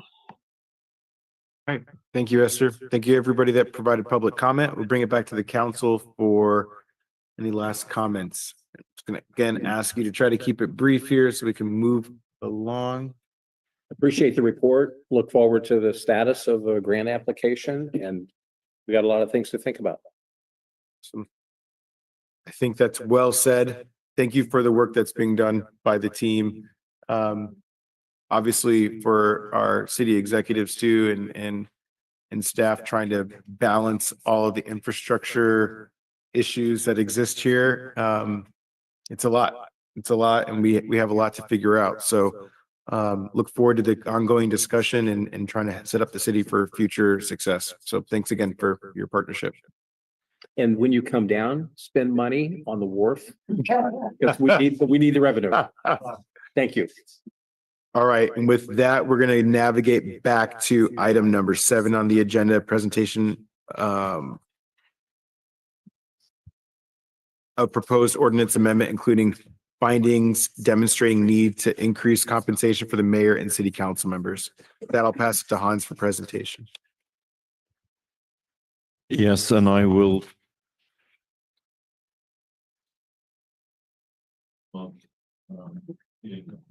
Your mic. Thank you.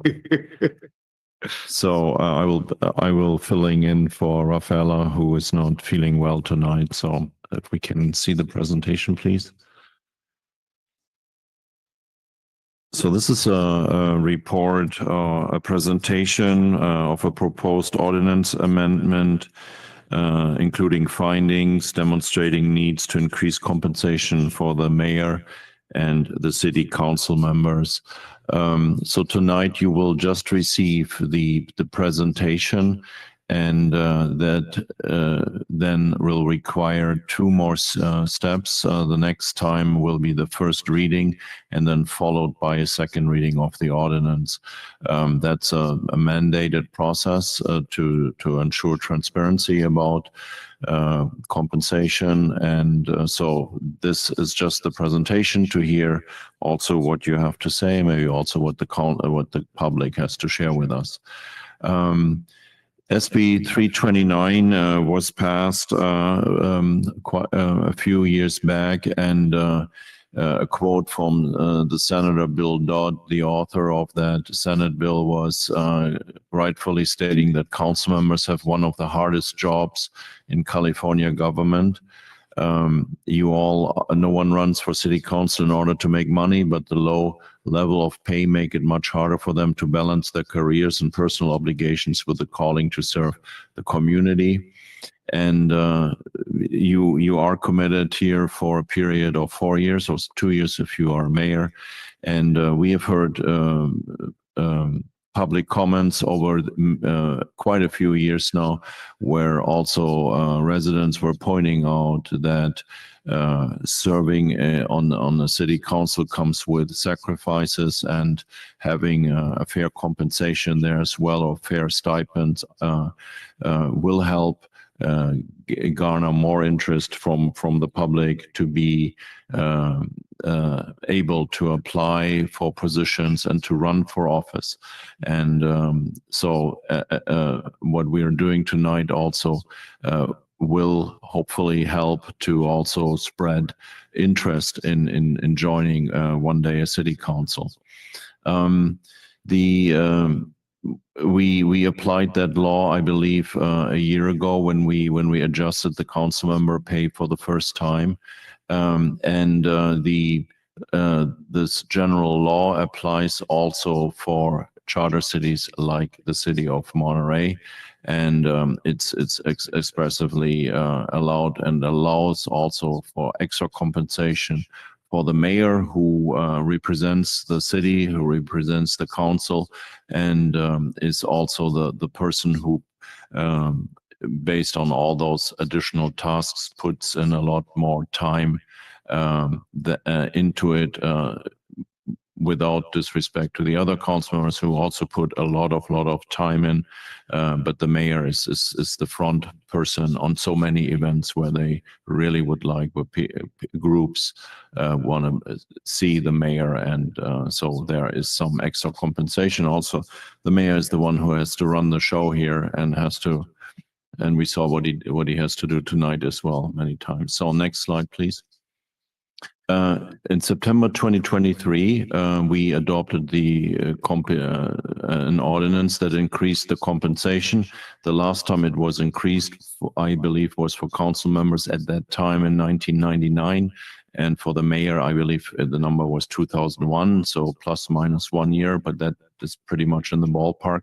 We adjusted it in 2023 for the mayor to $1,417.50, for council members to $965. And what we basically did, we applied a CPI, if I recall correctly, and just ran it through a calculator, and these were the numbers that came out.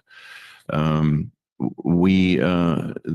law allows new compensation cannot exceed the greater of either number one, an amount equal to 5% for each calendar year, or an amount equal to inflation since January 1st, 2024, based on our CPI here in California, but not to exceed 10%. Staff's recommendation is to do a 5% adjustment for each calendar year. That would land the mayor at $1,562.79 and the council members at $1,064.20. And then the next caveat is that the council salary will increase the year after the council commences a new term. So what is the intent of the legislation is that you do not give yourself a salary increase while you are in office, meaning the next election in 2026, the mayor has to be elected or re-elected, and also two of you, Councilmember Barber and I believe Councilmember Smith, have to run for office, and so the law basically says it will be effect after the next election, which is January 1st, 2027. And I explained that correctly, right? Yes. Did I miss anything? Just one thing. Okay. And here we go. Christy, what did I miss? On the dais, it's not your fault really that you missed it, but Yes, I know. back in back in which year was this? 23.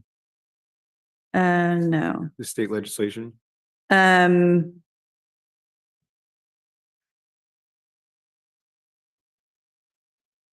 Okay, 1997, with the adoption of ordinance 3223, established city council benefits to be the same as city employees. And so it's been the law since that time, but it's not in the city code. So what's on the dais in front of you is a revised ordinance for presentation that adds a subsection B that talks about benefits. Really, all I did was take the 1997 law and drop it into this ordinance so that it would be codified. I did make one change to tie it to non-sworn members of MMIA, since that's our executive management association, and just to specify that it's non-sworn members as opposed to sworn. Otherwise, it's the same as what is the law today. It's just not on the books.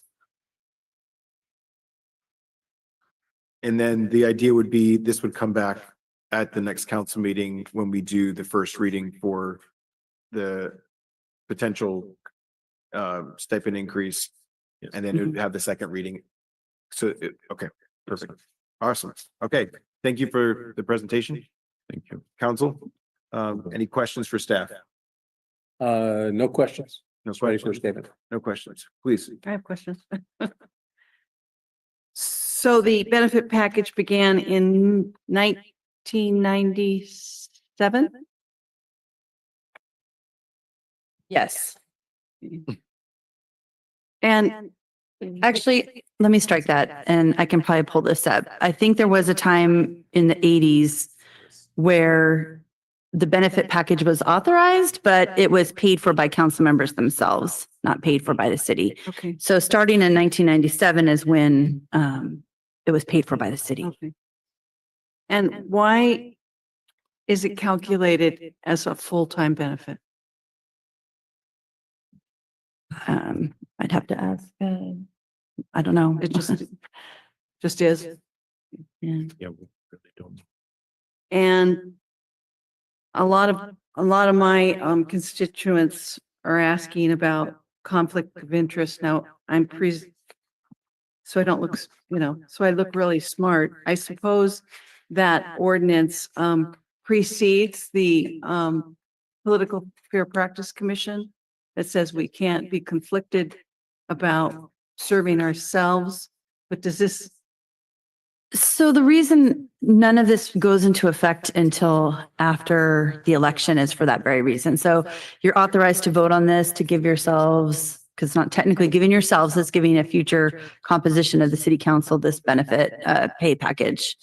And really, we're not changing substantively the law that's in effect right now regarding benefits, health insurance, and that type of thing.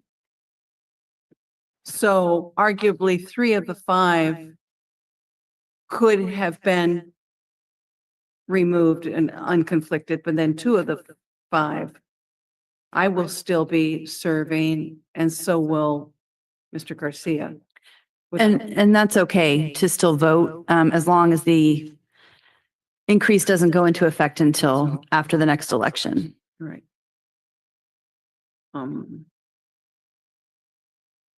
So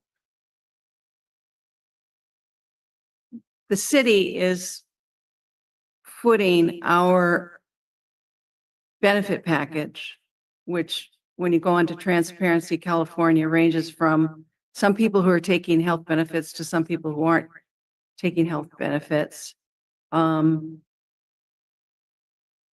I guess it's none of my business why someone needs them or not needs them. But we're either working or retired. So there's a piece of me that goes, gee, why do we need benefits? But for privacy reasons, I guess I'll leave that alone. And then I'm very conflicted about this, but I'll just keep asking my questions so I can figure it out. So if someone had been a CalPERS recipient professionally, and they haven't triggered their benefit package, they could be retired, not collecting their pension and then accruing pension years. Is that right? No, may I answer, Jane? Yes. So when I became a council member and I was a PERS retiree, anytime I spend on the city council, I do not change my retirement, nor do I add service years. While you're working, while you're I'm a council member.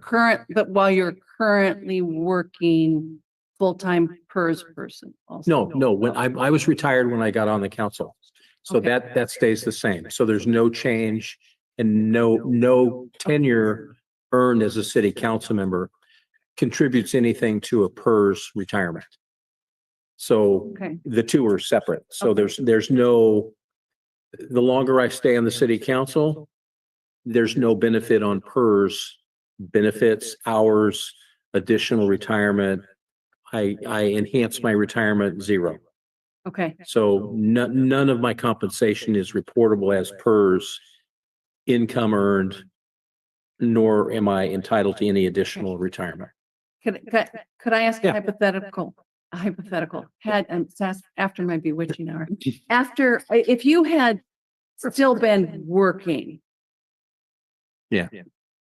No, I wouldn't have earned anything. you wouldn't earn anything No. either. No, Okay. no. And I'm not sure why the ordinance is that way or when it was created that way, but there's no, yes, I'm counted as an employee for the benefits piece, but that doesn't mean PERS retirement. So I don't get any retirement and I wouldn't have gotten any retirement. Say I worked in another city and then was a city council member, I wouldn't earn any PERS, Okay. PERS time or benefit.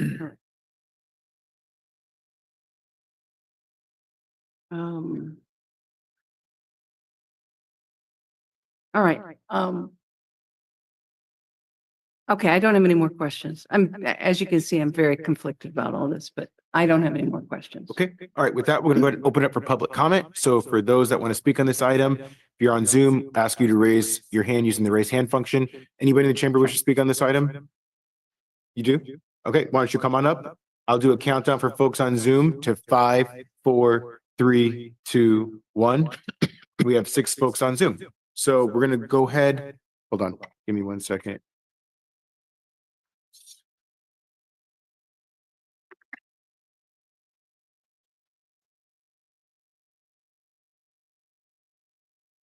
Okay, 3. Yes, thank you. Just trying to make up for not being able to speak earlier. But the work is hard. Your job is difficult, and not many people do much but complain about your services when really it's a very hard task.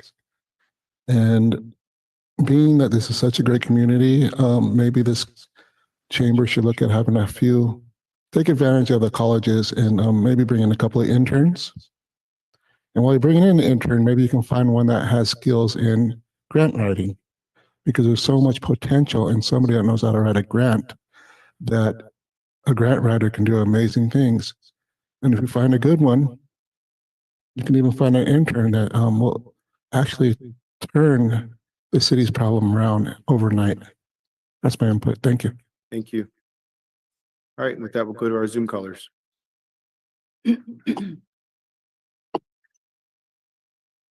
Yes, first I'm calling on Brian. Hello. Hello, City Council. This is Brian Rosen again. I think, do we want to understand that maybe you're doing a great job in the eyes of some and the eyes of others you're not, but the question is, should you be able to give yourself an increase while the people may be actually losing due to inflation? I think a better way is to tie your compensation to a general welfare index. If the people their salaries are keeping up with inflation, then yours maybe should too. But I think there needs to be that incentive that your welfare depends on the people's welfare. And often the public views you as being a private club, and there's a lot of prestige, of course, and all of that. But I think a better alternative would be to say, hey, if the people are, if the working, tie your salaries, your compensation into the working person's welfare and how they're doing in the economy. And that will give you a special incentive to work for the working people who also work very hard, long hours, maybe 2 jobs, a night job, both husband and wife working. You're not the only ones having a hard time. So I would probably oppose it until you can, I say oppose it until we can work out tie it to the general welfare of the working person. Thank you very much. Next speaker is Pat. Hi, this is Pat Benza. On Nextdoor, there was a lot of discussion about this, and it was interesting to realize that very few people realize how much a good mayor and city council members do. It should never be about a stipend, and that's what it is. It's not a salary, it's a stipend for doing what you do. It is never going to be considered a full-time job, but the small amount is well earned. I do take issue with the benefit package. I did not realize that it had been around since 1997. I know Jean didn't even realize that she was going to get it. So I'm concerned about the lack of transparency on that.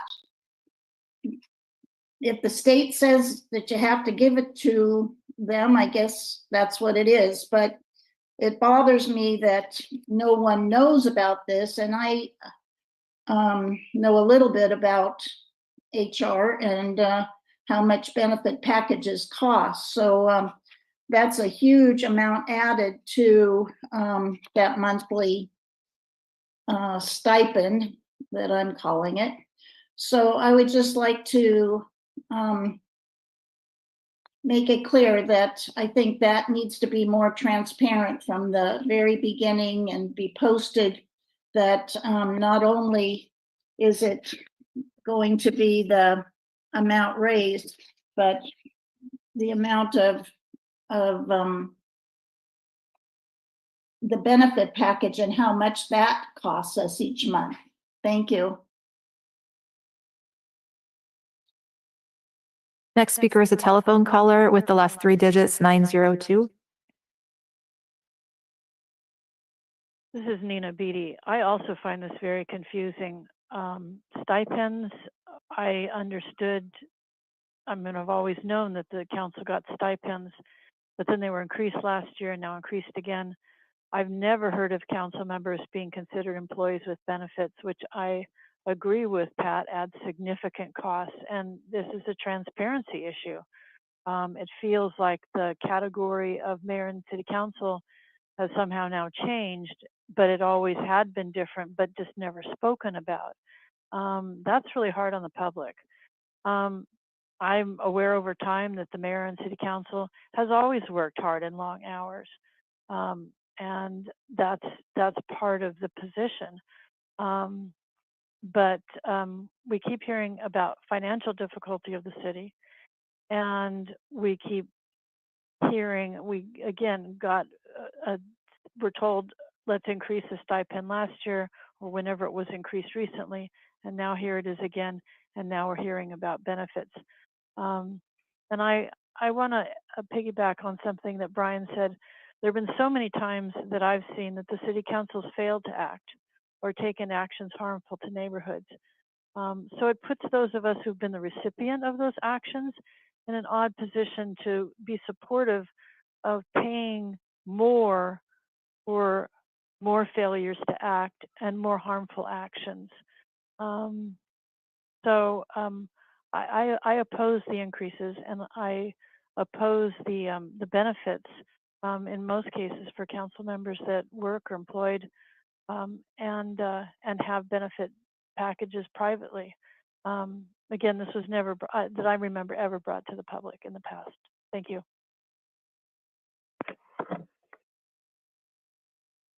Next, we have another telephone caller with the last three digits, 705.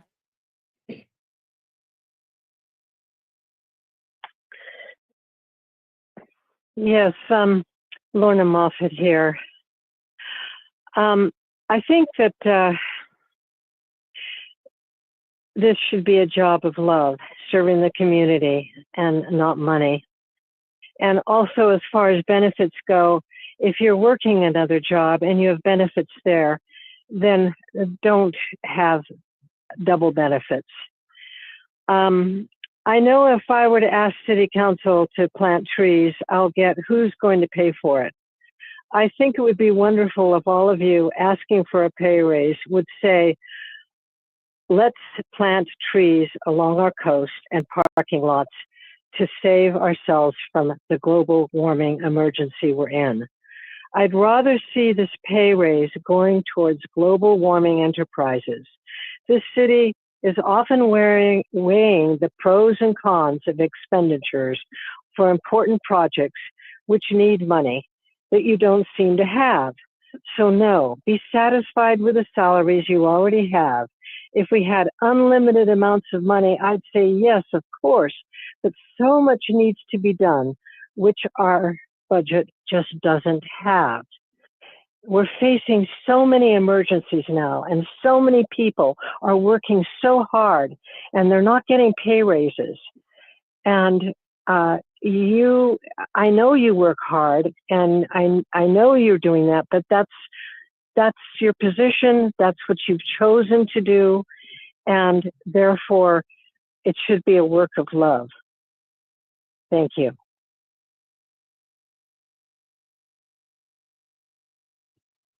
Next speaker is Lori.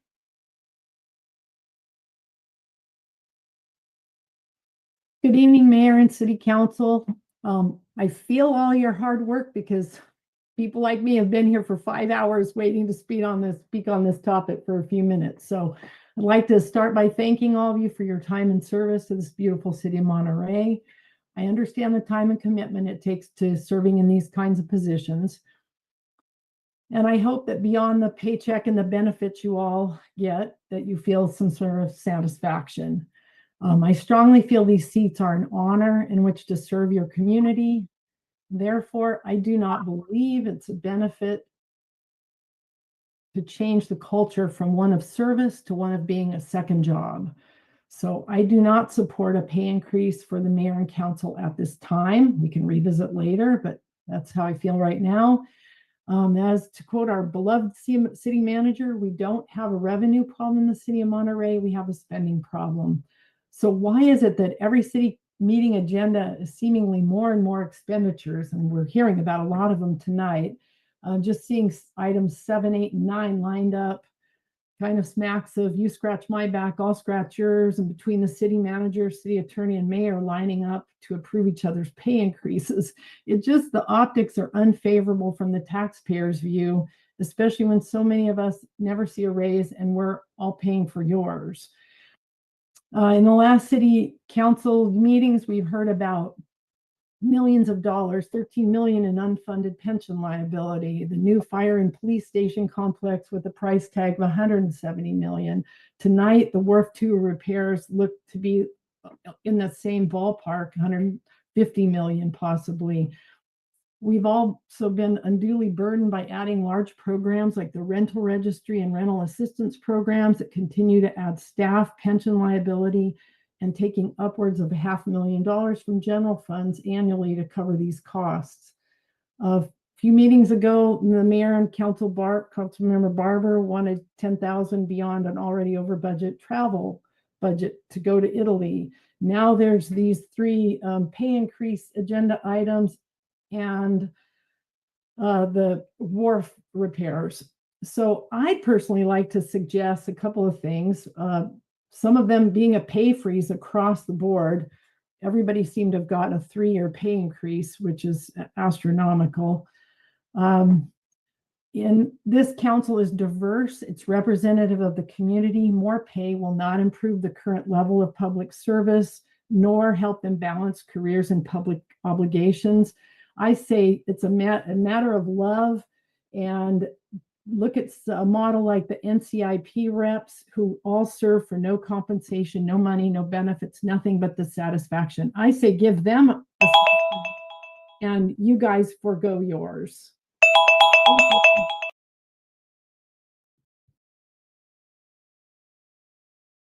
And our last speaker is Esther. Good evening again. So I want to speak to a couple of points that were brought up by previous speakers before I get to my comments. If this is a surprise to anybody that benefits are included with the stipend package, that only means you haven't been paying attention, because when this came up for the first time, that was discussed, and it had been discussed with previous city councils. The difference that there is right now is that this city council is not made up of majority retirees. So it's the most diverse council that we've ever had, and it has the most working class people on it right now. So however this may be compared to the past, the way that the council is made up right now is more reflective of our community. I will point out that I believe they can opt out. So if anybody on that city council feels that they don't need to take the money or the benefits, they can opt out. So that shouldn't take away from those that need it and want to take it. Regarding the rental registry is paying for itself. The money that we're talking about increasing these guys is a drop in the bucket to compared to our city budget problems that we have. It's very, very important for us to offer benefits to people that might come in the future that don't have a benefits package.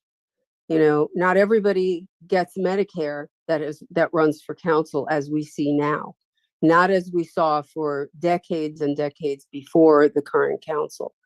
So believe me, I am having hardship. I am not of retiree age. I am unemployed right now.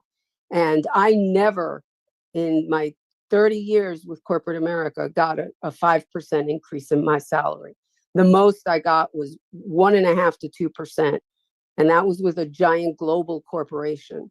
So I don't think that it's unreasonable for us to ask these guys to give them what they earn. Look how many hours they put in these council meetings, and they sit on committees, they sit on all kinds of other obligations that they take on, and it's a different council makeup right now. They're not all retirees that have all the time in the world, that have the luxury of and the privilege of being homeowners that are not retired. So I think it's well earned for future council members.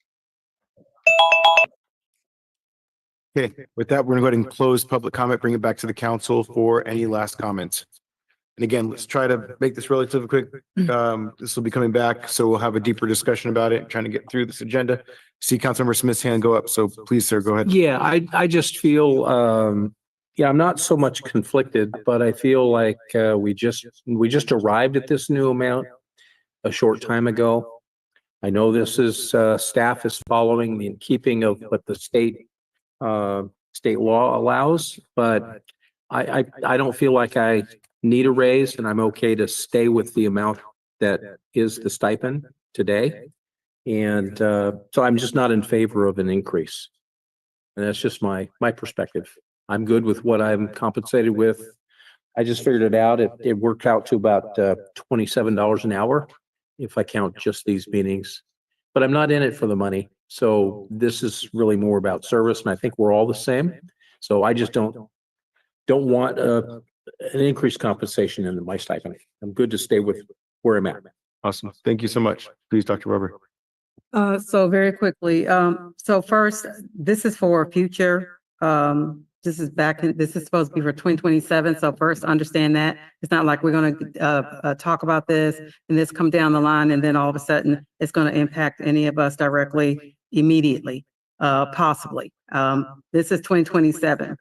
Also, every job that you do, you get cost of living raises. I mean, we're talking about that tonight. I mean, the jobs that the other people are at, you get cost of living raises. That to me makes sense.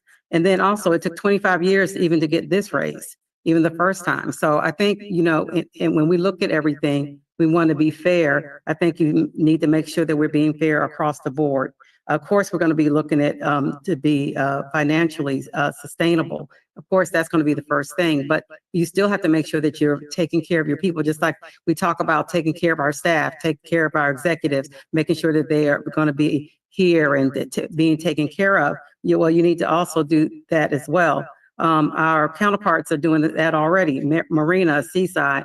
And so we're not even going the way that they're going. We're specifically going by the state of 5%. And that's comparable to your 4% caps, that your 4% cost of living that you're looking at anyway, that we're going to be talking about here in a few minutes. So to me, it makes sense for the future people to be able to get this. And just like they talked about with the benefits, most of the people even opt out on it because they may have something else. But if they don't, why not? Councilman Garcia. Thank you. So I think this item is important just to maintain some kind of continuity well beyond the years that this current council is here. And I think it's important to highlight that a lot of folks don't necessarily have the insight in terms of what actually a council member does on a regular week by week, because it's more than just sitting here twice a month and sometimes a study session. It involves a lot of research. It involves a lot of interactions. I think we all sit on a number of boards that we have to go to. And that takes a lot of time. That takes transportation. That takes dry cleaning costs. That those costs are there where you have to make sure that you're representing the city in the best way possible. So that to me is very helpful. I don't in the line of work that I do professionally, I don't earn a lot of money because the type of position that I hold is not the type of position that the economy in general sees as a position that should be very highly paid. So yeah, this stipend does help me to really further and in a quality way execute my responsibilities as a council member. And I feel privileged being here. But I also want to be able to, through this policy, extend the opportunity to other folks who aren't as privileged, but also out of love want to represent their community. So I will be favoring this. Councilmember Rush.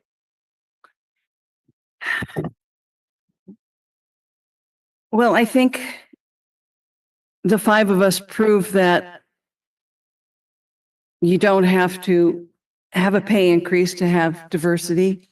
I think the five of us prove that you don't need a pay raise to have quality. We've now all been elected. We've been chosen. We're qualified. We're doing an excellent job. I'm going to be voting no for the raise, if you can't tell.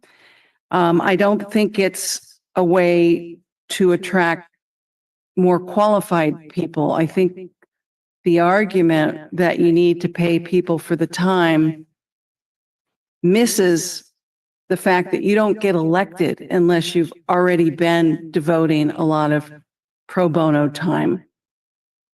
So I figure I work about 20 hours a week on this, and I did 20 hours before on NCIP and MVNA and Carmel Foundation and boards this and boards that. We're all the same way. We come in ready to be elected because we've proven to the community our commitment and our trustworthiness, and they know who they're electing. So I don't buy the argument that we need to pay people in order to recompense them for their gift to the community.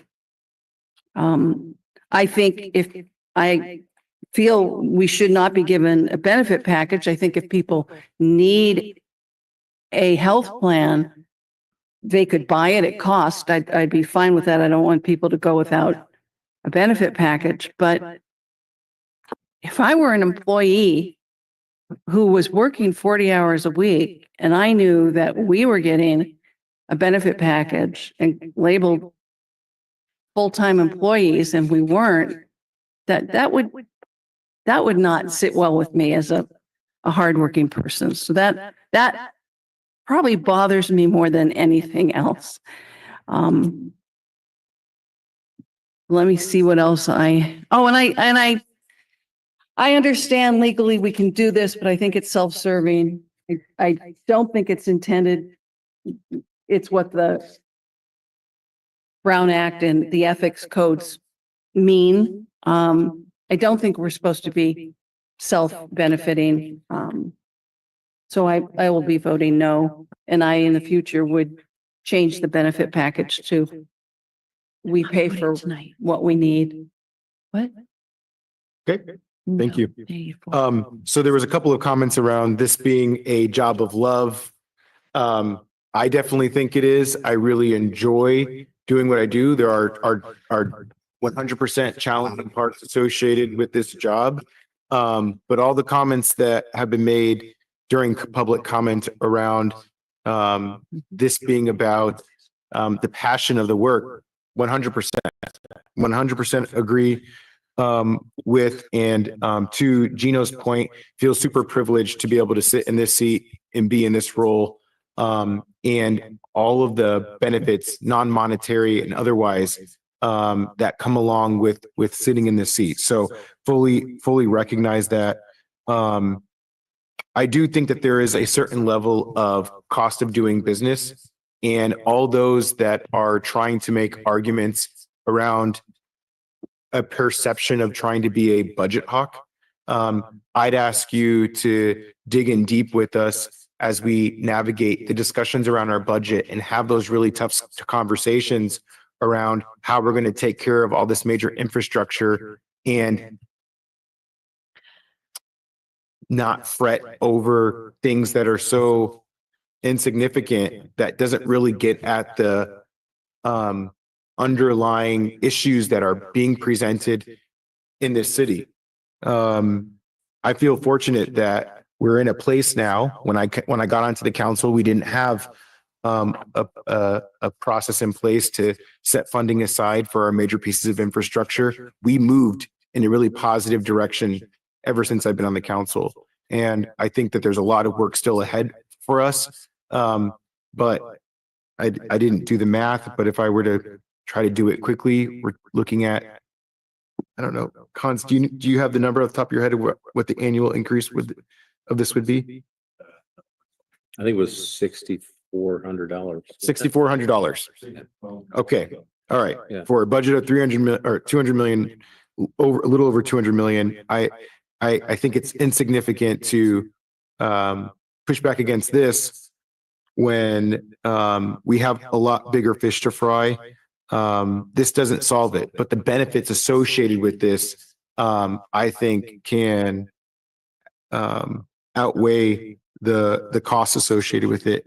Councilmember Rash, a couple of thoughts. I'm really struggling with how you're phrasing this, and so I have to push back a little bit. Your statement around whether people are working or retired, and there being an assumption there that people already have some kind of access to health insurance, I think is misguided at best. There are people that work full-time jobs that aren't offered insurance. We don't know people's different economic situations. And so to cut people off without being fully understanding of different people's lives and where they're coming from, I think is just a little bit misguided. And I didn't say that. If you let me finish, I would appreciate it. There's also this perception that you indicated around this being the most diverse council, which it is, I think, in the city's history. But I can't help but to feel like it's a little bit of tokenization, just because there are certain people that come from particular backgrounds and we celebrate that. The fact that we don't think that there needs to be more work that's done in that area is unfortunate. I would offer to say that the folks that come from economically or disproportionately affected communities have worked really hard, probably harder than they would have if there wasn't a certain level of privilege that has come from that background and life experience. And I can speak to that for myself. So I celebrate the fact that we have the level of diversity that exists on the council. That doesn't mean that that same opportunity is available for others that come from those similar backgrounds. The very problem that exists in the nonprofit sector, in all these boards that you're identifying that you've been on, which I'm imagining that others in this room have also participated in, the reason why one of the biggest problems that those boards have is a lack of diversity. And it's because there is a lack of compensation for individuals that serve on those boards. And there's actually huge initiatives that are going on in the nonprofit sector around pushing for nonprofit boards to do a better job in that space for that very reason, because they lack the diversity that we should espouse that represents the groups that they're trying to represent. And last thought on what you were sharing, every elected body that I know of in this country does exactly this process. It's uncomfortable. I'm not sitting here and super excited about the idea of having an uncomfortable conversation around increasing salaries for the council. I'll get to more of my thoughts there in a second, but Congress on down to the state level to local to the local level, every single body has to do that. So it's part of the process. It's uncomfortable. We shouldn't have to do it, but it's how the process works, and there's no other way of doing it unless we do it that way. I think Dr. Barber was speaking to this a little bit. It's not about this current council. It's the position in which people elect. So it's Mr. Rosen was making a comment around it should be tied to some condition index. the fact of the matter is that it's not about the people that are sitting in this position now. It's about who the residents elect. So we're putting those people in that position. And I just offer that if folks are unsatisfied with what's happening on the council with their elected officials, they have the opportunity to vote. I think we could do a better job of increasing public participation, but I would offer to say that the city of Monterey has amongst the highest participation rates in the election within the county. And then my last comment is if council member doesn't need it, you can give it right back to the city. So I will end my comments there. May I clarify? Please. So I never said anyone should go without health benefits. If people want health benefits, they can buy them within the city system. I do not believe a benefit package for non-full-time people is fair to our hardworking employees who are truly full-time employees. We are not full-time employees. We should not be getting a full-time employee pension plan. So that's my point. We don't get a full-time employee pension plan, but I think maybe you meant to say health plan. Health plan and pension. We don't get a full-time. We are at full-time level for pension contributions. I don't think that's true. Well, at our pay rate, yes. It's not full-time. It's not true. It's just factually not true.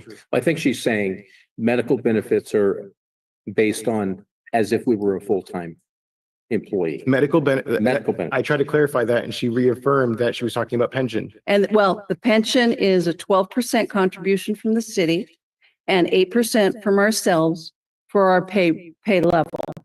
That's what Which is not full-time full-time. people get. Well, Okay. fine. We disagree. Are you all set? We disagree. Yes. Okay.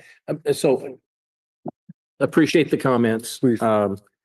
Since it wasn't brief, I'm going to reclaim some time. Everybody's going to have a different opinion and that's okay. We all have our own reasons and that's okay. The reason I have primarily is it's not so much that I don't need it or I don't want it, but in a few short months, I'm going to be participating in the community and asking them to extend Measure S or some tax measure or some initiative, or maybe vote for a bond measure. For me, it's about community trust. And for me, I don't want to take from the community any more than I already have when I'm going to ask the community to help us on financial necessity. Even though the point is well taken, $6,400 does not solve a $50 million problem on Wharf 2. But it's image and it's trust. And I just don't feel comfortable saying, I want more. And that's all. It's about community trust and being able to answer the questions from my district.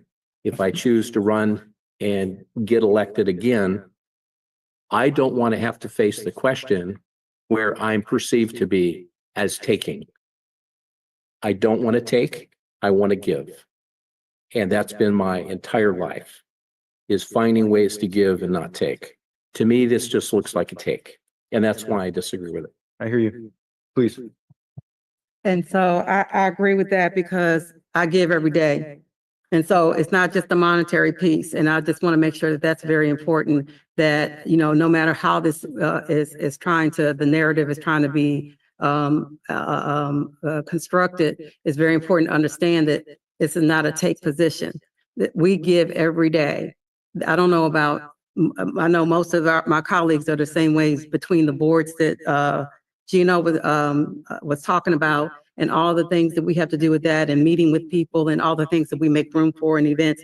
We give to our community every day. We wouldn't be here if we didn't. So I just want to make sure that narrative is correct. Anybody else? Time to vote. The point that there's no vote here, but I'm going to end the conversation with, again, if you don't want it, you can give it back. You know,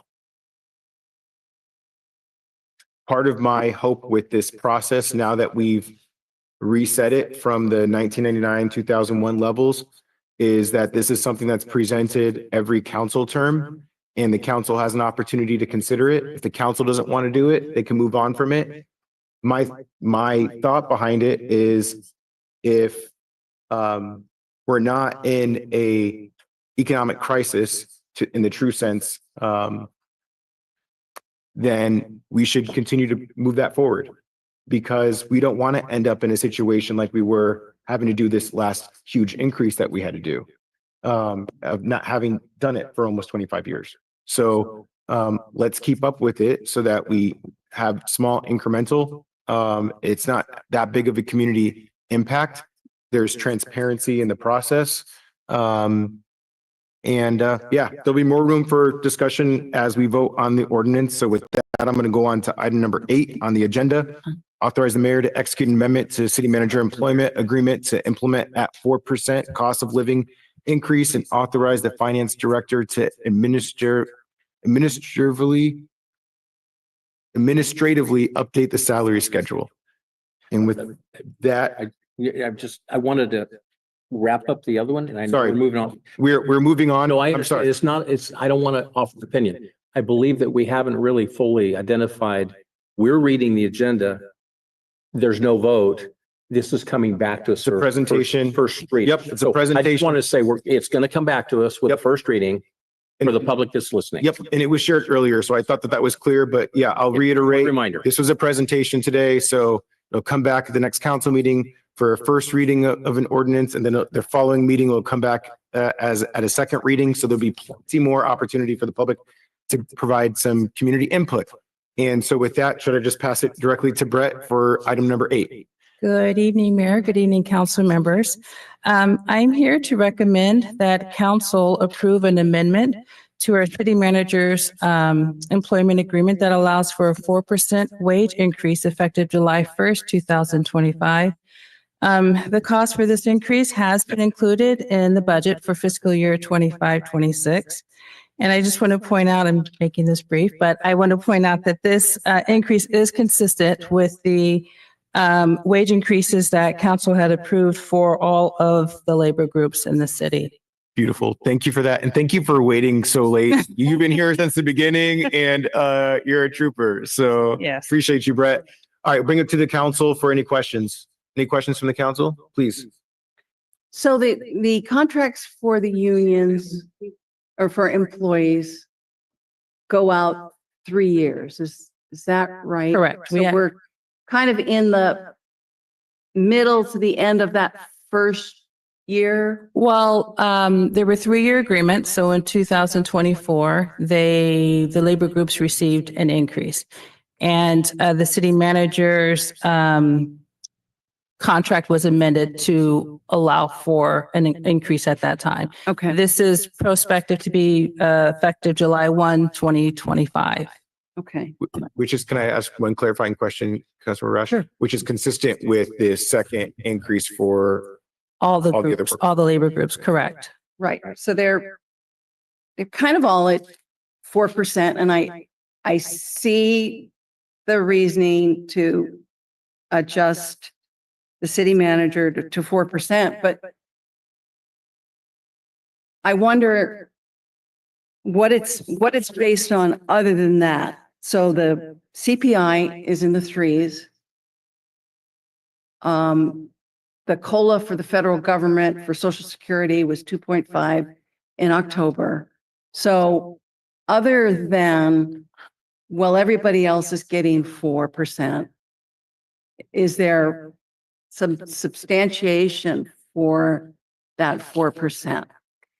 And I haven't done that analysis. I will say the reason why, one, it's being brought forward for recommendation. You have to remember that we have some executive management who they will receive 4%. They're represented, and I don't have the numbers in front of me. I wasn't prepared for that, but it's something to think about then, that they will continue to have increases. And if my next item is for the city attorney, but if your city manager is not at least kept at an even pace, you will have staff surpassing your city, potentially surpassing your city manager and city attorney.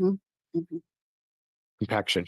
Compaction, Can yeah. I offer also that based on the salary compensation study that we have done, Correct. it's a factor to know that the city manager is actually in a position where he was below the compensation study. Correct. And so to not realize the total concern, it's the compensation study relative to the position, as well as the salary increases occurring. That if we said no 2 and let everybody else do 4, you do that a couple of times pretty soon. You've got a city manager and an assistant city manager right on top of each other. So the point, just the point I'm making is, might it be an opportunity to reset it just a little bit lower and have that be a leadership thing and an example for the next bargaining unit? I mean, why should we be giving more than is the CPI? So, At this point, we're already in agreement. So at this point, you've entered a 3-year deal from 2024 to 2027. And like I was sharing, you have an executive group, and some salaries could surpass, if they're not, they're already pretty close for a time with our city manager. So if you don't at least maintain what was already agreed to, then you'll get some flip. But I think your points are valid and things to consider as we, at the next round of negotiations, when we approach that and have that conversation. well, I appreciate that explanation. It makes a lot of sense. I guess what I'm looking for, in the same way as I want to minimize my take from the city, I'm looking for opportunities for other leadership to be that example or take that opportunity, because the take on 4% at the levels that the attorney and the manager are at are so vastly different than a 4% on somebody making 50 or 60 or $70,000. So if there's an opportunity and inflation allows it, which probably will never happen, I would look for that opportunity. But, I'm actually looking at 2 masters of stretching the dollar and being fair. None of them have billed a minute of overtime. So I appreciate that. So I'm done. Any other questions? No, just a quick statement. Can we save it for after public comment? Yeah. Okay. Awesome. Thank you, Brett. We're going to open it up for public comment. So I see there's one in the chamber. I'm going to go ahead and check online for folks to use the raise hand function. I'll do a countdown to 5, 4, 3, 2, 1. We have 4. I'm going to keep it to 2 minutes, please. Hello again. So with this item here, on the same day, I'm asked to take a reduction in my wages, and you're asking for something that's in the future. A worker is worth their wages. If you're gonna get an increase, then this community better see a development of skills that are beyond what's being presented now. And I like this group of members because I believe it's a new group that could have a lot of changes, not just in this community, but I see this community as this place is a place of royalty in a way, because our country was founded this side of the west of the Mississippi. And the oldest house in California is the Avila House. I'm Daniel Avila Armendariz. You're representing a history moment here because you have an opportunity to build on the foundation that our founding fathers have created on this very spot. And when I started my business, several years back, a gentleman sitting there, Mr. Albert, said, "Welcome to the community. I hope your business does well." And I'll say the same to you. If you do enact an increase, I hope your business does well. Thank you. All right, and with that, we'll go to our callers on Zoom. Go ahead, Pat. Pat Benza. I hope when the next GEM contract comes up, that staff and council facilitate a process that isn't as hostile as it has been in the last few times. Also, that city council and staff take into consideration that 4% on 250,000 is a good amount of money, but 4% on 50 to 100,000 is not much. Taking care of the lower paid employees may be beneficial to everyone. And I hope that's really taken into consideration next time, because I've heard too many stories about how the gym employees are kind of put into a corner and have to accept what's given to them rather than true heartfelt negotiation. So thank you.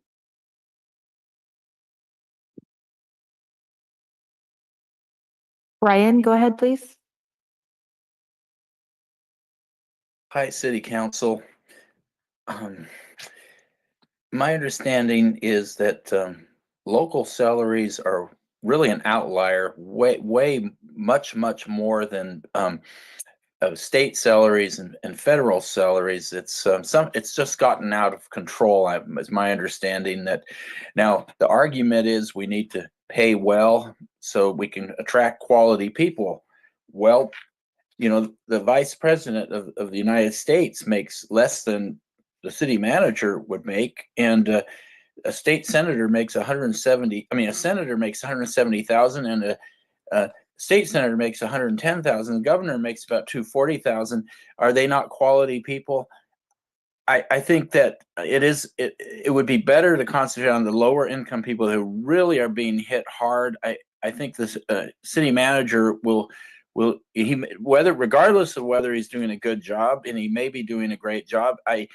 It's kind of excessive in these hard economic times. We don't all have the luxury of increases like this. A group of people who are very tight with each other and used to each other, and so that's my comment. No, the salaries are way out of reach. You don't need local salaries are way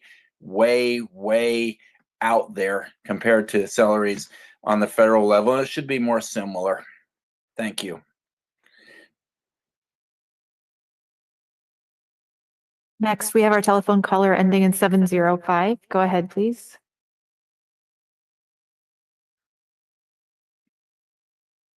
Yes, Lorna Moffett here. I looked online, and it's according to the information there, this city council, it makes more money than any other city council. And so I really believe that I know the city manager makes something like $278,000 a year. And I think that's a very healthy salary. And I think that as amazing as Hans is in the work that he has accomplished, and I refer to him getting rid of the cruise ships that he has done, which is worth millions, and the fact that he stopped that terrible travesty in our bay. I think that he should be happy with that salary, and that everyone should be happy with their salary, because with the economy like it is, if we don't, we've got a sinking ship. And we're going to have to really pull back on a lot of things, including the looming global warming costs that this city is going to be incurring by not acting as it should. you.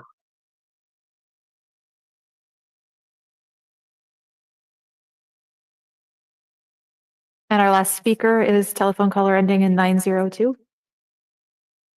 This is Nina Beatty. I do think that $11,000 increase every year is excessive. Each of these increases goes into the pension, increases the pension obligations. From what I've been told, and the lower paid workers may get the same percentage as other speakers have said, but it doesn't equate to the same amount of benefit of salary. And I think that all the management personnel should be, the council should look very carefully at the compensation, because their salaries are so much larger than the people that are actually on the line, the people that are doing the line level, the ground level work. And often without the glory of the higher positions. I have been disappointed with the leadership of the city, and that's also reflected in my feeling that this is not appropriate. I'm still waiting for proof that the leadership of the city wants to do the right thing for the people and the environment of Monterey, and I'm still waiting. So I'm a no on that as a member of the public. Thank you.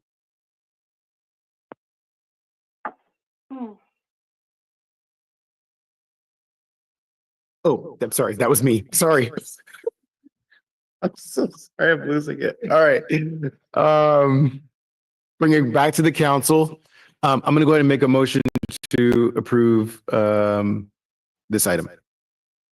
Second. All right. Open it up for discussion. I was just going to add. Oh, I apologize. Yes, That's please. okay. Forgive me. It's better. It's better by waiting. You know, it's always something that inflames people's emotion, perspectives, and economics, and a lot of times things are weighed by their own position in life and what they've been doing. I don't know of any other qualifier other than the top executive of the city of Monterey, who runs a corporation of over 200 million and supervises nearly 500 employees, gets no more than any other position in a percentage. Because when you look across the globe in the corporate world, that never really happens. It's almost always a tremendously large compensation, and the employees get much less. And we're not really, it's not fair to really compare corporate world to, you know, what a city manager does in municipal government. But I just say that it's like, this is not a city that's saying, well, we want to give our city manager an 8% while we give everybody else 4%. Things are equalized through the negotiations process. And we could argue that, well, the 4% of a greater salary is a greater return, but not really when you think about the economics, because the person at the top of the chart is, yeah, they're getting that 4%, but you know, you don't know what the economic level of that family is, that person's work, their education, how long they've been at the job. So you get involved in the technicalities of comparing one position to another. And so that's why I really look for the salary compensation study to see what are other cities compensating at, what is our recruitment challenge, and is the person performing as well as they need, and are they answering the needs of the city council? And in that case, I think we have a top performer who works really, really hard and works way more than 40 hours a week. So I just leave it with that and support the motion. Any other comments? I'll just kind of, as an extension to what you said, and part of Brett's presentation, look, I think the council had a deep discussion in closed session about the negotiations of our contracts, and obviously can't speak about our closed session discussion, but it incorporated us evaluating our budget and including that as a factor associated with what it looked like for us to provide an increase for our workforce, which included city manager, city attorney. So I'm making my comments for both now because I'm going to try to move us along in the next item. So there being no more comments, I'm going to go ahead and call for the vote. All those in favor? Aye. Any opposed? All right, motion passed unanimously. Moving on to item number 9, authorize the mayor to execute the third amendment to the city attorney employment agreement to implement a 4% cost of living increase and authorize the finance director to administratively update the salary schedule. Done. Was that a magic wand? Because that's amazing. We might need you to come back to every council meeting. Good evening again, Mayor and council members. I'm here to recommend that the council approve an amendment to the city attorney's employment agreement that allows for a 4% wage increase to be effective July 1, 2025. This cost increases, will be included in fiscal year 25-26 budget. This increase is also consistent with the approved wage increases for all the labor groups. Awesome. Thank you for that. Any questions? Just a statement. Okay, we'll go open it for public comment. Anybody in the public wish to speak on this item? For folks on Zoom, if you can use the raise hand function, I'm going to do a countdown because there's nobody left in the chamber except for staff. So 5, 4, 3, 2, 1. We have one public speaker. I'm going to still limit it to 2 minutes.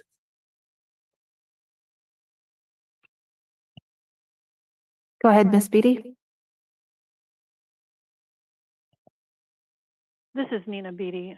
I can't tell you how uncomfortable this is to make comments on this and the last item. This is extremely uncomfortable. And yet I have experienced such discrimination from the city, from its leadership. I have brought issues to the city's attention only to have them ignored. I have brought I've studied laws and regulations, and I've been ignored. And when issues have arisen, varying with the ordinances themselves the city's adopted, those have also been ignored. So I am still waiting for apology, for access to city council chambers so I can be there in person again. And yet the years pass and there are just more problems.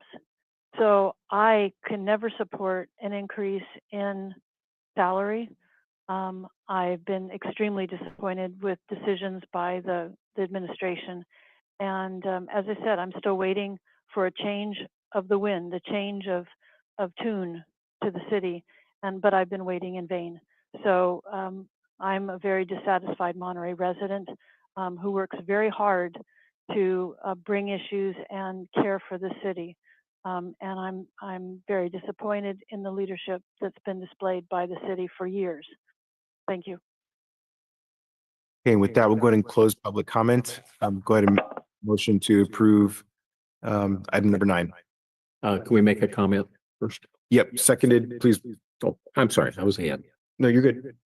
No, just, I don't want it to get lost in just the process to not say that I appreciate both the city attorney and the city manager and what we're doing tonight. And I know it's got to be hard sitting there watching, the dialogue and conversations. We're talking about your compensation, but I just wanted to point out and hang it out there that we're talking about the city manager's job. Prior, absolutely said he does a great job. City attorney, fabulous. I dreamed once upon a time that I wanted to go to law school, and oh, how dumb I was. And I decided, no, I didn't want to do that because I didn't want to spend my whole life in the law library. And so we couldn't function without Chrissy, and she does such a fabulous job, her and her whole staff. She keeps us out of trouble. She makes us bring clarity to our thinking, and she really helps us along. And we would have been here till 1 o'clock if she had not been here. So thank you, Chrissy. And also to the city manager, thank you. I will just point out that there was some finger pointing specifically at Hans tonight. And although, yes, we are all public servants and that's part of the job. It Yeah. shouldn't be. Right. And so our city executives experience that in a way that many I don't think fully appreciate. So just to kind of echo your point, Councilmember Smith, I appreciate you giving that love and appreciation to our city executives, and well-deserved indeed. All righty. Any other comments? I just have one. I don't think it should be lost that this is the cost of living adjustment. That's correct. So, different than salary. Right. And I guess what I'm hoping for is we look for opportunities with salary discussions. I don't know that they'll ever arise because financially everything is kind of crazy. But Kind of. just for the record, this is the cost of living adjustment. And I want that remembered. Oh, And you both do a fabulous job. And I was very impressed when I went into transparency to see not a dollar of overtime. And I realize that's an executive. That's a good executive, but that's not all executives. So I do commend you. I was just going to say, we'll have opportunities in closed session in the future because salary negotiations are every couple of years. It's what we do. That's what we do. That's what we Fine. do. Both. All right, with that, I'm gonna call the vote. All those in favor? Aye. Aye. Any opposed? Motion passes unanimously. We are now on our last agenda item. Dun, dun, dun. It's the TED show. Item number 11, public appearance item, provide direction to staff on development of the 2025 climate action plan. That'll pass it to Hans for staff introduction. Thank you, Mr. Mayor and City Council. This is actually the agenda report I was looking for the most tonight because, and I'm not kidding you, because climate action is important. And while you were talking about salaries, I was thinking about the first time I heard about greenhouse gas emissions, and there was a concept that the county of Marin was working in the mid 2000s, and I thought those guys are crazy talking about greenhouse gas emission and footprints.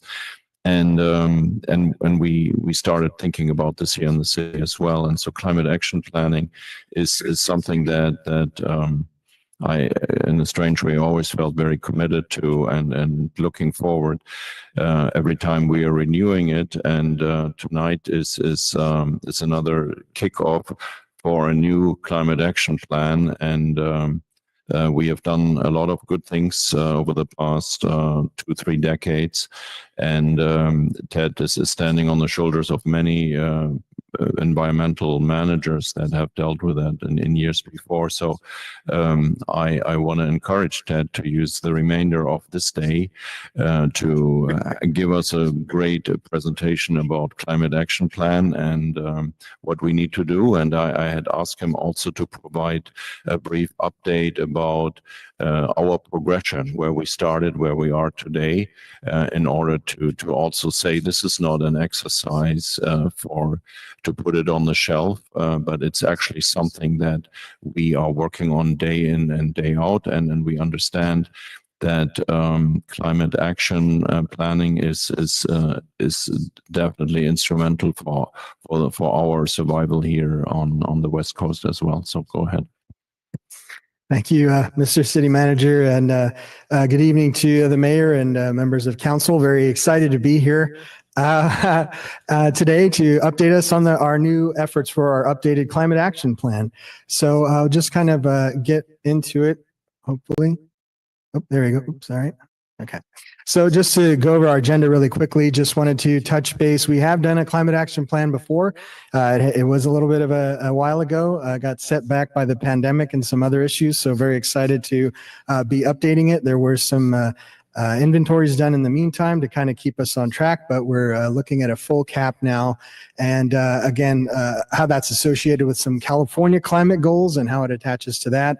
Also looking at some city mitigation measures in progress. As our city manager mentioned, there's been a lot of great work over the past couple of decades already and what we've done with the cap.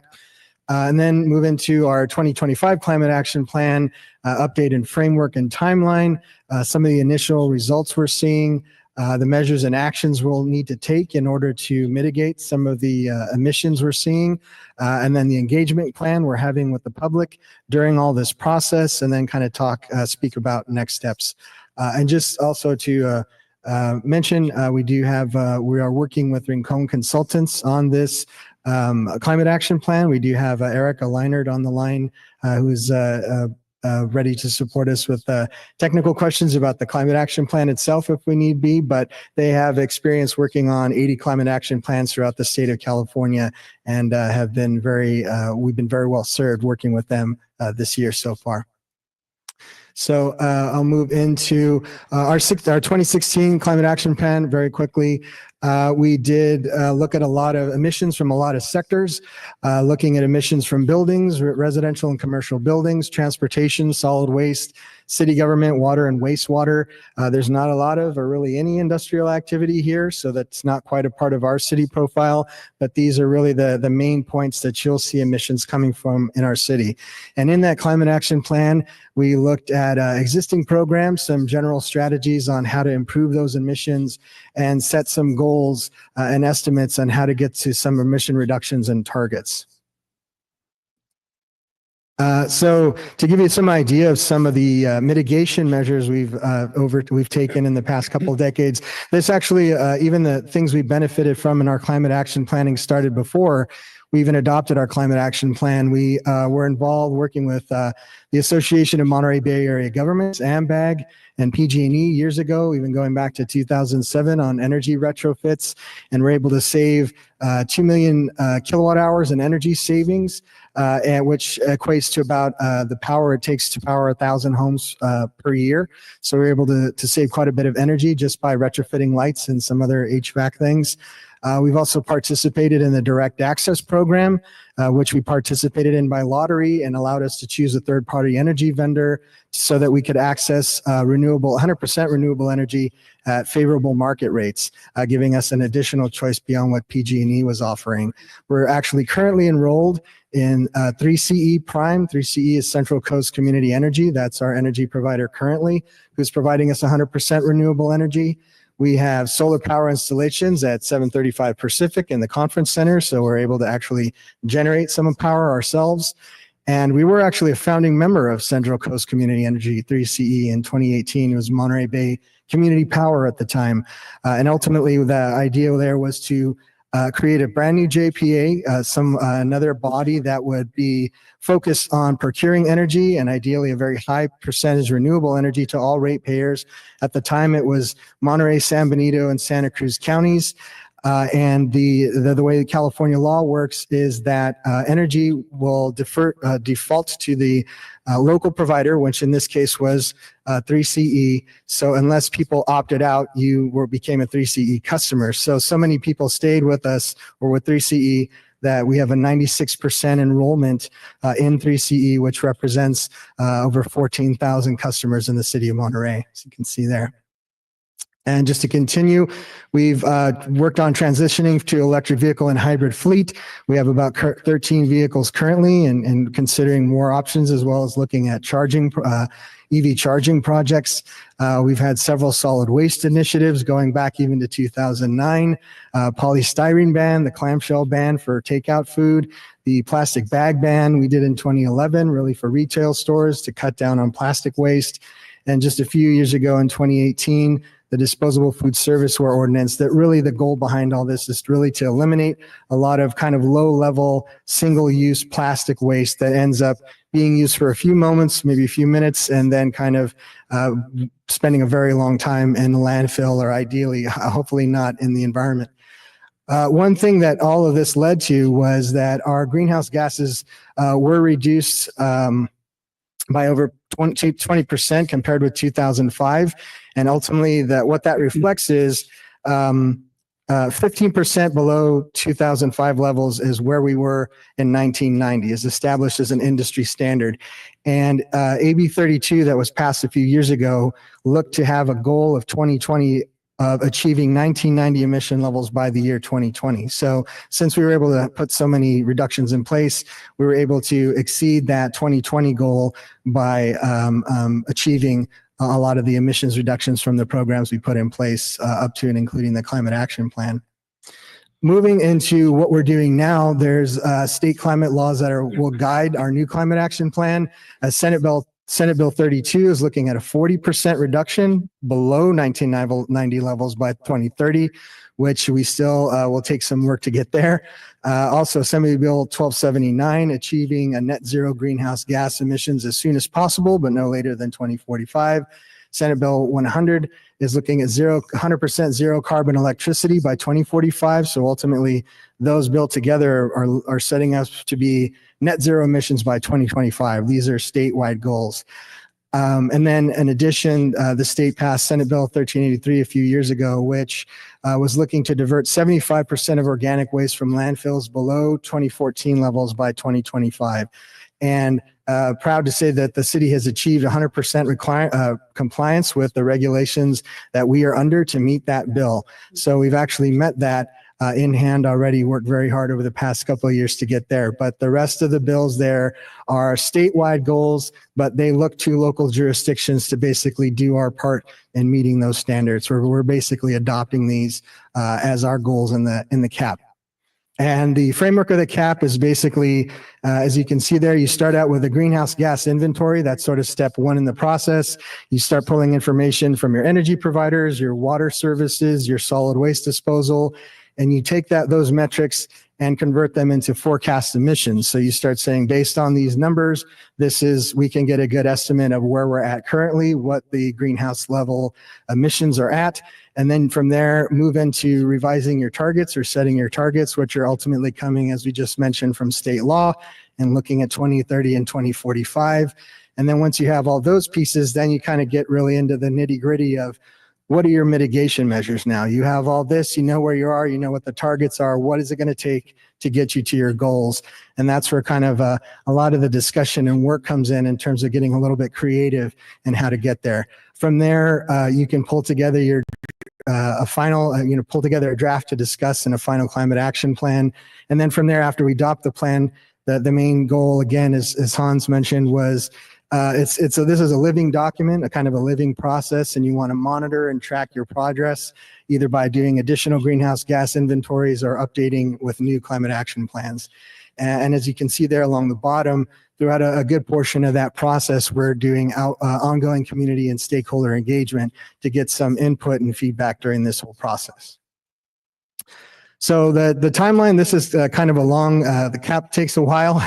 It's a pretty complicated process. As you can see, this is really going to take all year. We did start in January with the kickoff, a lot of data collection and drafting some measures and actions. We're currently into the March and May below with the engagement events, doing some greenhouse inventory and forecasts with our consultant. We were able to go to the Planning Commission last week. We're here at the City Council tonight, so that kind of brings us up to date there. But as we look into the summer, we're looking at finalizing those mitigation measures and actions to help cut those emissions by our target dates, doing some surveys with folks and outreach out with the public. Ideally, we'd like to come back to council again in a couple months with some updated measures of what we're actually planning to do to cut down our emissions. And then also this is going to involve a CEQA component where ultimately this document is going to become CEQA certified so that as we move forward with our projects in the future or other large projects we're doing in the city, that they coincide with the goals and the standards established by this document as well, so that we're kind of heading to the same place when we consider greenhouse gas emissions as part of CEQA for projects we're evaluating. As we move into September, finishing off those CEQA thresholds and finalizing the CAP, and ultimately trying to wrap up the CAP by December of this year. So just to move into what we've seen so far in our 2023 inventory, one of the big reasons we work with Rincon was our new inventory is really starting to account for the current best practices. So there's been some changes since 2016 with the industry and how we put these climate action plans together. Just a few examples there. We're adding off-road equipment emissions, electrical transmission and destination losses. So basically efficiency when you're transmitting energy. Same thing with methane leakage as we're moving natural gas to homes and things like that. There's obviously some leakage through the piping and things as we move through infrastructure. So just trying to quantify that, as well as impacts from wastewater pumping and distribution as well. Rincon will also be using replica traffic data. It's kind of a new software for kind of developing, traffic impacts and getting a little more specified information for us locally, a little more up to date, a little more specific, which does help in forecasting our emission levels, gives us some more specificity. The last thing about our new inventory is that it's going to serve as a baseline for our 2030 and 2045 goals, but it also will account for revised emission factors that are going to be need to use for 3CE. So when we get all of our energy data, like I mentioned before, like you get all your kilowatt hours that you use, you have to demonstrate, okay, what emissions does that mean? And since 3C is a little bit of a newer agency, it's only 7 or so years old. They're doing different things with their renewable energy portfolio, and it does kind of change sort of the emission factors we use when we calculate that energy. So some of the calculations we did in past may not be apples to apples with what we're doing now. So we're trying to get those new emission factors updated so that now and moving forward, we'll have the most accurate information that we possibly can. And then just to give you an idea, these are some numbers of what our inventory has returned. So when we talk about emissions, this is where our emissions are coming from in the city of Monterey right now. Over 50% from transportation, 21.8% from building, natural gas going to buildings, 16.8 is electricity going to buildings. So those top three items are already over 90% where our emissions are coming from. So really, when we start talking about mitigation measures, it's going to be targeting these sectors really for us to make the greatest cuts to our emissions. When you look at the off-road equipment, the solid waste, wastewater, and water, those are obviously still part of our impacts, but at a very to a much lesser degree. So can be focused on a little bit less. So from here, what it means with mitigation measures, really, we have to start putting actions into place that are going to get us to our targets. So we start developing strategies, basically statements for where we're going, measures in terms of long-range policies that we can put into place that will help us meet these targets, and start taking actions that relate to specific programs or steps that support greenhouse gas reduction. But ultimately, it's going to take a lot of different pieces for the most part for us to hit these kind of large goals. For example, last time, one of the main mitigation measures we had recommended in our climate action plan was to join a community choice aggregate, which ended up being Monterey Bay Power, or 3CE. It was kind of a long shot, but we thought if we could do something of that magnitude, it would have dramatic impacts on our emission levels, and ended up being something that we were able to partake in. So when we look at our climate action plan this time, especially transportation and building energy, it's going to have to be things of that magnitude if we're hoping to get to a zero emission level, especially by 2045. 20 years sounds like a long time, but it goes by very fast. Just very quickly, our engagement plan with the public. We've done some community pop-ups, the farmers market this week, was that last week? And we went to Cutting Day last month. We're going to do some community engagement workshops and focus groups, a lot mainly focused on some of the mitigation measures we've been talking about. Once we start planning those out a little more clearly, we've done surveys online and in person to get some feedback from the public, and I'll show you a little bit of those results in a second. And we have our online engagement with our Have Your Say Monterey page that has all of our kind of milestone dates, ways to participate in some related documents and that sort of thing. So this is a little Cutting Day. We were able to go there last month and do some outreach. We were able to get folks, about 83 attendees, to respond to the survey. And of course, it's not representative of the entire community. This is a specific event. It's very kind of tailored to a certain activity. But at the same time, when you do more of these events around the city in different places, you kind of take in the aggregate, sort of what the results are. But that's me, by the way, and Rocio Madrigal Bristow. She just started with us in January, so we're always happy to get out and talk to the community. A lot of fabulous people out there. But here's some results. Of the 83 responses we received, we got about 60 folks are already walking and biking, kind of trying to leave their car behind as much as they can. They're separating their food and green waste, and they've done a lot to reduce their water usage. About 50 or so of those folks indicated they were composting at home and have drought-resistant landscaping. About 35 were interested in solar panels. Another 30 were interested in minimizing gas appliances, battery storage, and would consider using public transportation. And just to move on to one of our last couple of slides here at our farmers market.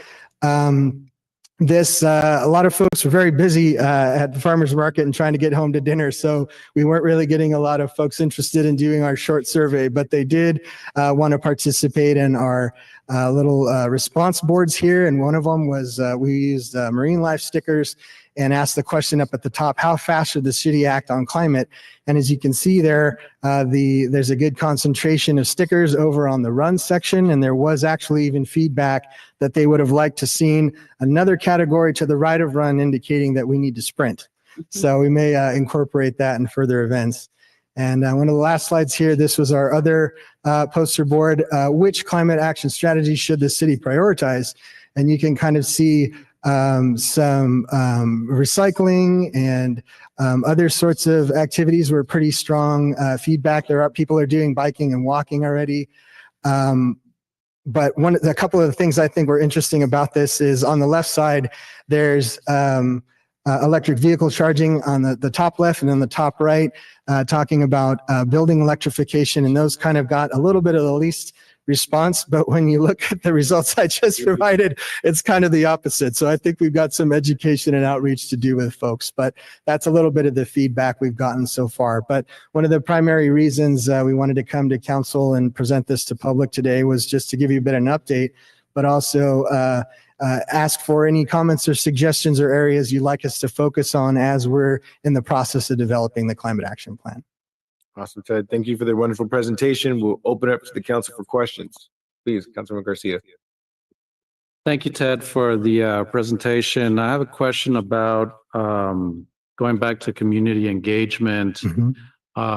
Just want to get maybe a broader understanding of the strategy in terms of getting the message out there, getting folks excited about this and getting them to participate in the feedback process, surveying in all areas of the city. The pictures I saw here were pretty much of farmers market and just here, Friendly Plaza.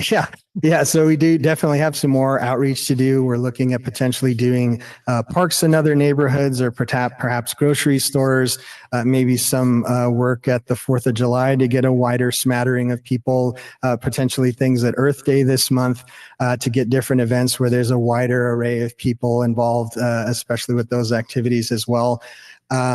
But that's kind of part of the process too, is indicating that information online, having our presentations here, posting sort of where we're going to be, potentially reaching out to business or neighborhood groups and see if they'd like us to do a presentation there in their neighborhood.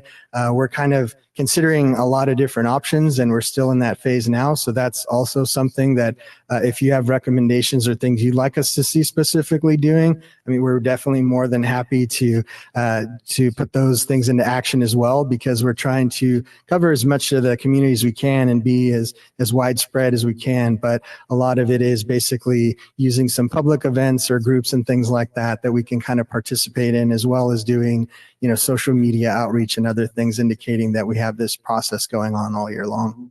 Great. Yeah, no, I do have a couple ideas which I can share offline. Just want to confirm you have materials in Spanish as well. Right now we don't. I think usually we have not had requests for it or there in the past, but we can definitely look at providing some additional materials for Spanish only. But when we've done outreach or had materials requested, or when we share materials as well or get callers or emails, I don't often get requests for materials specifically in Spanish so far, but it's definitely something we can consider developing outreach items as well. I mean, just kind of reviewing metrics about our population. I know that there are significant amount of Spanish speakers in the city, and a good number of them tend to be monolingual as well. So, yeah, so I would put the request in for content in Spanish. The second item I wanted to bring up, my first half of today, I participated in a working group that was coordinated by the Monterey Bay, and I have to look at it here because the acronym is very long. Monterey Bay Area Regional Climate Project Working Group. That's also supported by the Monterey Bay Area Climate Justice Collaborative. So a lot of conversation around what we're talking about here. And this group is composed or was composed of representatives from various jurisdictions throughout the region, community-based organizations, AMBAG was there, counties or county staff, and some more local community members who tend to be in this space as well. And quite a few items came up around just climate action in general, how it relates to housing, infrastructure, transportation, all that.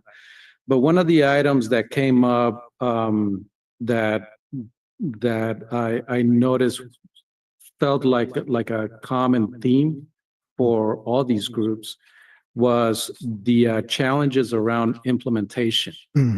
So could you speak a little bit to, what are the items that are being included in this plan that align with any implementation, realistic implementation strategies that we could push for?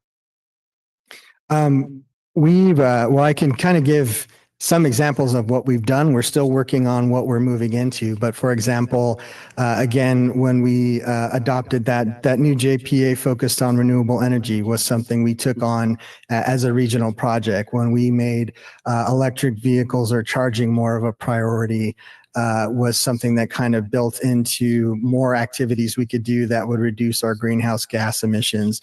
When we do things like even through 3CE, another one of the benefits we get there is we can use those revenues locally for even more programs that we can direct as a JPA board there that we do share, the city of Monterey shares a seat on. So if people want to put solar panels on their house or do a electric vehicle charging station, or we're even working with them right now. 3CE is potentially assisting the city with funding some charging stations for our electric vehicle fleet out at the courtyard. So we're trying to pull a project together out there. But generally, when you talk about reductions of this magnitude, it's going to be several programs and a lot of larger programs that for the most part are probably going to take some cooperation with other regional agencies as well, or generally they tend to work a bit better that way. And that's what I'm more interested in. Yes. Like what are those conversations, if any, that are happening? We've kind of had over the time, we've had conversations about that.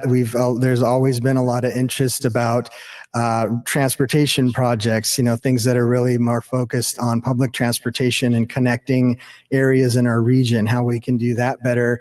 Because obviously, as we've seen, transportation is like our #1 emission issue. When you look at any other city around here, that's probably also going to be the case or very close. So a lot of times when we do meet in those kinds of environments, we've had and several groups over the years too. We had a Monterey County-led group where we tried to do a regional climate action plan. We have a Central Coast Climate Compact, 4Cs that we're involved in. We do work with AMBAG. We're also involved in ICLEI, the Communities for Sustainable Government, that's involved internationally. So we've tried to work with a lot of different groups on things that might make sense. Sometimes the challenge with these projects has been different municipalities are at different places at different times. Even when we tried to do a climate action plan together, it was very difficult just because some folks had already done it and wanted to renew it. Some folks had some money put aside and they were ready. Other folks didn't really even quite understand what it was going to take yet, the input. So, but we've definitely had, I think, some of those regional discussions about there's absolutely the need there. That's really where 3CE came from, was that we all came together and stayed at the table and hammered out an MOU, which took years and very complicated process, but everybody recognized the value and the benefit there. So that's kind of an example of something that we can do regionally that worked out very well. And again, now still focusing on potentially something related to transportation or, in between cities and that sort of thing, or even working on, building electrification or high efficiency building ordinances and working with building administrations in different cities as well, because we're all doing it. So it makes sense to develop the things together. We can all take it back to our respective jurisdictions and make changes or little tweaks. But for the most part, these are all conditions or threats that we're under, or compliance we're trying to meet. So it only makes sense for us to work together. I think just a lot of times in terms of timing and funding is usually where we start, having our wires crossed a little bit. But ultimately, those tend to have the most impact as these regional type projects, like I mentioned with 3CE was a good example. Okay, thank you. I'm good. Okay, Councilor Rush. Ted, when you use the expression building electricity, which was 16% of our remaining challenge, does that mean non-renewable sources that create electricity, or what do you mean? Yeah, kind of emissions from the electricity to power those buildings. So kind of as you clean up the grid, that tends to decrease. Those emission factors tend to decrease a bit, which is another kind of, don't mean to be bringing up 3C all the time, but one of the initiatives we're doing there is that by 2030, the automatic, pretty much all ratepayers are automatically going to be hooked into 100% renewable energy. And right now that's representing, I believe, 5 counties. I think we're 31 jurisdictions now. So it's a pretty big agency at this point, but it's a good example of how kind of a turnkey way to cut those emissions very quickly is by cleaning up the grid or where you're sourcing that energy from, that renewable power from. And that's actually why we separated it from natural gas, because the natural gas is a totally separate subject that's going to require, its own considerations. But the electricity is really, something we can more immediately focus on cleaning up where that's coming from on the grid. And as as we looked at our previous climate action plans, we could see that really cutting down our emissions over the years because of what we were able to accomplish by cleaning up our grid virtually overnight with a more emphasis put on renewables. Great. One area I think is still challenging for a lot of people.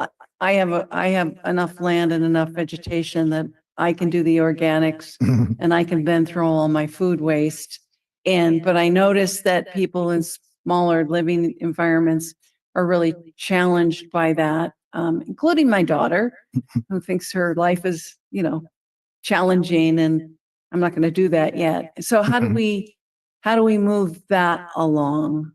One thing we've done and really been pushed along by SB 1383 was really starting to combine our organic stream, which we always used to call yard waste or the green bin, right? That was where all of our garden stuff went. But now it's also starting to incorporate food as well.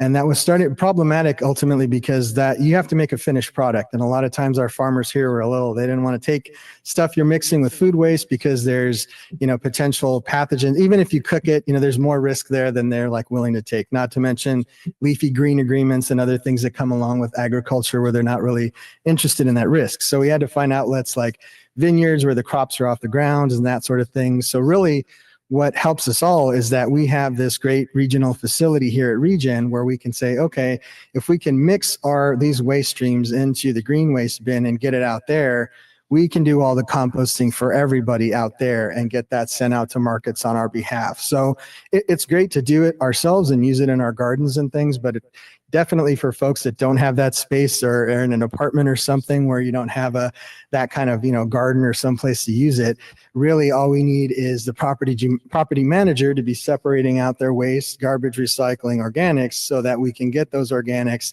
out to where we can get it to, on everybody's half, we can compost it all together. So that's another benefit of having a facility like that we all combine into, is that we can do it together, even if we don't have space individually. And what do you do about the person that doesn't have any organic material to blend with the food?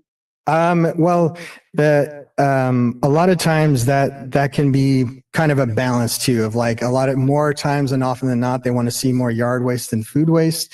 And a lot of times that does happen. We do in some, like for restaurants or certain places where they're predominantly doing food waste, then we actually have routes that only collect food waste from them. That's great. But usually the opposite issue is kind of it, where they might have more green waste and a little bit of food waste. So it kind of, we kind of work on the balances with them, but sometimes when you're in an apartment complex or combining materials, a lot of it too can be taken away by landscapers. So we've actually had to go through all these accounts in the city to get us into that compliance with 1383 I mentioned, because everybody's got to have this organic service by that law. And we had to kind of go through everybody's situation and determine what they were doing and if it was making sense and if everybody had a fair enough opportunity to divert that waste. So we kind of had to take it on a case by case basis. Yeah. That's great. You just gave me a great idea to check that the economies of scale when, yes. When people individually think, well, I can't do it because I'm not cutting any roses or I don't have anything to blend it with. But if they can combine with other groups, not apartments, but find other residents who are in that same situation and maybe get some interest growing there. Yeah, we did some pilot projects like that too in the past, where we had little communities that were kind of testing this out even before we rolled out the main program. Right, good idea. Thank you. Dr. Barber. Thank you so much. It was very informative. Question, it kind of goes along with what Councilmember Garcia was talking about, collaboration. I know our region does a lot with SB 1383. Do you collaborate and work with them? And I know they do a lot with community outreach and communications. Have you done some combined outreach with them? Yeah, absolutely. Through our technical advisory group, we do a lot of work together. I actually chair our TAC, and we have a lot of those discussions, because similar kind of thing was another good example of we're literally under these regulations together, and that was a way for us to say, okay, look, let's pool our resources and we can make this a little more efficient and do a lot of this outreach and education together. One great thing is they are able to visit a lot of schools for us. We're able to produce a lot of outreach and flyer information. We actually work with the group called Blue Strike, who I'm sure we've heard the presentations at the board meetings out there. It's a group that works with us on going out and checking on food waste recovery groups and doing a lot of different sorts of work, where I think actually now they're even trying to work with us with parks to do like a little kitchen setup and show people how to minimize food waste at one of our community centers or something like that. So we're able to work with even groups within that group to help kind of do some of this outreach and education and combine this and try to be consistent too with the messaging, especially in between cities. Excellent. Thank you so much for that. And so the other question I had just basically dealt with something that was in our packet. I'm not sure whether you had a chance to see it. That's from Land Watch that talks about the VMT analysis. Can you talk to me a little bit about that? Actually, sure. Actually, Erica, if you're on the line, would you be able to touch base on that VMT letter I shared with you a little bit? Hi there. Yes. Thank you. So the Land Watch mentioned making sure that the consultants used origin destination VMT methodology. That is the methodology that we're using with Replica. Essentially, what this means is that what the VMT that is attributed to the community includes all travel that occurs within city boundaries, and then 50% of travel that is either starting outside of city boundaries and entering into city boundaries, or starting in city boundaries and then exiting city boundaries. And it excludes all VMT that's just passed through. So something that's just, coming through on the one or the 101, something where you don't actually have people stopping in the community. And that's essentially what that VMT request is related to. And that is following RTAC methodology and is the best practice to be used for inventories and greenhouse gas emissions. Okay, thank you for that. And so that is, you were using the origin destination model as they were suggesting? Correct. Yes, and the replica tool that we're using is just a form of how we gather the VMT. So typically VMT has been gathered, or I shouldn't say typically, in the past VMT has been gathered by developing a travel demand model that still uses the origin destination methodology, but it's based off of projections of land use and how that is going to change over time. And those models are built out every 5 to 10 years, whereas Replica uses big data. So it's essentially pulling information from whether it's cell towers, and it provides more of a real time, what is the VMT actually doing in a given, month, day, year. So it's more granular. Okay, thank you. Councilmember Smith? No, I'm good. Thank you, Chad. Thank you. I don't have any questions either. I have some comments afterwards, but I'll go ahead and open it up for public comment. So thanks again for the presentation. There's again, nobody in the chamber, so we'll ask folks to use the raise hand function on Zoom. I'll do a countdown to 5, 4, 3, 2, 1. We have 5 folks. I'm going to keep it to 2 minutes, please.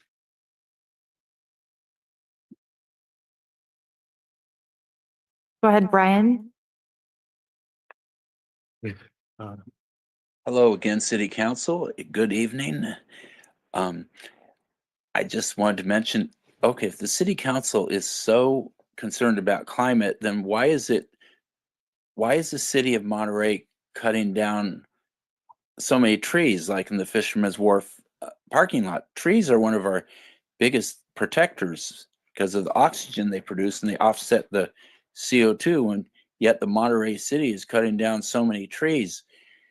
And you're promoting electric vehicles, but they can pose a huge environmental hazard with battery storage sites. We know what happens when they blow up, and so that's not really an answer. Why are you not promoting the train? The city of Monterey used to be really great about promoting the train back in the 90s and 80s. It was a long-term goal. Well, now what happened? That's the moment we need mass transit. And you talk about doing surveys. Well, will you do a survey about how many people would use the train, and how many people would like to see the train? Because the public wants the train, not the surf bus. And you're doing all these surveys and spending all this staff time and money on surveys. Why don't you survey people about things that matter to people? And why don't you address clotheslines as well? And making the buses more affordable and better buses that don't shake so much, like the little buses they have up in Yosemite are real nice. And there's so many things, bicycling, and it's so easy to talk about global warming when you're cutting down the trees and everything. It really like a two-headed monster with two heads that's fighting each other. What are you trying to do? Bring more cars? Or you in the same time you want to stop more global warming? You want infinite development, goes on forever, so uh-oh.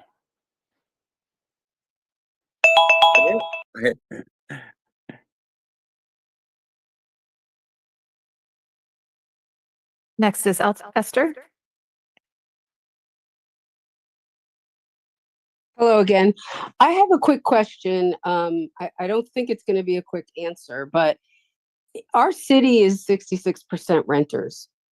Our county, most of the jurisdictions in our county are a majority, if not close to a majority, renters.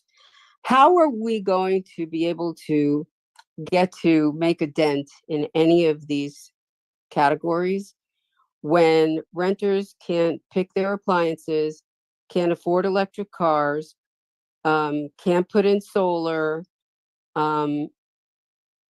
Really don't, I don't understand how we can make a dent without addressing how that group of people are going to be able to participate in this type of initiative. Renters are traditionally not taken into consideration when it comes to these things because they don't own their properties. But at the end of the day, as the majority of the population, without them taking, being able to participate in these things, how is all of this actually going to add up to a substantial progress in this climate change issue?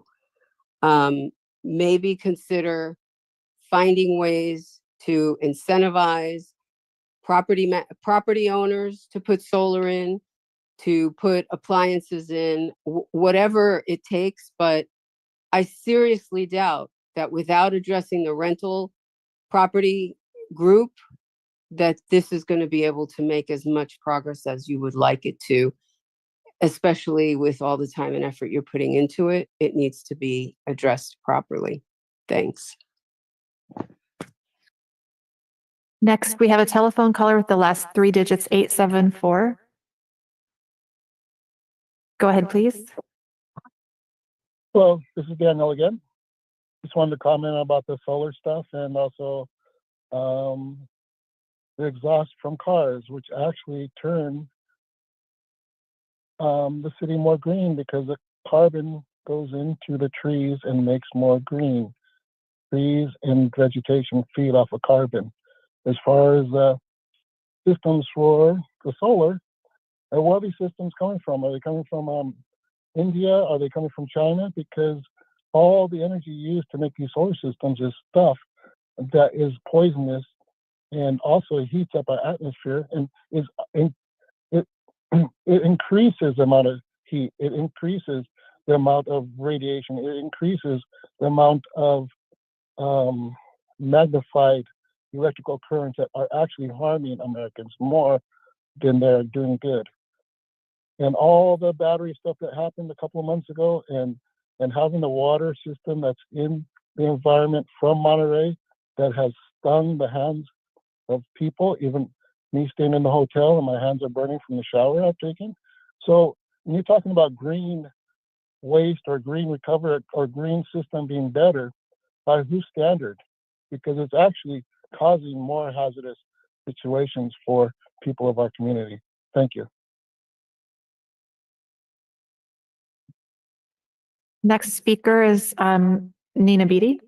Go ahead, please. Yes, thank you. I'm disappointed that the city's using Rincon consultants. I've documented many inaccuracies and problems in past Rincon reports for the city, and yet here we are again. I wasn't clear in watching the presentation whether this was a plan for the city buildings and work program, or whether it was a plan for the community and the residents and the businesses citywide.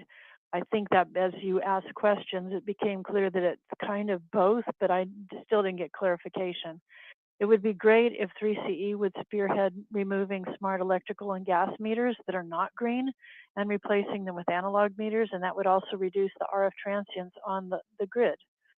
The city's primary industry of tourism creates a moving, accelerating problem with the blessing of the city and the Chamber of Commerce, and the residents can't solve that problem.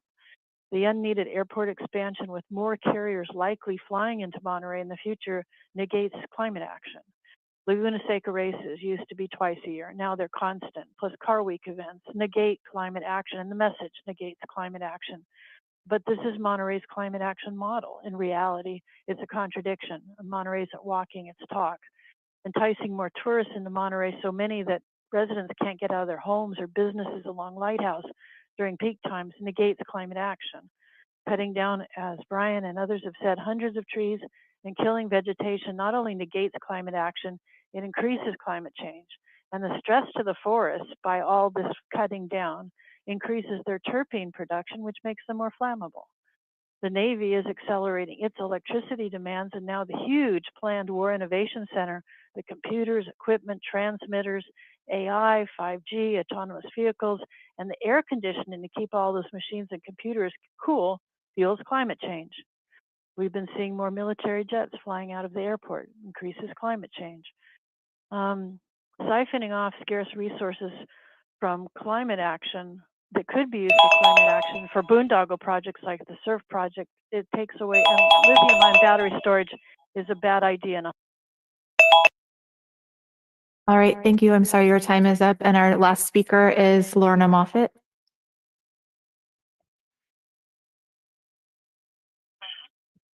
Yes, there is one huge action piece missing from this climate action plan: trees. I sent each of you peer-reviewed research on the role trees play on our oceans, and I'm reading an excerpt of that now. This is from the Global Environmental Change. Forest-driven water and energy cycles are poorly integrated into regional, national, continental, and global decision-making on climate change adoption, mitigation, land use, and water management. This constrains humanity's ability to protect our planet's climate and life-sustaining functions.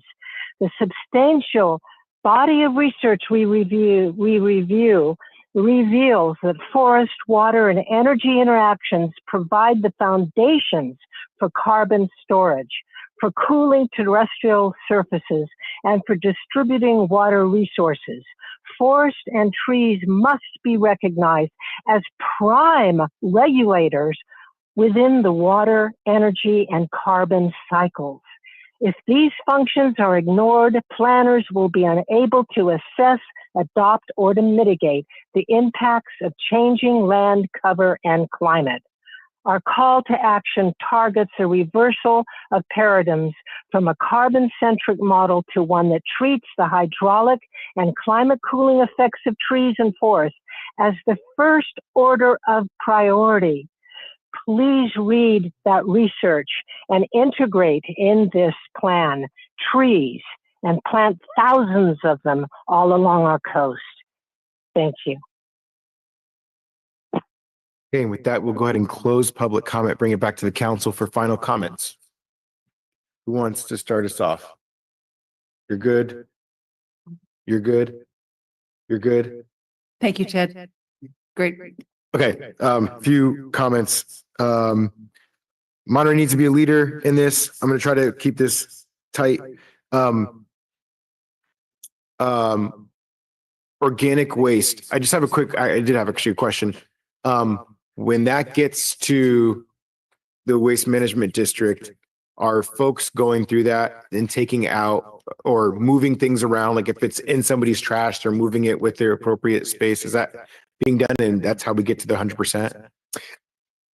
Excuse me. Yeah, there is a lot of processing that does have to go on out there. I mean, ideally you want the material nice and clean. You don't want, even in all the streams, right? You want to have only what's meant for the landfill and the blue, and the recycling, and the blue bin and the green bin is the organics. But there is a lot of kind of cross contamination, or another challenge we have is sometimes we'll have compostables that are not exactly compostable or not fully compostable. So you'll have, your compost there and a half melted fork kind of sticking out, or things that aren't breaking down fast enough. And you got to pull all those, screen them, do some work to kind of get that into better shape for, testing and use as an actual substrate for growth, especially for farms.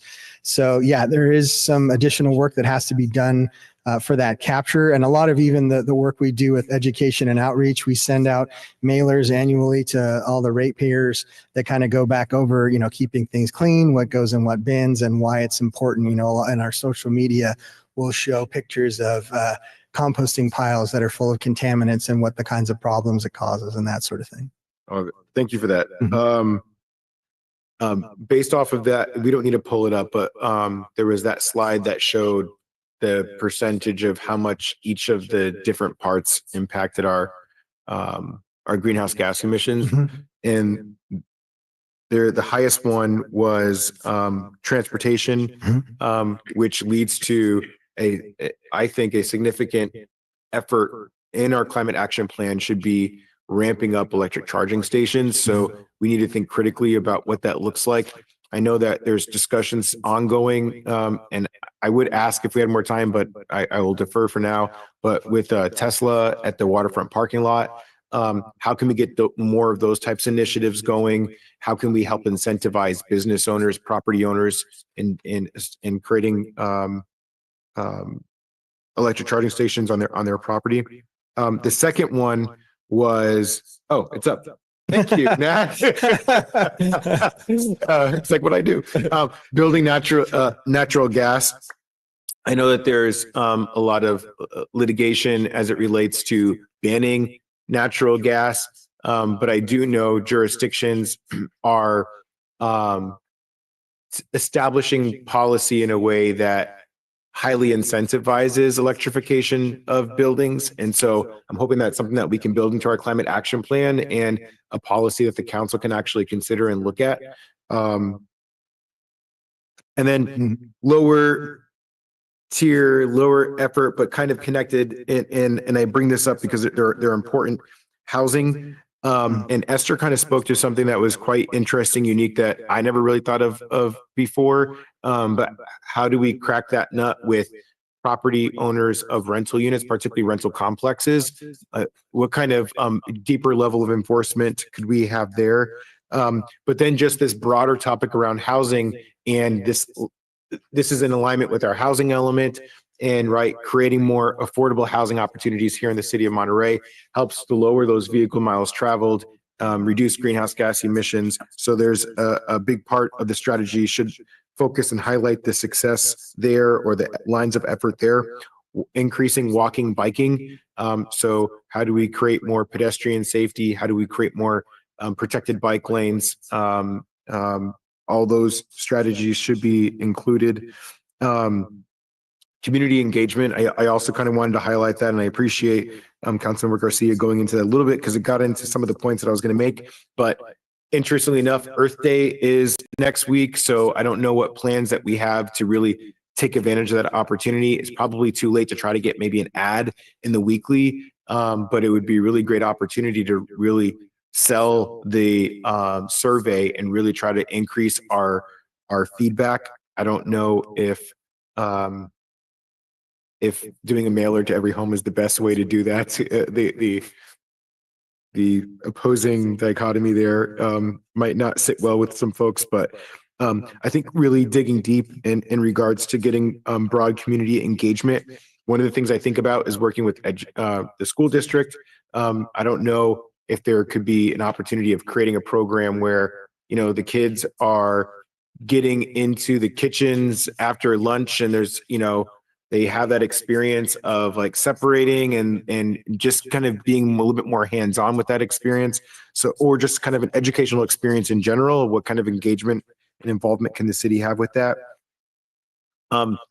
Diversity is also a big part. How are we outreaching to those voices that we're not hearing from? So I think being more intentional around reaching out to certain groups, the Japanese American Citizens League, NAACP, LULAC, whatever those groups are that might target certain groups. And it may feel uncomfortable or unfamiliar because we don't tend to reach out to those groups, and they may not be the subject matter experts on climate, but I think hearing that voice is critically important, because we're probably not likely going to hear from them in the way that we are from other parts of our community. So just kind of being intentional about that. And I'm bringing it up in this context, but that goes for saying for all of our lines of effort as it relates to community engagement. But and then last two things I wanted to bring up. M1W has a partnership with Regen. We're currently working on strategies to help reduce the methane gas emissions and actually trying to capture that and reuse it as energy so that we can save energy costs and not be so dependent on PG&E, but then also reuse that energy. So there's value in what's happening from a JPA that we're a member of that's helping towards reaching our goals. And then the last point is 3CE. I just kind of wanted to bring something up. I am now representing the city on the 3CE board, and one of the biggest things that I've learned and that we're kind of trying to grapple with, grab our hands around. Sorry, I'm losing it here. So when 3CE was first established, our rates were actually really competitive. And as time has gone on, that's not so much the case anymore. And it's actually a concern for the community aggregates across the state. One of the main reasons why, and I'm not an expert at this, so I'm going to try to explain it the best way that I can, is through the legislature, there was policy created that recognized this huge shift away from investor-owned utilities. And so in order to make sure that those that are still paying through the investor-owned utilities don't have their rates skyrocket because of the loss in customer base, they created this fund that charges the rest of us that are on community aggregates to help stabilize the investor-owned utilities. And so that's caused our rates to go up. So it's just it's an interesting conundrum that we have to grapple with. And I don't know, I'm just sharing that out loud because it was an interesting factoid. So thank you for your work. I look forward to the process and I'm really excited to see what the outcome is of our climate action plan. So thank you. Excellent. Thank you. Absolutely. All right. With that, we're going to close that chapter. I think we might, if y'all are okay with it, do you have anything that's burning that you have to share? Yes. You do? Okay. If your council is good with it, I'm going to forgo council comments for today's council meeting. And I'll pass it to Hans for his very brief. City Focus is coming out on Friday. Carl Jr.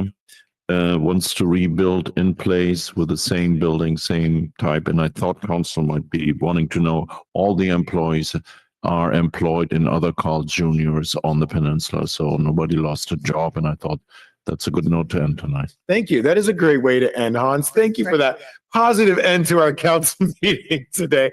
Everybody, meeting is adjourned.